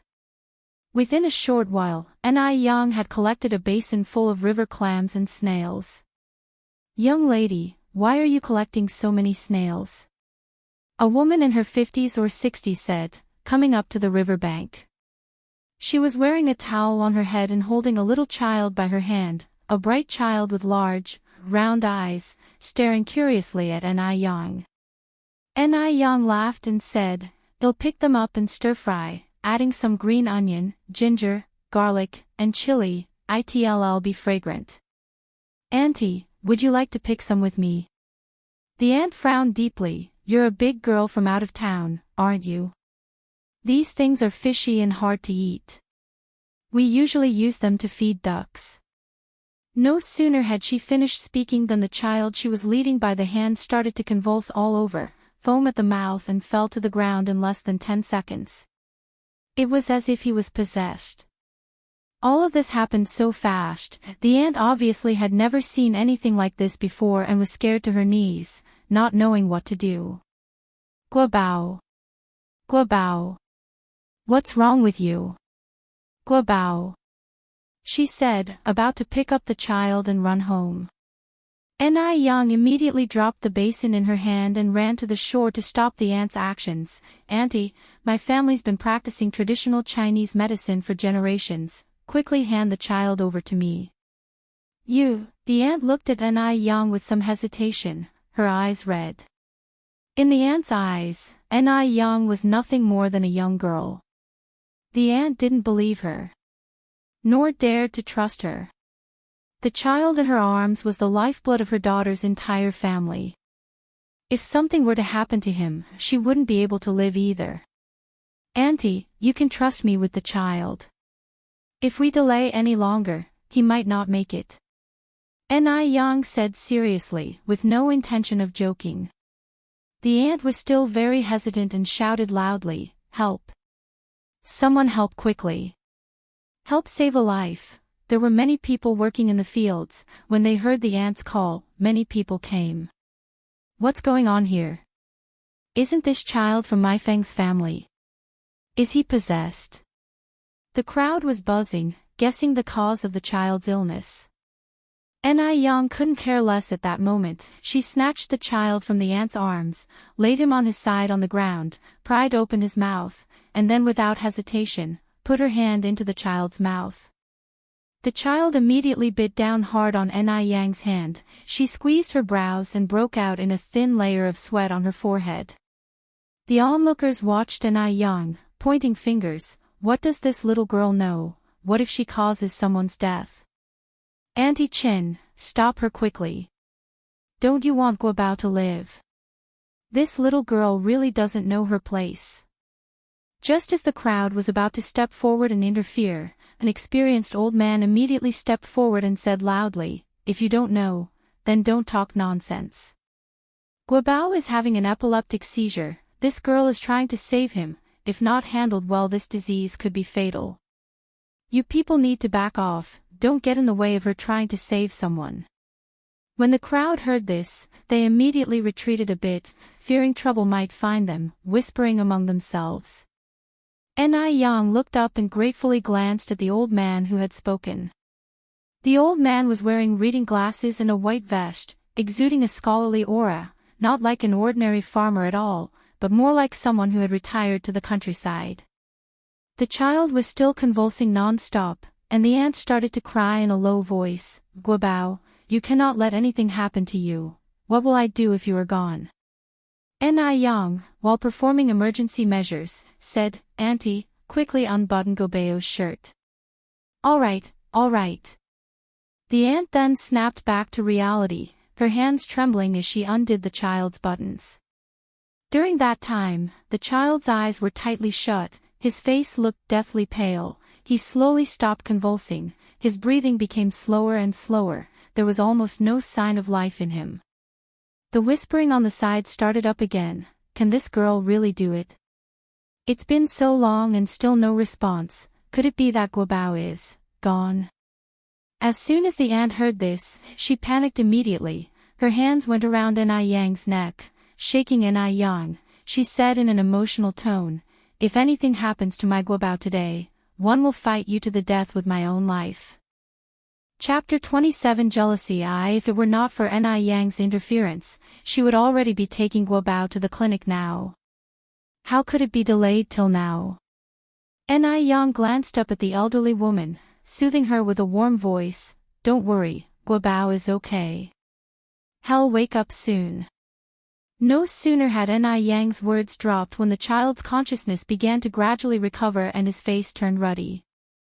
Yang pulled back her hand, then took out a tissue she was carrying and carefully wiped off the froth from the child's mouth. Upon seeing this, the crowd displayed varied expressions. No one had imagined that Yang really had some skills. The crowd, which had been enjoying the spectacle, quietened down abruptly.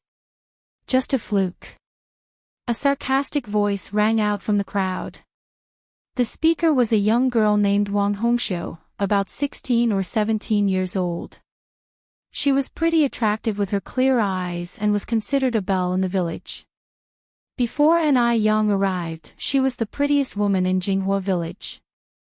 But since Yang showed up, Yang was more beautiful than her, wealthier than her, and all the attention of the village was on Yang.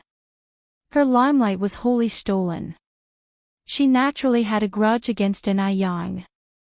A lot of unfavorable rumors emanated from Wang Hongxiu. Once she spoke, others immediately nodded and echoed it. Nothing but a teenager, what could she possibly know? They, with their wealth of life experience, couldn't possibly be outdone by a kid, could they? Yang was not concerned with all these, she only cared that Guobao was safe. She helped the child sit up, and only then did the elderly woman notice the bloody bite marks on Yang's hand which Guobao had made. The old lady spoke nervously, "Dear girl, you're not hurt, are you? We agreed beforehand that you voluntarily put your hand in Guobao's mouth, one didn't force you. Some things must be clarified. Yang was a foreigner. Why is she helping her grandson out of the blue? There must be something she wants." The old woman feared being conned. "No worries," Yang said lightly with a smile, "it's no big deal. You don't have to worry about it." The old woman sighed with relief. She thought that Yang would make a big deal out of it, after all, getting bitten by someone was no small matter. She asked again, "So, is Guobao all right now?" Yang nodded, "Yes, he's all right for now. Although he was fine at the moment, without proper treatment, the illness would surely relapse in the future." Just as she finished speaking, the child in her arms suddenly opened his eyes. He first looked at the old woman, then at Yang, asking in confusion, "Grandma, what happened to me?" During an epileptic seizure, one experiences temporary memory loss. The child was suffering from epilepsy, commonly referred to as madness disease, causing a loss of consciousness, convulsions, and frothing at the mouth during an episode. Yang had earlier put her hand in his mouth to prevent him from biting his tongue, unbuttoned his shirt, and lifted his lower jaw to prevent suffocation. These were the basic emergency measures during an epilepsy attack. Confronted with the child's question, the old woman was at a loss for words. Yang smiled and patted the child's head. "You're fine. We just played a game." His gaze drifted onto Yang's hand, a flicker of concern in his eyes. "Sister, what happened to your hand?" Yang raised her left hand, her eyes smiling as she casually replied, "One accidentally hurt myself. You should get up quickly. The ground is so dirty." Picking himself up and dusting off his behind, the child introduces himself, "Sister, I'm Yang Guobao, 7 years old. This is my grandma. Thank you for your help today." Yang Guobao's epilepsy was congenital. He was always painfully aware of his condition, and because of his disease, the other kids in the courtyard were unwilling to play with him. So, his mother had brought him to the countryside for a change of atmosphere. It seems his illness has flared up again. His sister probably hid his illness from him to spare his feelings, though in reality, he knew everything. A skeptic sauntered over, scrutinized Yang Guobao up and down and asked with trace of suspicion, "Guobao, are you really okay?" One moment he looks on the brink of death, and the next, he's fine. Yang Guobao nodded his head and turned in a small circle in place. "I'm really fine." The crowd watched Yang Guobao, all of them remarking in amazement. The elderly woman looked gratefully at Yang. "My dear, one can't thank you enough. If it wasn't for you, I wouldn't know what to do." "There's no need for thanks, it was a simple thing to do." Yang replied indifferently. Given the chance to live again, Yang valued life more than anyone else, not only her own but also those of others. Yang Guobao looked at Yang, his big eyes filled with curiosity. "Sister, what's your name?" He really liked this beautiful sister. She was like a fairy. Not only was she beautiful, but she was also very kind-hearted. Yang smiled slightly. "My name is Yang. Li Yen." Yang Guobao cocked his cute little head to one side. "Is Yen the Yen of beautiful?" "No, it's Yang, Ni from the beginning of the phrase, in the beginning, and Yang from the phrase, fire and smoke." When Yang was born, it was mealtime and every household's chimney was emitting smoke, so Mu Jinbao named her Yang. It was fortunate that she was born at mealtime, otherwise she might have been given a name representing the era such as Chongjing, Red Soldier, Chuanxiang, Chunhua, etc. "Sister, can one be your friend?" Yang Guobao took Yang's hand and asked hopefully. "Of course." Yang nodded, smiling. "Guobao, let's go play together." At that moment, 2 children ran out from the audience. Immediately, adults grabbed their hands and warned them in a low voice, "Don't play with him in the future. His illness might be contagious, and whose fault will it be if he dies? Let's keep our distance from such people." At the words, Yang frowned slightly, but Yang Guobao's face remained calm. It was clear that he had experienced this sort of thing repeatedly and had grown accustomed to it. Yang looked up, about to say something, but Yang Guobao tugged at her hand and reassured her, "Sister, I'm fine." He couldn't allow his sister to offend the villagers on his account. Although Yang Guobao was young, he was very considerate. Wang Hongxia's face turned dark with frustration. She didn't expect Yang to cozy up to Yang Guobao so quickly. As far as she knew, Yang Guobao came from the city and his family was very affluent. His father was a well-known prominent figure in Beijing, and his mother was a university graduate. Yang Guobao came to the countryside to recuperate. These country bumpkins didn't know Yang Guobao's true identity and didn't allow their children to play with him. If they knew his true identity, they might live to regret it. She had wanted to get closer to Yang Guobao for a while, but never found the opportunity, and now this foreigner, Yang, had beaten her to it. Thinking this, Wang Hongxia's face twisted in jealousy, forgetting how she had avoided Yang Tianbao like a plague when his illness had started just a while ago. The elderly woman led Yang Guobao away, speaking to Yang, "My dear girl, I cannot thank you enough for today. I'll take Guobao home now." Yang Guobao had just woken up, and the old lady was a little worried. She planned to ask her daughter what was really going on when she got home. She never knew that her grandson had such an illness. Yang looked up slightly. "All right, you can just call me Yang from now on. By the way, I'll give you a prescription. Get the traditional Chinese medicine according to this prescription. Give it to Guobao for 3 months, and his condition can be completely cured." Chapter 28. Do not make friends with those with inscrutable intentions. _1 Yang wanted to scribble a prescription for the old woman, but after patting her pocket, she realized that she didn't have any pen or paper. Suddenly, she remembered that she was no longer the same Yang who always had a pen and a paper at hand. Yang gave a faint smile and continued, "Why don't you come to my house to get it, grandmother? I've just moved in over there. As the only outsider in Jinghua village, it wouldn't be difficult for anyone to find her." All right. The old woman quickly nodded. 111 come later. "Thank you so much, Yang. Well, be going now. Guobao, say goodbye to your sister." "Goodbye, sister." Yang Guobao waved to her. "Goodbye." Yang took her leave with a bright smile in her eyes. Once Yang Guobao left, the onlookers dispersed. However, when they looked at Yang again, they had a distinctly different impression of her. After all, she remained calm and composed during a dangerous situation, even managing to save Yang Guobao. She did something that not many adults would be capable of doing. Consequently, Yang had a new label in the hearts of the people. This girl isn't simple. After everyone else had left, Wang Xiuhong was still standing there. She thought for a moment, then walked over to Yang and smiled. "Sister Yang, my name is Wang Xiuhong. I live not far from here.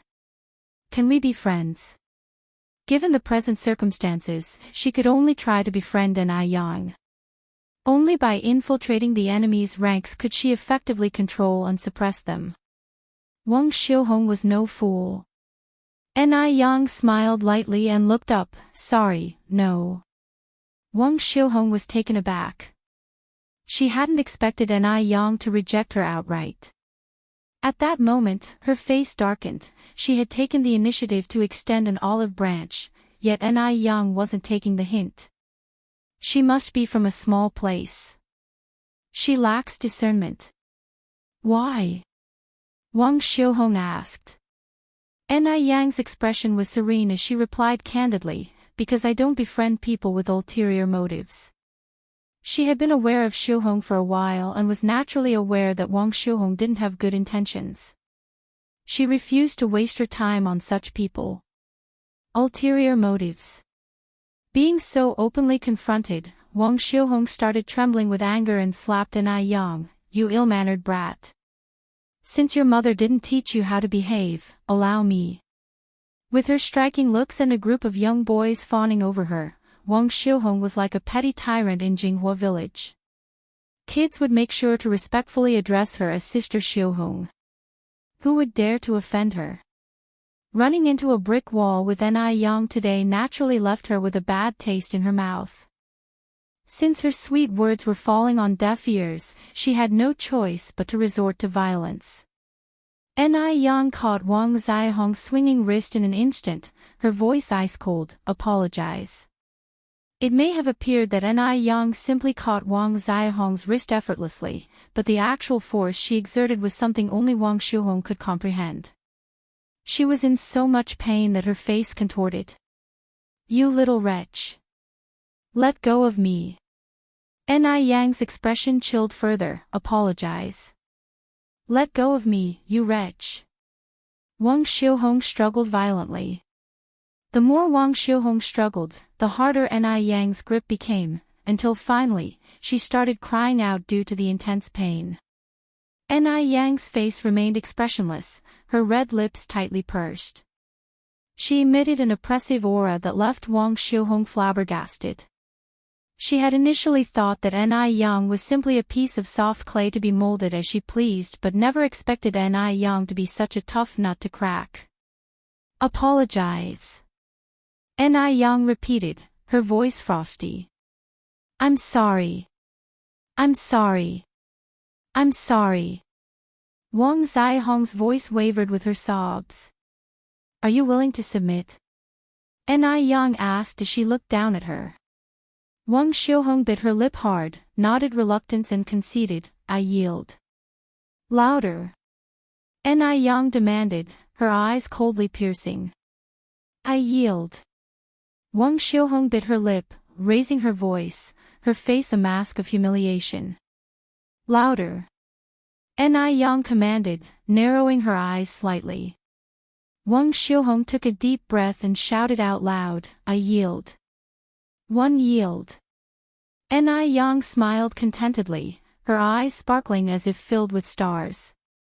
She never asked for trouble, but if trouble was forced upon her, she would never back down.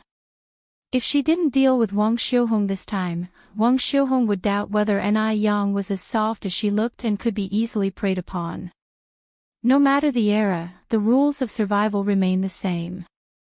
Survival of the fittest. The weaker you appear, the more audacious your enemies become. Those like Wang Xiuhong, they should be met with force. I've apologized already, now let me go, Wang Xiuhong pleaded, her eyes red and swollen. But Ni Yang had no intention of letting her go. Smiling, she asked, Are you angry? Her face was calm and composed as she added, I love seeing you getting angry at me and unable to fight back. With that, she roughly let go, causing Wang Xiuhong to tumble back off balance. Stumbling, Wang Xiuhong fell onto the ground, an ominous look filling her downcast eyes. Ni Yang dusted off her hands, If you provoke me again, consider the consequences. As she spoke, she purposely snapped off a tree branch. Watching this, Wang Xiuhong broke out in cold sweat. Just you wait, my little cousin. You dare humiliate me like this? I will make you pay dearly for it. Watching Ni Yang walk away, Wang Xiuhong tightly bit her lip, fury burning in her eyes. Ni Yang carried the collected river snails into the village, greeting the villagers with a smile whenever she passed by them. Who wouldn't like a sweet-tongued, good-looking girl? Once home, Ni Yang drew a bucket of well water to keep the collected snails and clams, adding a few drops of vegetable oil on the water's surface to make the snails spit out sand and grit faster. Ni Tsuhua came out of the house, curiously asking, Yang, what are you doing? Where did you get all these river snails? Ni Yang stood up, smiling cheerily, Mom, the well water is very cold, you better stay away from it and go back inside to rest. One just brought back these river snails, planning to stir-fry them tonight. You can eat river snails? Ni Tsuhua asked, somewhat surprised. Ni Yang nodded, of course, you can. It's a delicacy. She had brought back big river snails that had yielded a lot of meat, and if cooked right, they wouldn't taste worse than pork. Over the past few days, Ni Yang had introduced many new things to Ni Tsuihua, who accepted them without questioning further and dragged Ni Yang into the kitchen. Yang, I've already cut up the fish for you. Come and see if it's alright. Ni Tsuihua wanted to help her daughter and had sliced several fishes into thin pieces. The pieces of fish were placed in white porcelain bowls, making a total of 20 big bowls. The fish bones and heads were already being stewed in a pot, the soup a milky white, and the air filled with a delicious aroma. Mom, Ni Yang looked at Ni Tsuihua and said seriously, you don't need to do all these. One can handle it. You haven't fully recovered yet. It's more important to rest and recuperate. It's fine, and Tsuhua laughed it off, I'm not that delicate. If we were still in Dam Village, one would be working in the fields by now. What's a little fish cutting? Compared with her previous life, Tsuhua felt that her current life was happier than a life in paradise. Who would have dared to dream of such a life a month ago? Chapter 29 Beauty Ingredients. Yang looked at Tsuehua, her eyes suddenly feeling a bit sour. If only she had been braver in her previous life and escaped from that cage earlier, her mother wouldn't have had to suffer so much, even losing her life. Regrettably, her awakening came too late. She also found her strength too late. Even though she eventually became a billionaire, she never found real happiness.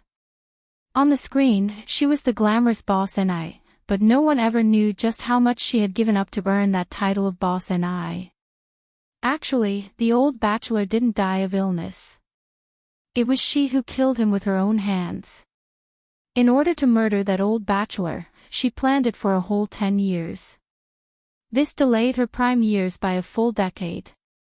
These 10 years of experience left a heavy shadow in her heart. Even after becoming boss she couldn't get close to a man, lost faith in love, and even began to fear men. For the next 30 years, she lived alone until her accidental death. After escaping from the village, she worked in a factory, served as a waitress, and finally met a couple who practiced traditional Chinese medicine and had lost their only child. The couple, seeing that she was pitiful, took her in as their adopted daughter. They taught her the medical skills she had.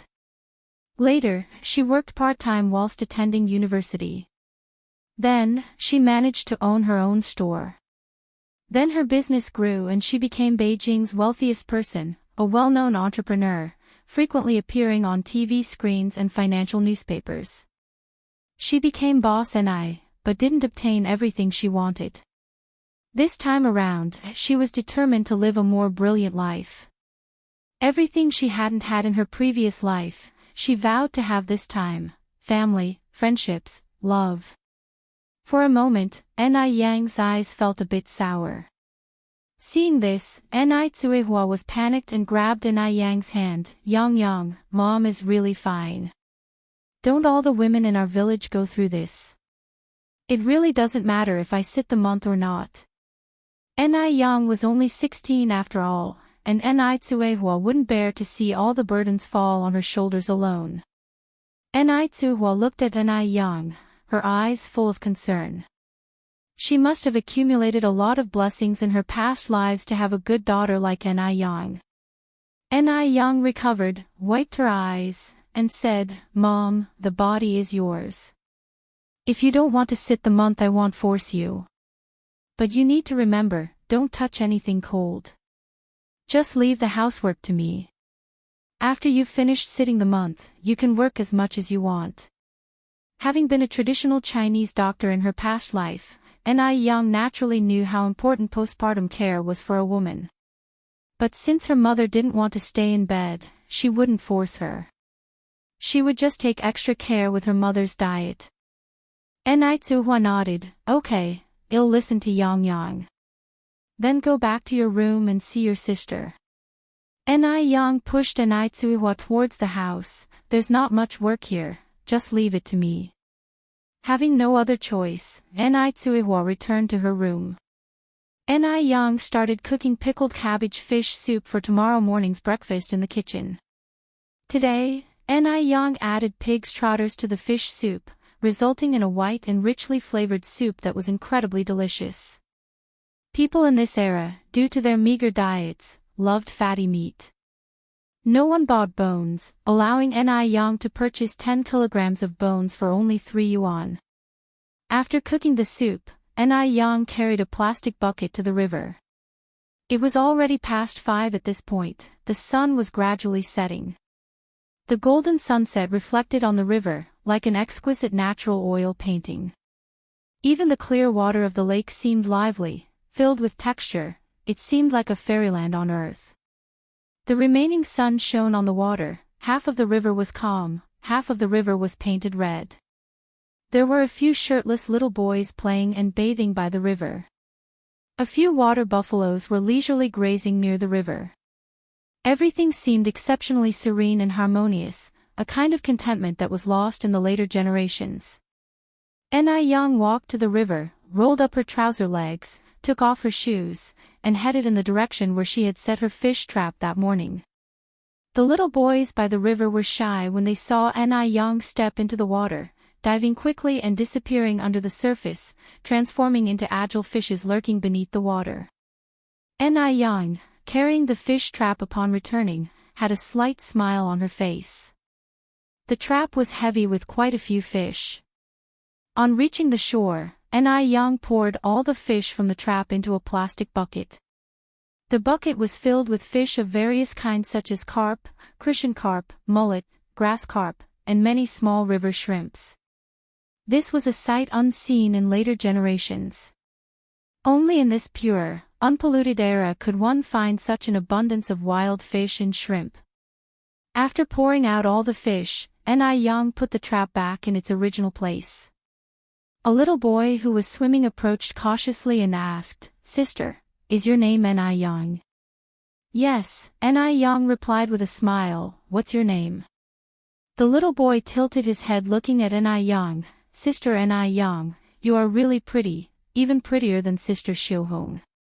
Regardless of the era, beauty always commands attention. Yang finished placing the trap. "Thank you for your compliment, be careful when you swim alone." The little boy continued, "Sister Yang, my name is Li Changsho, but you can call me by my nickname, Gooden. I am not here alone.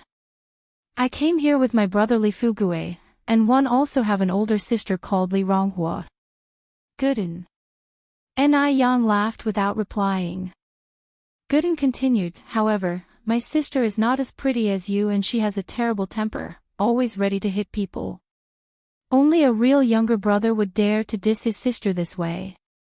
Yang laughingly said, "You're too young to judge people by their looks, watch out your sister doesn't overhear you and give you a good beating." Hearing this, Gooden arrogantly raised his adorable little head. She wouldn't dare.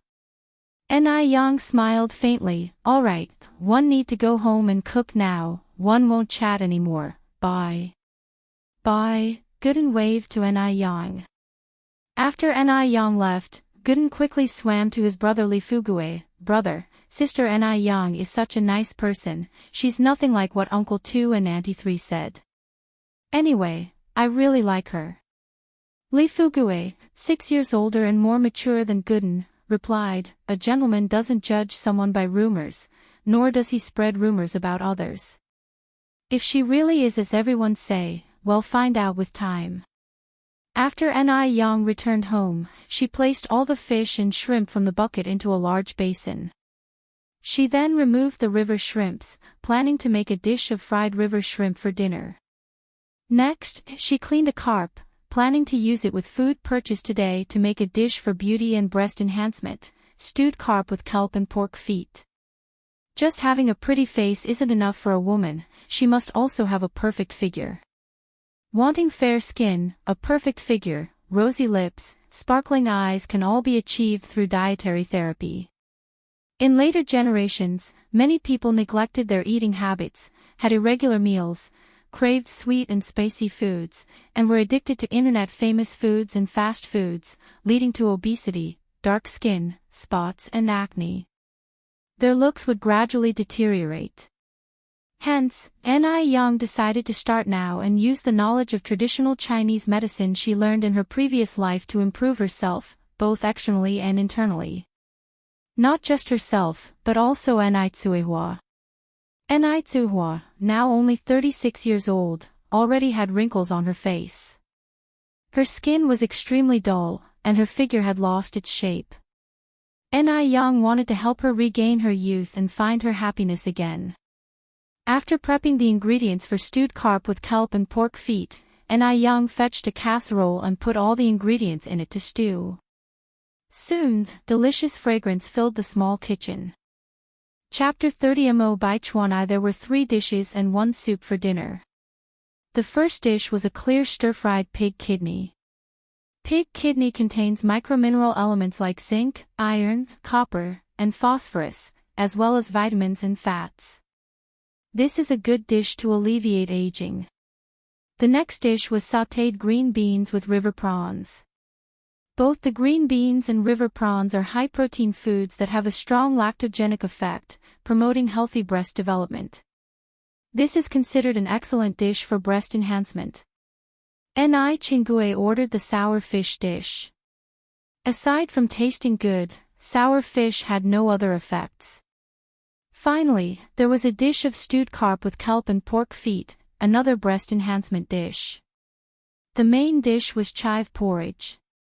As recorded in Compendium of Materia Medica, chive's porridge warms up the center and the lower body. Daytime Compendium of Materia Medica states, it helps stop diarrhea and bleeding, warms the waist and knees, eliminates cold obstructions in heart and chest, painful menstruation and abdominal pain. Therefore, chive porridge has the effect of driving away cold and warming the womb, which is extremely beneficial for women, especially for those like Enitsuehua who are in confinement. Ordinary people who consume it also benefit from its beautifying and rejuvenating effects. Women are always more beautiful when they are warm. As soon as Ni Yang served the dishes, Ni Chingue walked in with a bag. Good timing. Yang, can we start dinner yet? Where's your mom? Ni Yang replied with a smile, Aunt Ni is back. My mom is putting my sister to sleep. If you are hungry, feel free to start first. Ni Chingue put his bag aside. I'll wash my hands first. Let's start the meal together when your mom is here. Ni Chingue wasn't the type to be impolite. Meanwhile, at the base. Sitting in his office, Mo Baichuan rubbed his temples tiredly after a long day of work.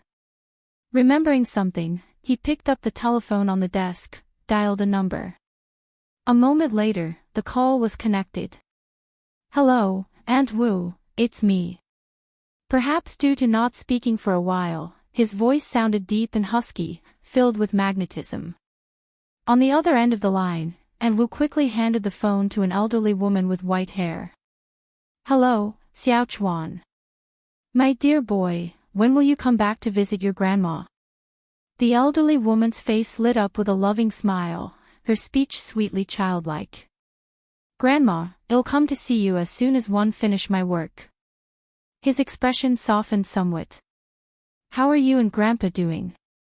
We're good, we're all good, you don't have to worry about us, replied Grandma quickly. And Xiao Dai, asked Baichuan, how is Xiao Dai doing recently? At his words, Grandma's face dimmed slightly. She's still the same, Baichuan rubbed at his forehead, his face a mask of worry. His tone remained steady however, comforting, Grandma, don't worry about Xiao Dai. Good people have a way of pulling through. Our medical technology is very advanced now. If worse comes to worst, we can go to the USA or the UK. Xiao Dai will surely get better one day.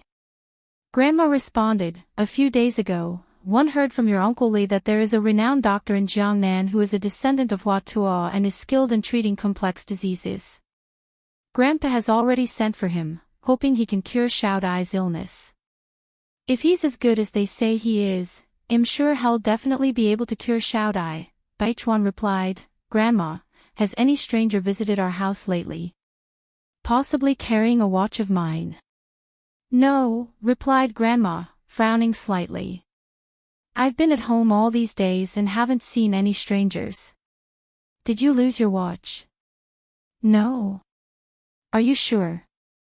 Baichuan's brows knitted together in confusion. Never mind then, Grandma. If you do see anyone, remember to call and let me know. All right. Mrs. Mo nodded, a flicker of doubt in her eyes. Mo Baichuan hung up the phone, stood up, and walked to the balcony. He gazed at the stars in the sky as if lost in thought. His exquisite peach blossom eyes, deep as the darkest night, seemed to blend seamlessly with the dazzling trail of stars. He was wearing a military green shirt. The second button was undone, revealing his beautifully curved collarbone and the appealing knot of his throat. Above that was his distinct jawline, sharply defined facial features, and smooth skin that seemed carved to perfection. A strong aura emanated from him. Just standing there casually, he made it impossible for others to reach him or dare to approach. He was thinking about Ni Yang. By his count, Ni Yang had been in Beijing for 5 or 6 days now. Why hadn't she come to see him at Mo family? What kind of person was Ni Yang, really? Mo Baichuan had seen countless people in his life, but Ni Yang was the only person he could not figure out. Though she was just a 16-year-old girl, his instincts told him she was not as simple as she appeared. Ordinary girls her age didn't have her kind of courage and determination. Mo Baichuan's brow furrowed as the realization dawned on him that he was becoming increasingly infatuated with the girl. This was not a good sign. He slowly pulled a pack of cigarettes from his pocket. With a clink, a chain of ghostly blue flame leaped up from the silver lighter. Mo Baichuan held the cigarette in the corner of his mouth and took a deep drag. The fresh taste of tobacco hit the back of his throat, instantly sobering him. He stared at the starry night sky, with an indescribable look in his eyes. In between inhaling and exhaling smoke, he had a sexy charm about him. No matter where such a man went, he would always be the center of attention. Li Xianxian was coming from afar. She couldn't help but decrease her pace and stood stupefied, looking at Mo Baichuan's silhouette profile, her gaze almost fanatical. She had never seen a man who looked so attractive, even while smoking. From any angle, he was flawless. If she had to describe him in 4 words, it would be refined and profound. Li Xianxian took a deep breath, hid the fanaticism deep in her eyes, and casually walked up to Mo Baichuan. Speaking in a gentle tone, she said, "Mr. Mo, the young girl you asked me to look up, she's married. If you intend to meet her, it might be a bit inconvenient." At this moment, Li Xianxian still didn't know that Mu Yang had changed her name to Ni Yang and had left Dam Village for Beijing. Married? Mo Baichuan squinted slightly. When was this? Just a few days ago, Li Xianxian softly explained. This is often how it is in rural areas. People marry off young because of poverty. One also heard that the girl married quite well. The man may be a bit older, but he has land, a house, and money. She won't have to worry about food and clothing for the rest of her life. This statement implied that Ni Yang had not married a man, but had married money. Because at this time, the freedom of marriage was in vogue, and even families couldn't force someone to marry against their will. Thinking of the watch that Ni Yang had swindled from him, a cold light flashed in Mo Baichuan's eyes. He must have been out of his mind to fall for someone like that. Noticing Mo Baichuan's change of expression, a fleeting look of satisfaction flashed in Li Xianxian's eyes. "Mr. Mo, even though it's summer, the nights can still be chilly. You should go inside and rest," Li Xianxian continued to say. Mo Baichuan flicked away the ash from his cigarette, his thin lips parted to issue a dismissal. "You may go first." Li Xianxian remained where she stood, understandingly said, "Mr. Mo, one noticed there are some clothes in your room that need washing. I have some laundry to do too, so I'll take them and wash them with mine." Despite the interrogative nature of her phrasing, she spoke in a declarative tone. Chapter 31 Rare Disease. This era wasn't as liberal as the ones to come. However, for a woman to spontaneously offer to wash a man's clothing, the innuendo is evident. Moreover, Mo Baichuan was known for his aloof demeanor. Though, the popular phrase, aloof, wasn't prevalent yet in that time. Most would describe a man like Mo Baichuan as solitary and proud. Mo Baichuan always kept to himself, never letting any woman get too close, yet Li Xianxian felt she was an exception. Being the only female assistant by Mo Baichuan's side, she was the object of envy amongst all employees. Besides, she has a lot to be proud of. She was young, beautiful, intelligent, knew how to watch her step and when to advance or retreat. She stood out from the crowd. And she was personally chosen by the Mo family. Although they never explicitly said so, Li Xianxian saw herself as the future matriarch of the Mo family, and the prospective wife of Mo Baichuan. Furthermore, she was confident that Mo Baichuan held affections for her as well. It was just that societal norms made it unseemly for him to express his feelings. Since Mo Baichuan was too shy to voice his feelings, she felt she had to make the first move. Frowning coolly, Mo Baichuan declined, "No need, you may return." He was only 26, still in his prime. But his family was in a hurry, fearing that he'd end up as a bachelor. Li Xianxian was foisted upon him by his father and grandfather under the guise of work. Outside of work, he never gave Li Xianxian any inappropriate signals. The perfect partner in his mind didn't have to be the prettiest but certainly had to be the one he loved. This brought to mind the word love. The face that emerged in his mind was distinctively fun yet gorgeous. Such a young girl already possessed qualities that could make men lose their senses. Unfortunately, she was already taken by an unknown older man. Reflecting on this, Mo Baichuan quickly shook himself out of his reverie. What was he doing, thinking of that young girl out of the blue? Upon hearing his words, instead of leaving, Li Xianxian moved a step closer to Mo Baichuan, her face slightly red, her voice flirtatious. "There's no need to be embarrassed, Mr. Mo. It's my job to." Mo Baichuan's face chilled even further and he took a step back. "Mississippi Li Xianxian, please respect yourself." "Mr. Mo," Li Xianxian drew out her words, attempting to pull on Mo Baichuan's sleeve. But Mo Baichuan didn't give her a chance. He quickly pulled away his arm, sternly warning, "Li Xianxian, always remember your position. Should you overstep any boundaries, report to the logistics department tomorrow."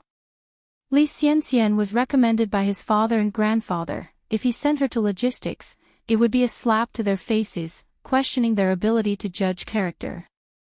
Thus, Mo Baichuan couldn't make such a move yet. Upon hearing this, Li Xianxian looked at him in disbelief. How can this be? She thought she had seen a hint of disgust in Mo Baichuan's eyes. Mo Baichuan clearly liked her too. Could it be her imagination? However, this was the office after all, a very serious place. It probably wouldn't be suitable for Mo Baichuan, a man in a position of power, to openly express his feelings here. Therefore, Mo Baichuan must have repressed his feelings because he had to maintain his dignity. Thinking along these lines, Li Xianxian started to feel better. Looking at Mo Baichuan, she sincerely said, "Mr. Mo, I understand my mistake. There won't be a next time. Over here." The Mo family. Old Lady Mo, filled with sorrow, was sitting in a very warmly decorated bedroom, where the air was thick with the smell of medicine. On the pink princess bed, lay a young girl, barely 13 or 14. The girl's face was as white as snow, with her lips becoming paper white. Looking at old Lady Mo, she comforted wisely, "Granny, don't worry, I don't feel any pain, really no pain." Despite her words of no pain, her voice was incredibly weak and feeble. Due to bedridden years, her body barely had any weight. Upon hearing this, old Lady Mo fought back her tears and smiled. "Don't worry. Granny is not worried at all. Our Xiao Dai will recover soon. This little sickness is nothing." Emichim. Mo Hudi nodded, "I will definitely get better."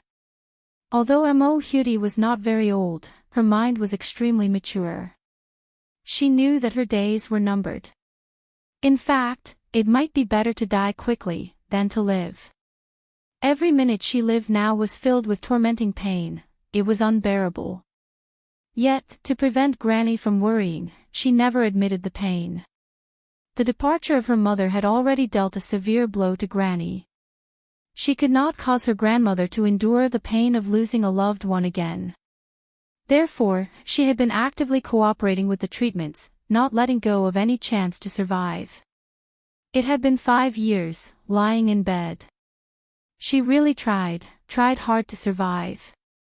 But now, she really couldn't hold on any longer.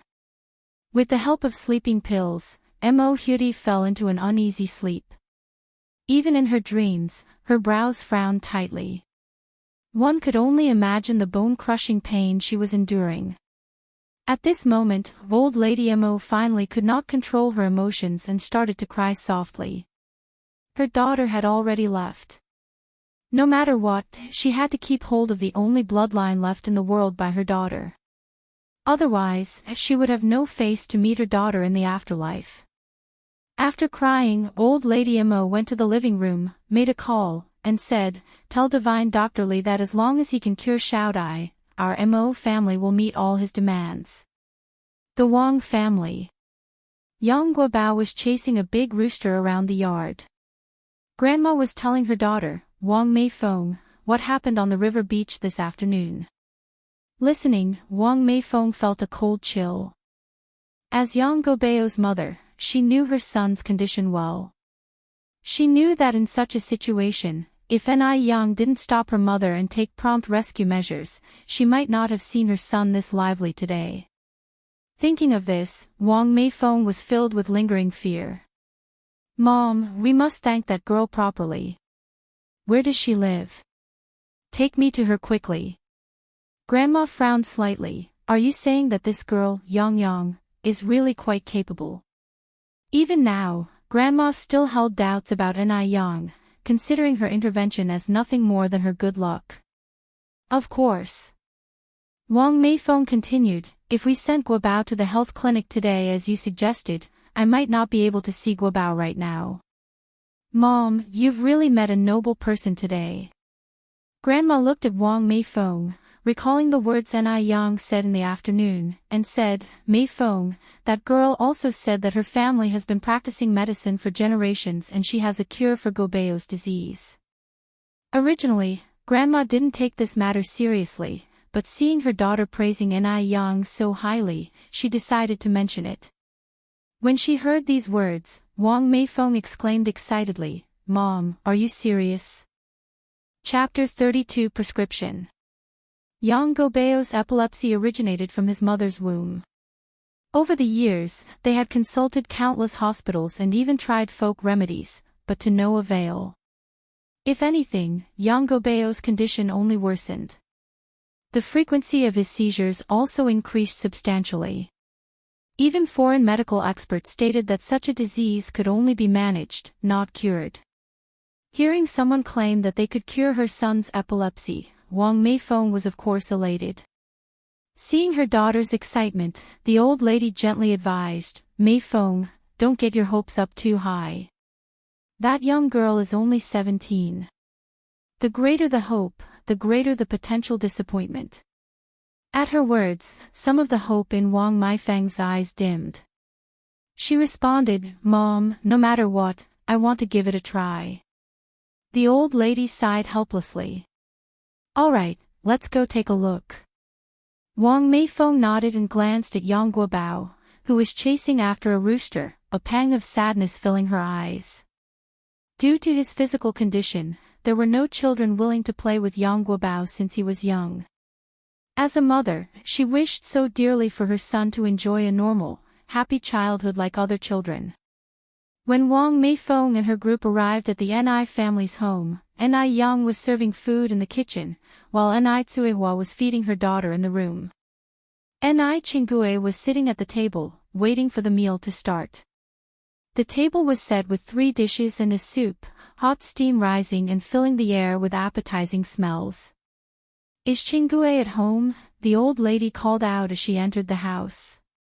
At the sound of her voice, Ni Chingue quickly stood up, looking out to see his guests. Recognizing them, a smile filled his face as he hurried forward to greet them.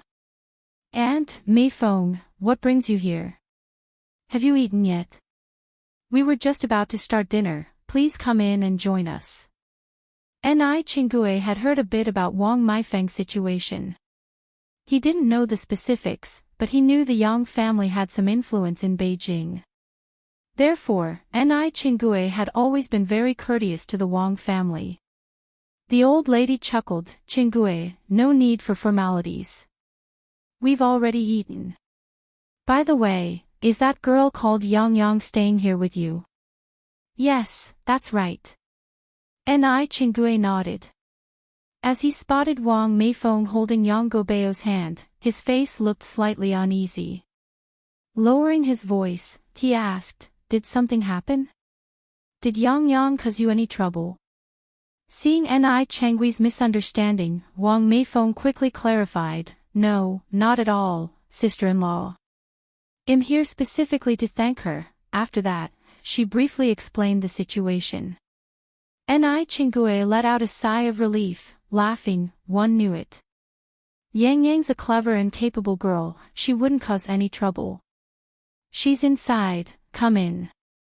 Finishing his sentence, Ni Chingue leaned in and asked in a lower voice, "Really though, is Yang Yang that amazing?"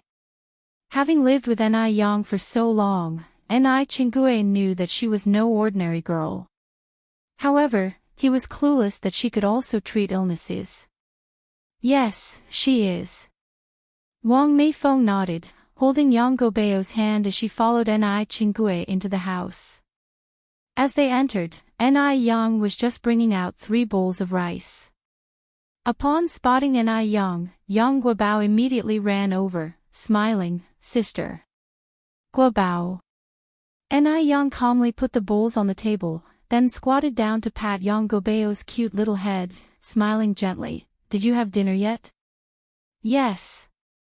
Yang Guobao nodded, pointing at Wang Meifeng and introducing, "Sister, this is my mom." Wang Meifeng approached Ni Yang, smiling gently, "Young comrade, hello. 1am Gobeo's mother. Thank you for what you did this afternoon." Her words fell, then she respectfully bowed deeply. Ni Yang quickly reached out to support Wang Meifeng, "Auntie, you're being too kind. It's the duty of a doctor to save lives and heal the wounded. As long as Guobao is okay, that's all that matters." At her words, Wang Meifeng looked into Ni Yang's eyes with added admiration and surprise. What was surprising was that Ni Yang, despite her young age, had a character that was as clear as jade, calm and composed. She was beautiful as well, her eyes and eyebrows had the quality of fine artwork, and her every smile and frown was like a scenic view, even surpassing the female teachers at school in terms of demeanor. What she admired was that Ni Yang did not act arrogantly simply because she saved someone's life. She was very indifferent as if she wasn't the one who saved the life. Wang Meifeng, who has seen countless people, could tell that Ni Yang wasn't putting on an act.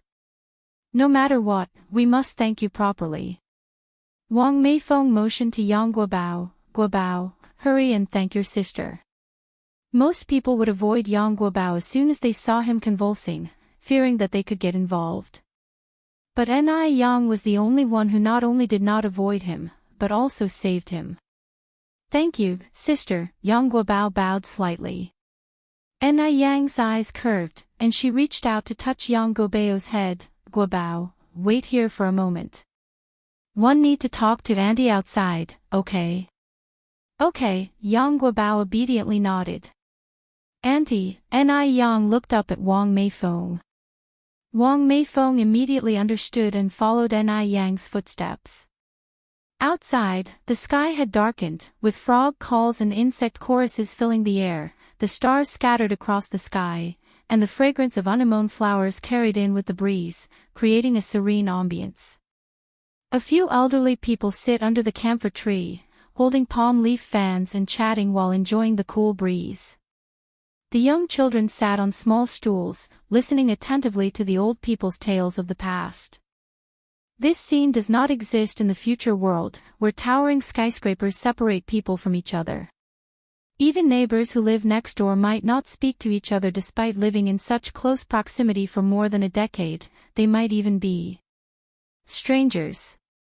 The saying, better a close neighbor than a distant cousin, is also gradually becoming obsolete. Ni Yang brushed her frontal hair away and looked at Wang Meifeng standing opposite her. Auntie, since you came here, it means that you believe in me. As she spoke, Ni Yang handed the piece of white paper in her hand to Wang Meifeng before continuing, this is the anti-epilepsy prescription handed down by my ancestors. Follow the instructions on this prescription, simmer the herbs on low heat for 3 hours, reduce the mixture from 3 bowls to 1 bowl, and take this consecutively for 3 months. Gobeo's epilepsy will be cured. From the viewpoint of traditional medicine, there is no possibility to completely cure epilepsy. But Ni Yang was different. After all, she was back from the 21st century. In her previous life, she may have been a businesswoman, but she had also devoted half her life to studying medicine. Epilepsy was not a difficult and complicated disease in her eyes, it could be cured.